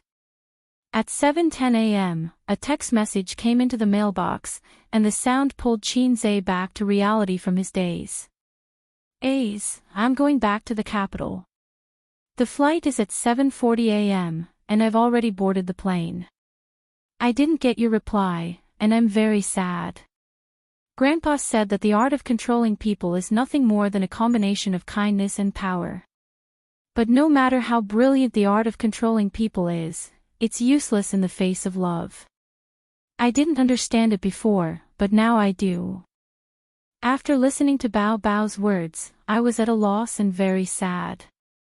There should be no sympathy or pity in love, but I know that she loves you more than me. What kind of feelings can be hidden in the heart for more than 10 years? The moment I opened the lid, I saw despair in her eyes. It was the sadness of a girl. At that moment, I was so sad that I couldn't speak. But I'm a selfish woman, and I still can't stand a third party in my love. I value it more than my life. The text message was very long, and she sent a few in a row. In the past year or so, I met an interesting boy and regained my love. You're different from all the men I've met. You're narrow-minded, indecisive, and sometimes, you're a damn child who makes people hate you. But because of your indecisiveness, you've maintained the happiness and stability of this family for more than 10 years. Bao Bao can't do that. She's too stubborn about love, and she's even willing to burn herself and the people around her. But your sadness isn't any less than hers. When you were silent on the phone, I knew it. You're just used to suppressing your emotions in your heart, just like when your parents and relatives were disappointed. You silently accepted it and licked the wounds in your heart. You're always like this, showing your kindness and gentleness to the world with trepidation, afraid of the disappointment in others' eyes. You have many shortcomings, and I'm not a good girl either. I'm two-faced, scheming, and smiling to others. But in my heart, I'm thinking, this idiot, let's see if I don't play her to death. You've already seen through my true nature, but you don't dislike me at all. I'm very happy. Because I know this has nothing to do with my family background. During this period of time in Shanghai, I've witnessed your growth. I've seen you, who had nothing, become a rising star. Some people say that being able to accompany a man from poverty to prosperity is the greatest happiness for a woman. This is also my happiness. At least my mark in your life won't be much lower than hers. I've met many sons of rich families, and I've also seen even more sons of poor families who became all-powerful in the end. The former think they're better than others, while the latter are arrogant and scheming. They're all inferior to you. You've always maintained your original heart, and I can see it from your attitude towards her. No matter how unwilling I am, I have to accept it. Shakespeare said, "The path to true love is not smooth. So we'll have to part for now. Forgive me for not wanting to see you now. Seeing you will only make us more depressed and sad. We'll give each other time and space to calm down. I want to be alone, and you need to be alone too. I don't want to call you. I'm afraid you'll ask me who Jingjing is. You're always like this. Sometimes, I like your frivolity, and sometimes, I hate it. I'll have to trouble you with purple crystals matters. I've left the bank card in the drawer. Initially, I wanted to go home with you during the new year. After the engagement, I've been planning how to use the money inside. First, I'll have to buy a house of my own. The renovations can't be as luxurious as the place I'm living in now. It has to be simple and stylish. Your study has to have an antique shelf to store some antiques. You also have to have a bookshelf. I have a lot of books that I want to buy, but I don't have a place to put them. Then, I'll steal Grandpa's most cherished bronze beast paperweight and give it to you as a treasure to guard your house. There's too much I want to say, but I don't think it's necessary to say it. When you've thought it through, no matter what your choice is, please give me a call. I hope it won't take too long. In the end, I don't regret meeting you in the best time of my life. Xianxia silently put down his phone. His eyes were red. Aren't you going to chase after her? Even if she's already taken off, it's only a 2-hour journey from Shanghai to capital city. You can still bring her back, the system said. Xianxia ignored it, in case it took the opportunity to add insult to injury. The system chattered on. Women say no, but in reality, they want it very much. Their words should be heard in reverse. Still ignoring it, the system said helplessly, Go on, go on. I'll give you a mission too.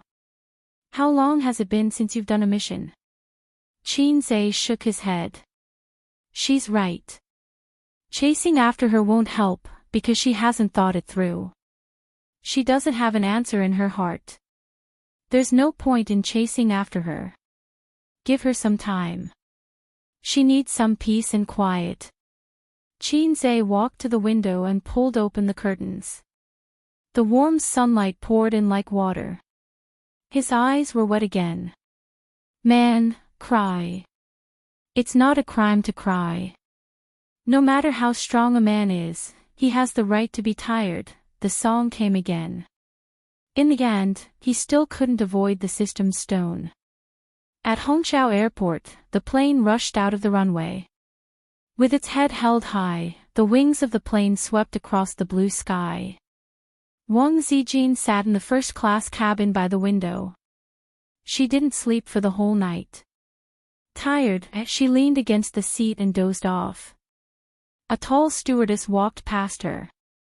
Her eyes swept across every passenger, checking if they had fastened their seatbelts.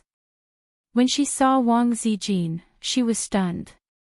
After a moment of careful observation, she said excitedly, You're Xianxia's girlfriend.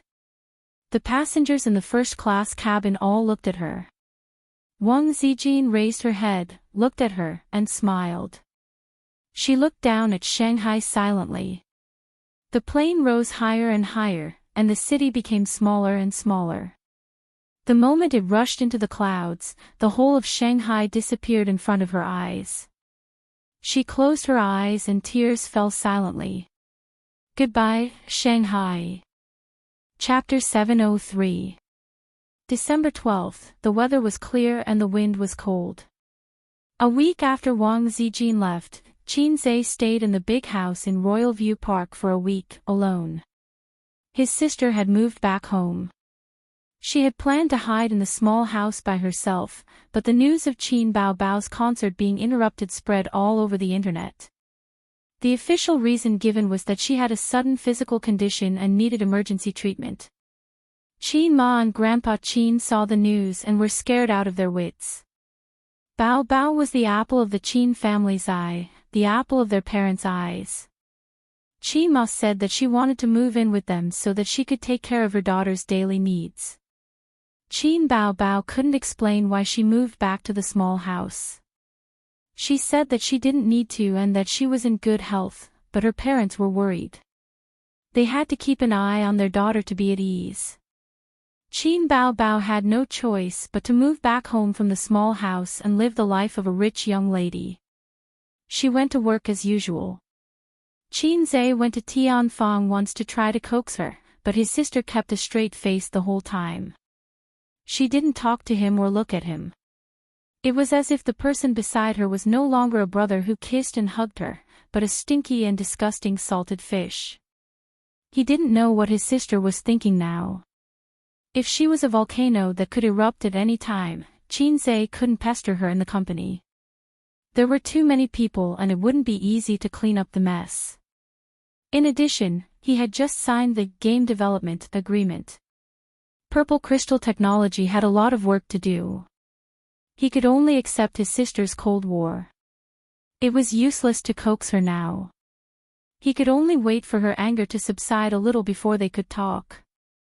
However, Xianxia always paid attention to his sister's mood and state. He called Qin Ma every day to ask about it, or checked the surveillance at home. Every few days, he could see his sister returning home when he was at work. She would move her cosmetics, clothes, and perfume. Wang Zijin had completely cut off contact with him. Her phone was turned off, and the chat app seemed to have been blacklisted. Xianxia tried to call Zhao Taizhu to get some information from him, but Zhao Taizhu, who was his brother on the surface, did not give him any face at all. He said, "Who are you? Do I know you?" Xianxia said, "Brother Taizhu, it's me, Xianxia." Zhao Taizhu said, "Sorry, I don't know a little wolf dog named Xianxia." Xianxia said, "Brother Taizhu, don't be like this. You didn't block my number, which means I still have a chance." Zhao Taizhu said, "Little wolf dog, you're thinking too much. I just don't want to be unable to find you when it's time for the bonus." Zhao Taizhu is Wang Zijin's #1 henchman. You can't expect him to help you at any time. Xianxia helplessly discovered this fact. And Zhao Taizhu is like this. Who can he count on Wang Zijin's friends in the circle? So you didn't seem to know that his real girlfriend and sister had a showdown. He thought that Nan Man Pei would tell her the story of the night, but she didn't. Xianxia deliberately called and carefully asked about it. Nan Man Pei coldly snorted, "Do you think I don't know what you're thinking? You don't have the confidence to tell Suyu, so let me be the messenger. What if she goes crazy again? Am I your mother? Should I help you carry the thunder?" Xianxia knew that she was helping him hide things. The two countries were at war. No matter how fierce the war was, it was always better than the romance of the Three Kingdoms. It was hard to imagine how he would deal with Su Yu's crying, and hanging in the current situation. Xianxia whispered, "Thank you." Nan Man Pei muttered, "I'm not helping you. I just don't want you to make a choice that you will regret for the rest of your life under impulse, and I don't want Su Yu to be like this." Sister Man was rarely arrogant. Xianxia thought about it. He didn't know what her expression was like at this time. Would it be cute? On Friday, after getting away from the complicated affairs of Amethyst technology, Xianxia dragged his tired body home. It was not Royal View Grand Court, but his parents' home.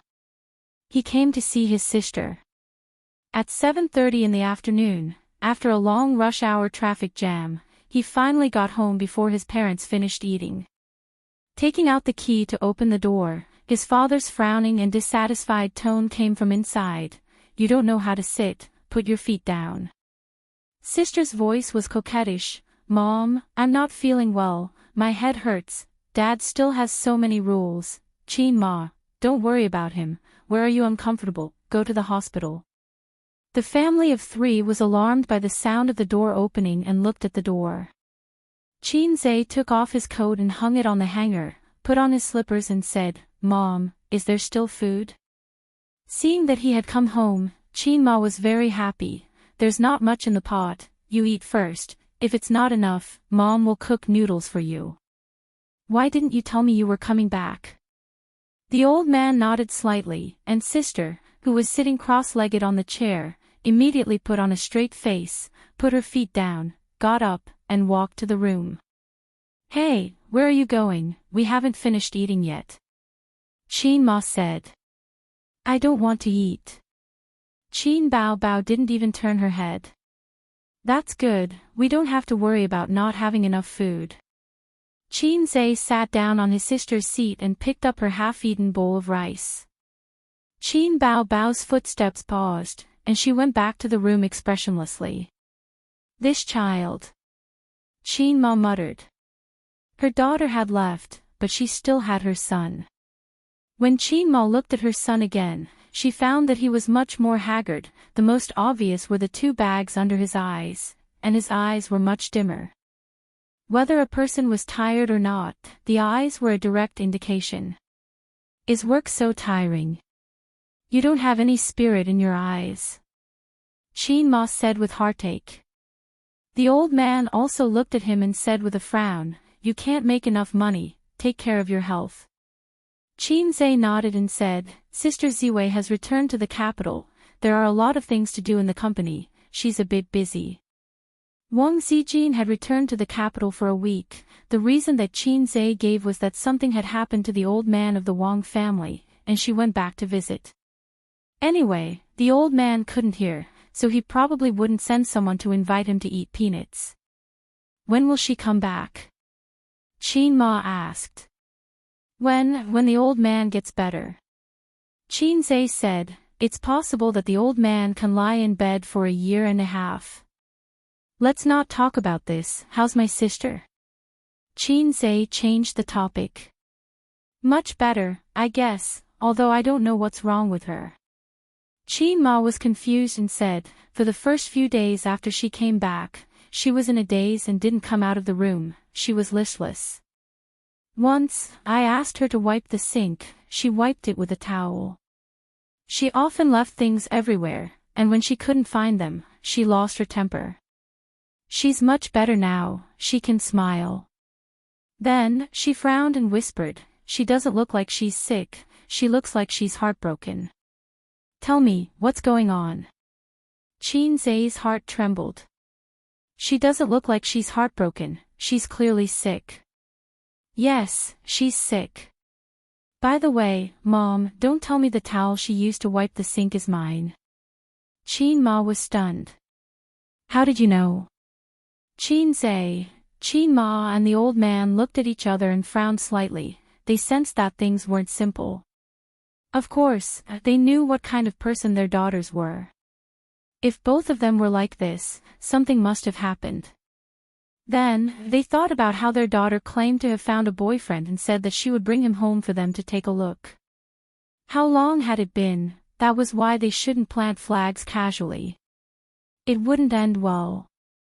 Like I said, how good can her taste be if she doesn't have a boyfriend at this age? She's just a troublemaker, how did she grow up to look like this? Xianxia murmured. Xianxia was more worried. She felt that her daughter must have met a heartless man who was attracted to her.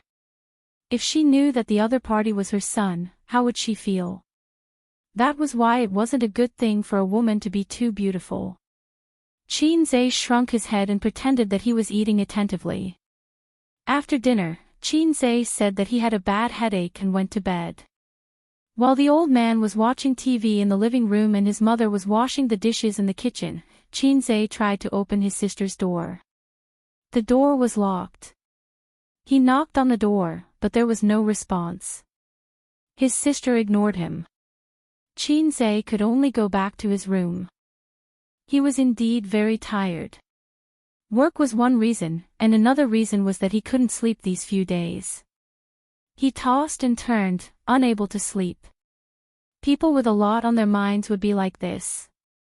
With a knot in his heart, he had insomnia and dreams. His strong body couldn't take it anymore, and he was especially tired.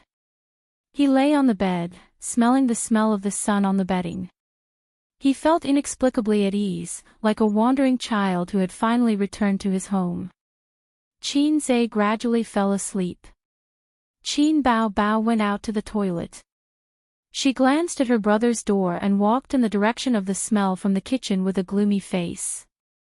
Xianxia was stewing chicken soup with wolfberry, bird's nest, ginseng, and some spices. Qin Bao Bao didn't have enough for dinner. She swallowed her saliva when she smelled the aroma. She smiled and said, "Mom is the best. You're giving me special treatment. Give me a spoonful." Xianxia glanced at her. "You're not full. I'll make noodles for you later. The chicken soup is for your brother." Qin Bao Bao said angrily, "I'm the biological. Am I not the biological daughter?" Xianxia said impatiently, "It was meant for you, but you didn't drink it a few days ago. Who's to blame? If you want to drink it, wait until tomorrow." There's no more chicken at home. This is for A's. He's too tired from work. Look at him, he's lost a lot of weight. Qin Bao Bao said lightly, he deserves it. Qin Ma knocked her on the head and said unhappily, he's not working so hard to earn money. Without him, would you be so comfortable? You're fattening at home all day. Her mother obviously misunderstood. Qin Bao Bao couldn't explain and said angrily, I won't drink it. I won't drink it even if I die, okay? Don't mention him in front of me. It's so annoying. Pitter-patter. She took off her boots and walked away, swaying her hips. Qin Ma shouted from behind, go get A's to drink the soup. Qin Zhe was a light sleeper. It was hard for him to fall into a deep sleep when he was in low spirits. He vaguely sensed that someone opened the door to the room. She walked to the bedside and stood for a while. Then, she reached out her cold hand and gently touched his face. It was his sister. Qin Zhe woke up immediately and opened his eyes. Sister, as soon as the word left his mouth, his sister was obviously shocked. Her hand that was touching his face trembled. Then, with an extremely fast hand speed, she stopped shaking back and changed her touch into a series of consecutive moves. Paw! A loud slap sounded. Get up and drink the soup. Qin Bao Bao said coldly and walked out of the room. Qin Zhe covered his face. His sister had never slapped him in the face before. Chapter 704. Qin Zhe rubbed his face and looked at the mirror on the wardrobe. Although his sister did not hit him lightly, it was not too hard either. There was no slap mark. Otherwise, it would be hard for him to answer if his mother noticed it and asked him about it. In the kitchen, Qin Ma was scooping soup. Her sister looked at her eagerly and said coquettishly, Mom, I don't want the soup. I want the chicken. Before Qin Ma could say anything, Qin Zhe walked into the kitchen and said happily, it smells so good. Mom's cooking is getting better. Give this bowl to sis first. I only need a little. The chicken soup was boiled in a small clay pot. Excluding the chicken, ingredients, and herbs, there were at most 2 bowls of chicken soup. With a man's appetite, drinking 2 bowls of chicken soup would be child's play. So, Qin Ma did not include her daughter's share. Qin Bao Bao immediately pulled a long face when she heard this.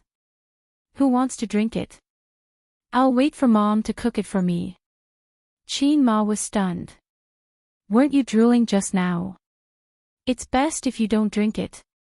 Son, you drink it. It's all yours. After being a little princess for so many days, she was suddenly embarrassed by her mother in front of her younger brother.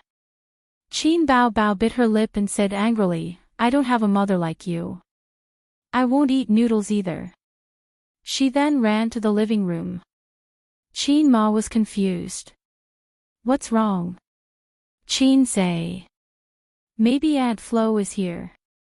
Qin Ma, your sister's period is not right. Qin Zhe carried 2 bowls of chicken soup to the living room. His sister and Grandpa Shen were sitting together in the living room watching TV. He placed a bowl of chicken soup in front of her and said ingratiatingly, Sister, have some chicken soup. Qin Bao Bao was expressionless as she watched TV. Grandpa Shen glanced at her. Ace is talking to you. Qin Bao Bao said coldly, No. Since she didn't drink it, Qin Zhe would drink it himself. The soup was very rich. The fragrance of the herbs and spices didn't overwhelm the taste of the chicken soup. After more than an hour of simmering, they blended together harmoniously. Goji berries were top-notch goji berries. They were plump and full. After swallowing them, one would chew them and feel sweet. The living room was filled with an alluring fragrance. Qin Bao Bao had always been a coward, especially when she was hungry. She secretly swallowed a few mouthfuls of saliva and pushed the blame to Qin Zhe. I already said that I don't want to eat, but you still brought it over. You're so annoying. With a look of disdain, he pretended to be in a difficult position as he picked up the bowl. Seeing this, the old man took the bowl and said, "It's okay. If you don't want to drink, then don't drink. Dad will help you drink. Your mother's cooking is amazing." Qin Bao Bao, seeing the two bulging veins on his sister's smooth forehead, Qin Zai's mouth twitched. He thought to himself, "Dad, it's fine if you don't help me, but you're hitting me when I'm down. You're the same as the system." He wanted to wait until his sister was full and in a better mood before saying a few sweet words to see if it could ease their relationship. But now, there was no hope. At least, there was no hope for today. It was cold. Fortunately, Qin Ma's cooking skills were not bad. The soup was fragrant, with diced meat and shredded carrot. A poached egg was placed on top, and oil was sprinkled on both sides. Qin Bao Bao pounced on the coffee table and wolfed down the food. It was delicious. After Qin Ma finished cooking the noodles, she cut a plate of fruit and brought it over. The best thing about having a full-time mother was that there was no need to worry about not having food on the coffee table in the living room. There was also no need to worry about not having someone to wash the clothes or dry the blankets. Qin Bao Bao was halfway through her meal when she stopped and took out a tissue to wipe her mouth. "Mom, do you have a suitable blind date?" Qin Zai's eyebrows twitched violently. Qin Ma and the old master looked at each other, thinking that their daughter had indeed fallen out of love. "There's no need to be so anxious," Qin Ma said. She had just fallen out of love. Although she had always thought that her daughter would become an old leftover woman in 2 years' time if she didn't get married, Qin Ma hoped that her daughter would think carefully and face her feelings seriously instead of having such a casual attitude. "That's funny. You've always been the most anxious, and now you're not anxious. Are you making fun of me?" Qin Bao Bao said unhappily, "I'm anxious. After the new year, I'll be 27. If I don't get married, am I going to be an old maid? If I have a boyfriend now, I'm confident that I can get married before 30. Qin Zai said in a low voice, "There's no need to rush. You're only 25. It's still early." Qin Bao Bao said lightly, "Sister wants to get married. Is that bothering you?" Qin Zai was speechless. "I'm full." Qin Bao Bao stood up and said, "Mom, keep an eye on him. He doesn't need to be rich. He just needs to be a good person. Don't be a half-hearted jerk. I have no taste. I'm blind. I'll have to trouble you to keep an eye on him. I'll go talk to her. She's not in a good mood." Qin Zai found an excuse and followed her. After their son and daughter left, the old couple had fewer scruples when talking. Qin Ma said worriedly, "She's really fallen out of love. It seems that she was dumped." The old master's face fell and he said angrily, "Didn't Ace say that he's very powerful in the entertainment industry? How could he just watch her get bullied? I'll ask him about it some other day. Bao Bao likes to get into a dead end. Why don't you help her find a blind date? Distract her." Qin Ma rolled her eyes at her husband and said, "Are you stupid? You like to get into a dead end. That's why you need to slow down. I'm afraid that she'll have a playful attitude." Qin Zai turned the doorknob before his sister locked the door. She tried hard to stop him from coming in. But how could a maggot Bao Bao compete with him? He pushed the door open easily. In the room, the siblings looked at each other silently. Qin Zai whispered, "What nonsense are you talking about? What blind date? Mom will take it seriously."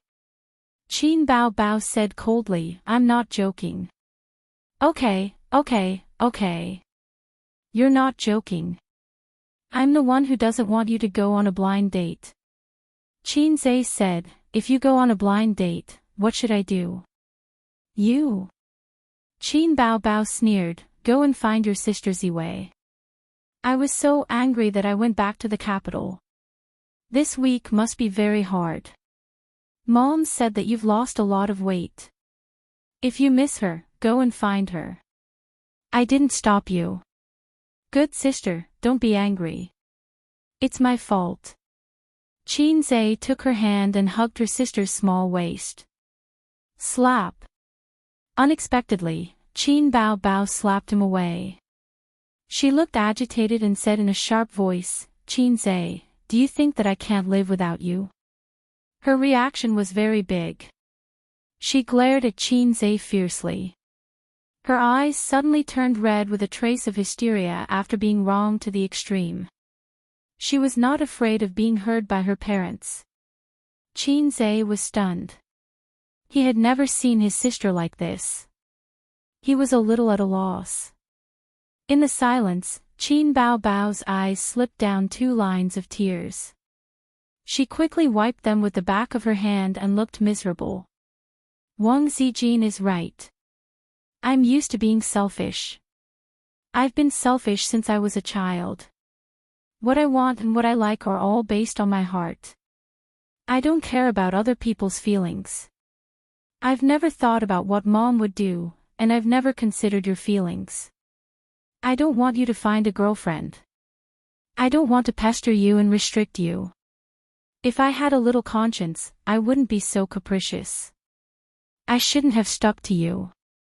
It's the same with being a star. Because of vanity, I ignored Mom, Dad, and you and became a star. I didn't expect that I would come to this position today. Do you know how much I regret my debut? I regret it so much that my intestines are turning green. It was I who pushed us into the abyss step by step. Step by step, we walked on this road of no return. There's no room to turn back. But there's no medicine for regret in this world, and time can't be turned back. These days, I've been thinking about what I should do. Can't I stop being a star? Can't I go abroad? But these methods are useless. I also wonder if this relationship was destined to be wrong from the beginning. Its existence will only hurt me and the people around me. This is all my fault. I admit it. Ace, let me go. I'm so tired. Qin Bao Bao looked at him and cried. I've never restrained you. You're the one who refused to let go of yourself. I understand this feeling. Xianxia reached out his hand to wipe away the tears on her face. Qin Bao Bao took a step back like a frightened deer. His hand paused in midair as he said bitterly, there was a child who liked his sister since he was young. He knew that he wasn't related to his sister by blood from the start. The child naively thought that his sister was the one he had picked up from the streets. Even though she was doted on by her parents and relatives, he still had to take care of her because she was picked up from the streets. He really fell in love with his sister when he was in junior high school. From the moment he realized that he had fallen in love with her, he was obsessed with her. She was so beautiful and so outstanding. She had all the conditions that a child yearned for. Fortunately, that sister also loved him. Although she wasn't very brave, she could pounce on him like crazy when he was bitten by a dog. She hated fighting, but as long as anyone bullied her brother, she would immediately get back at them. She would never stay until after school. She didn't look for a boyfriend from university until now. She didn't flirt with any men. After graduating from university, her monthly salary wasn't enough for her to spend. But she always remembered to give her brother living expenses and leave him money for 4 sets of clothes a season. The boy loved his sister very much, but he didn't dare to say it. The happiest thing was when his sister acted coquettishly and rewarded him with a kiss. He was happy even if she scolded him as a pervert or a black-hearted maggot. The thing he looked forward to the most was when his sister came to school to look for him. Because then he could pretend to be his sister's boyfriend and not her brother. In fact, after his brother became successful, he wanted to tell his parents. He couldn't let go of the unforgettable love that was engraved in his heart. That was his youth. But later, he finally found out that the child who was picked up was himself. He was a child who was looked down upon even before he was born. His mother got pregnant out of wedlock, and there was still no news of his father. The townspeople even used the most malicious guesses to speculate about his mother's pregnancy. According to the original trajectory of his life, he should have lived in a small town in the countryside. He should have been looked down upon by his stepfather and lived a mediocre life like him. No, maybe he didn't even have that. Because compared to the child, his mother loved her brother more. Her lifelong wish was to support her brother through university and change his fate. In order to change his fate, she sacrificed her entire life. She wasn't stingy about sacrificing another child. It was his mother who adopted him. She took him out of Xianxia town and suffered for 24 years. She gave him a complete family, gave him the best education, and raised him as her own son. When he was very young, he would touch his mother's earlobe when he slept. When he was sleepy, his mother would put down everything to accompany him until he fell asleep. In the third year of junior high and senior high, she was afraid that the school food wasn't nutritious enough. Every day, she would prepare the food in advance at noon and take the bus for an hour to deliver it to her son. My mother might have done something wrong back then. She told a big lie and deceived her husband for 20 whole years. Maybe it was because she felt guilty, or maybe it was because she was unwilling to accept it. Maybe it was because she was seeking comfort in her heart. No matter what she thought back then, I only know that without her, I wouldn't be who I am now. You know our father's character. Even if I had 1,000 reasons, I shouldn't have treated her like that. So. Xianxia lowered his head and said softly, "I'm sorry, I might not marry you."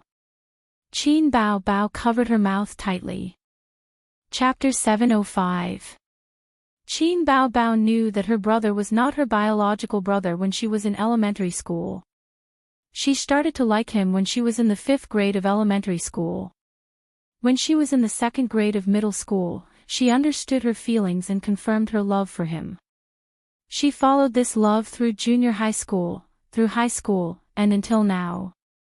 From the time she knew what love was until she was 26 years old, a whole 13 years had passed.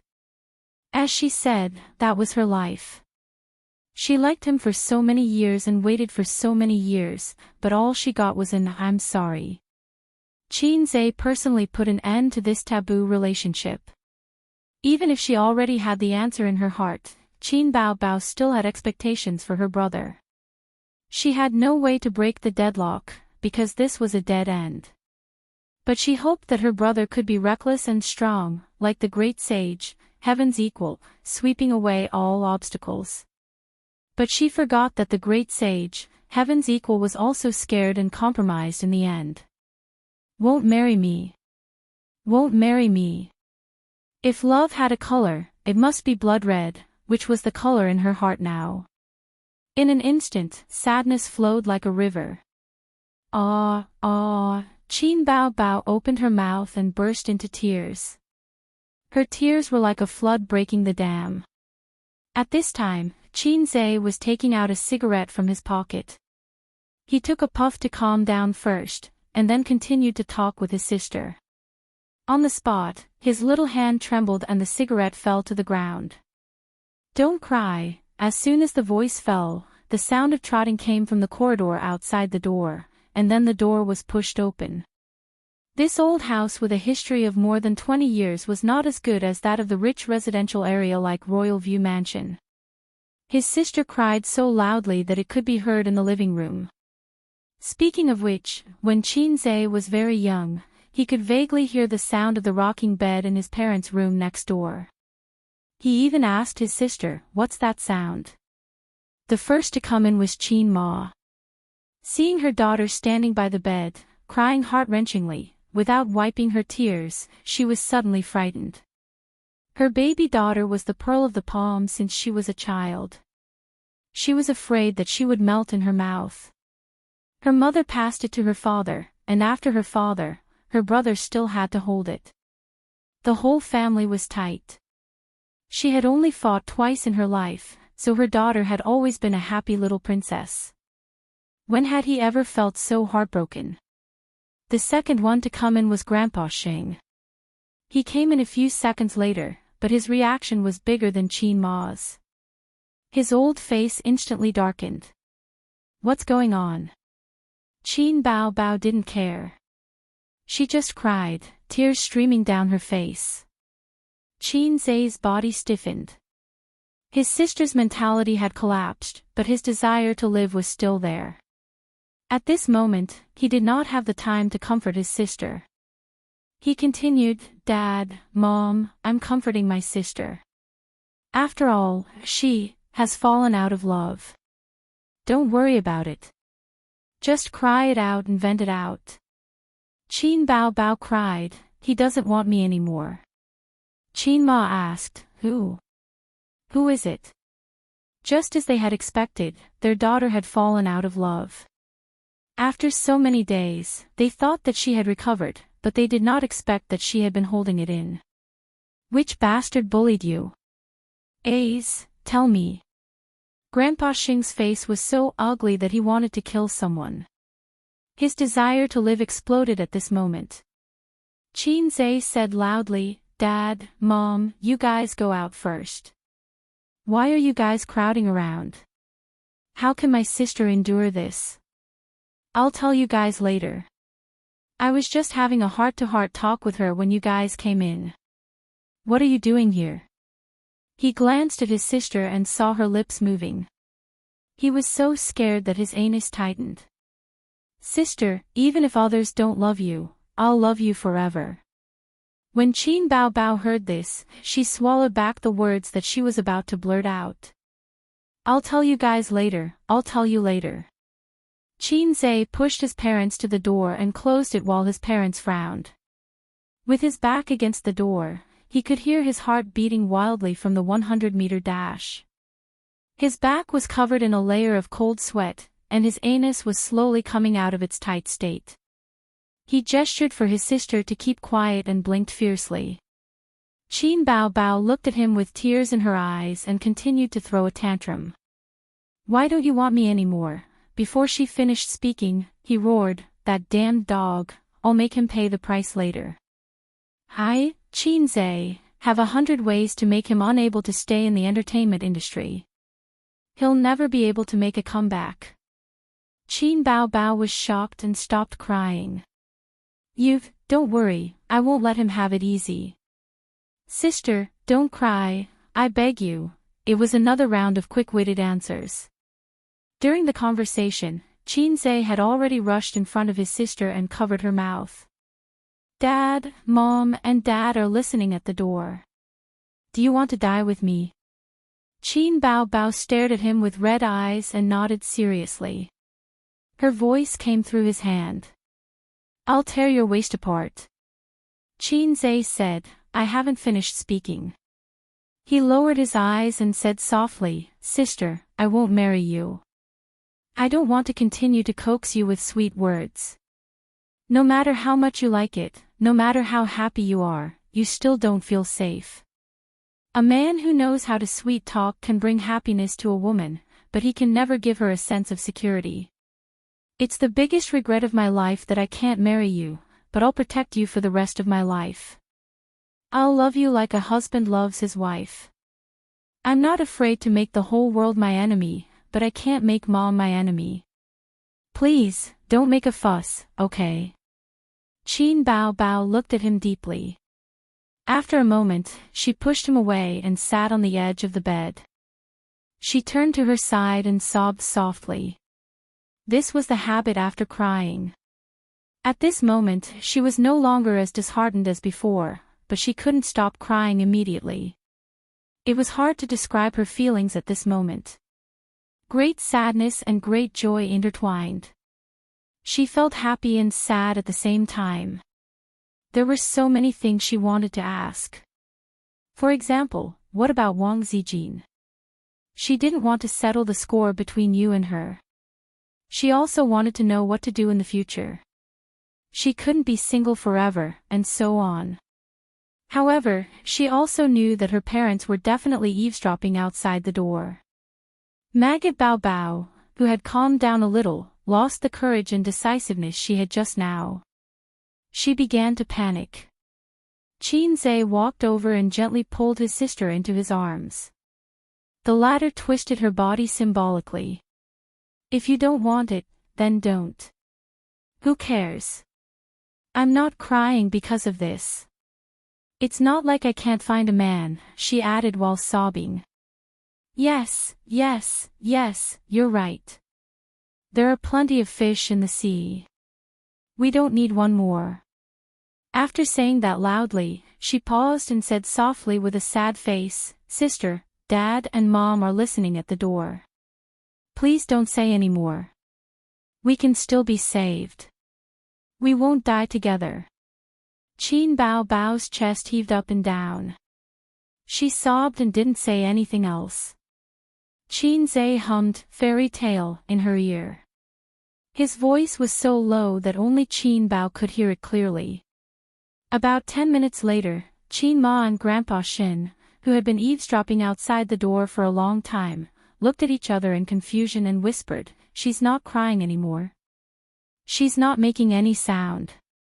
A's voice is very soft. What is he mumbling about? I can't hear clearly.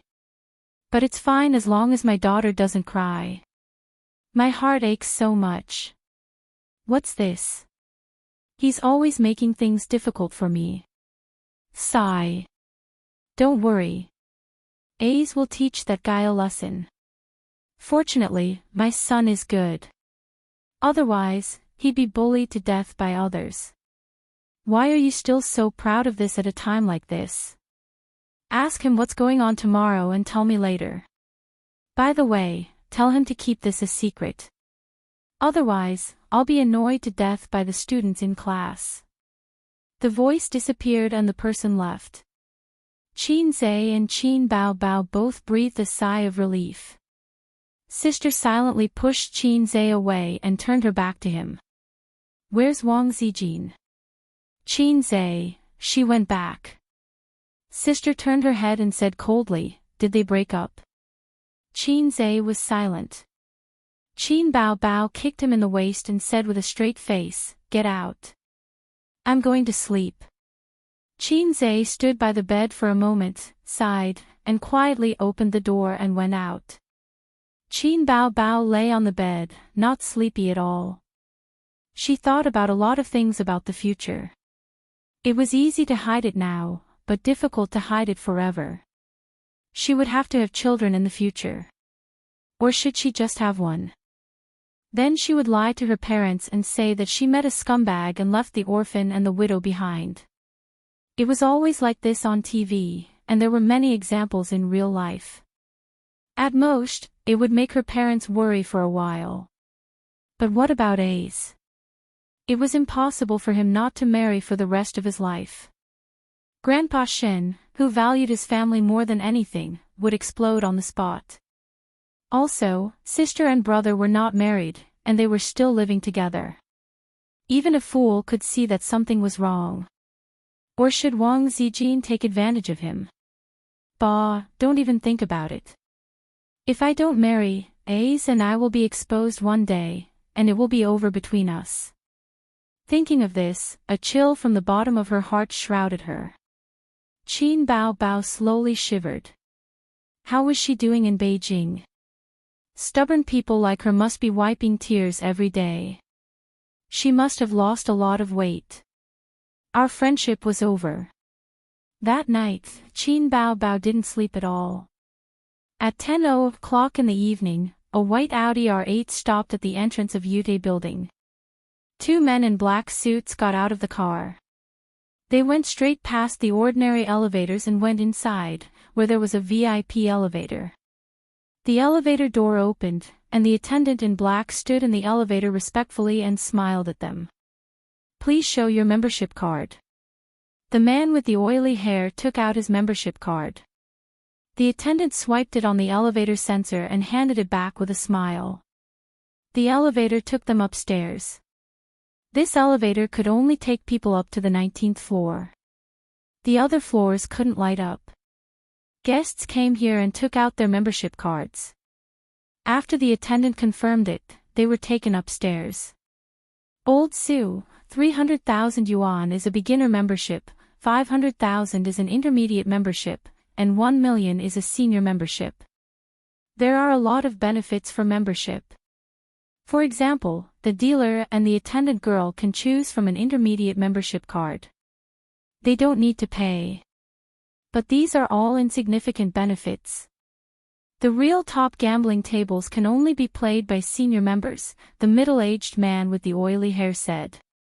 This guy's surname was Chin, and he was a small boss in real estate development. He and a group of peers divided the small profits that leaked out from the big developers' mouths. Of course, in an industry like real estate, even if there was a little profit, it was enough for ordinary people to easily reach the peak of life. Su Guang nodded and said, "Let's talk about it later. If my nephew made this kind of membership card for me, he would be angry. Boss Chen, I'll have to trouble you to take me upstairs next time." When he said, "my nephew," Su Guang couldn't help but puff out his chest and raise his head. "No problem, I'll be there any time." Boss Chen patted his chest and smiled sincerely and modestly. Su Guang hadn't known him for long, and it was a friend who introduced him. The two of them were gambling friends. Su Guang had been wandering outside for many years, and Shanghai was no longer the same as before. P.S. Germany actually lost. It must be fake. Trash, trash, how can they live up to the previous champion? From now on, I'll be black for life. Bah, give me back my royalties.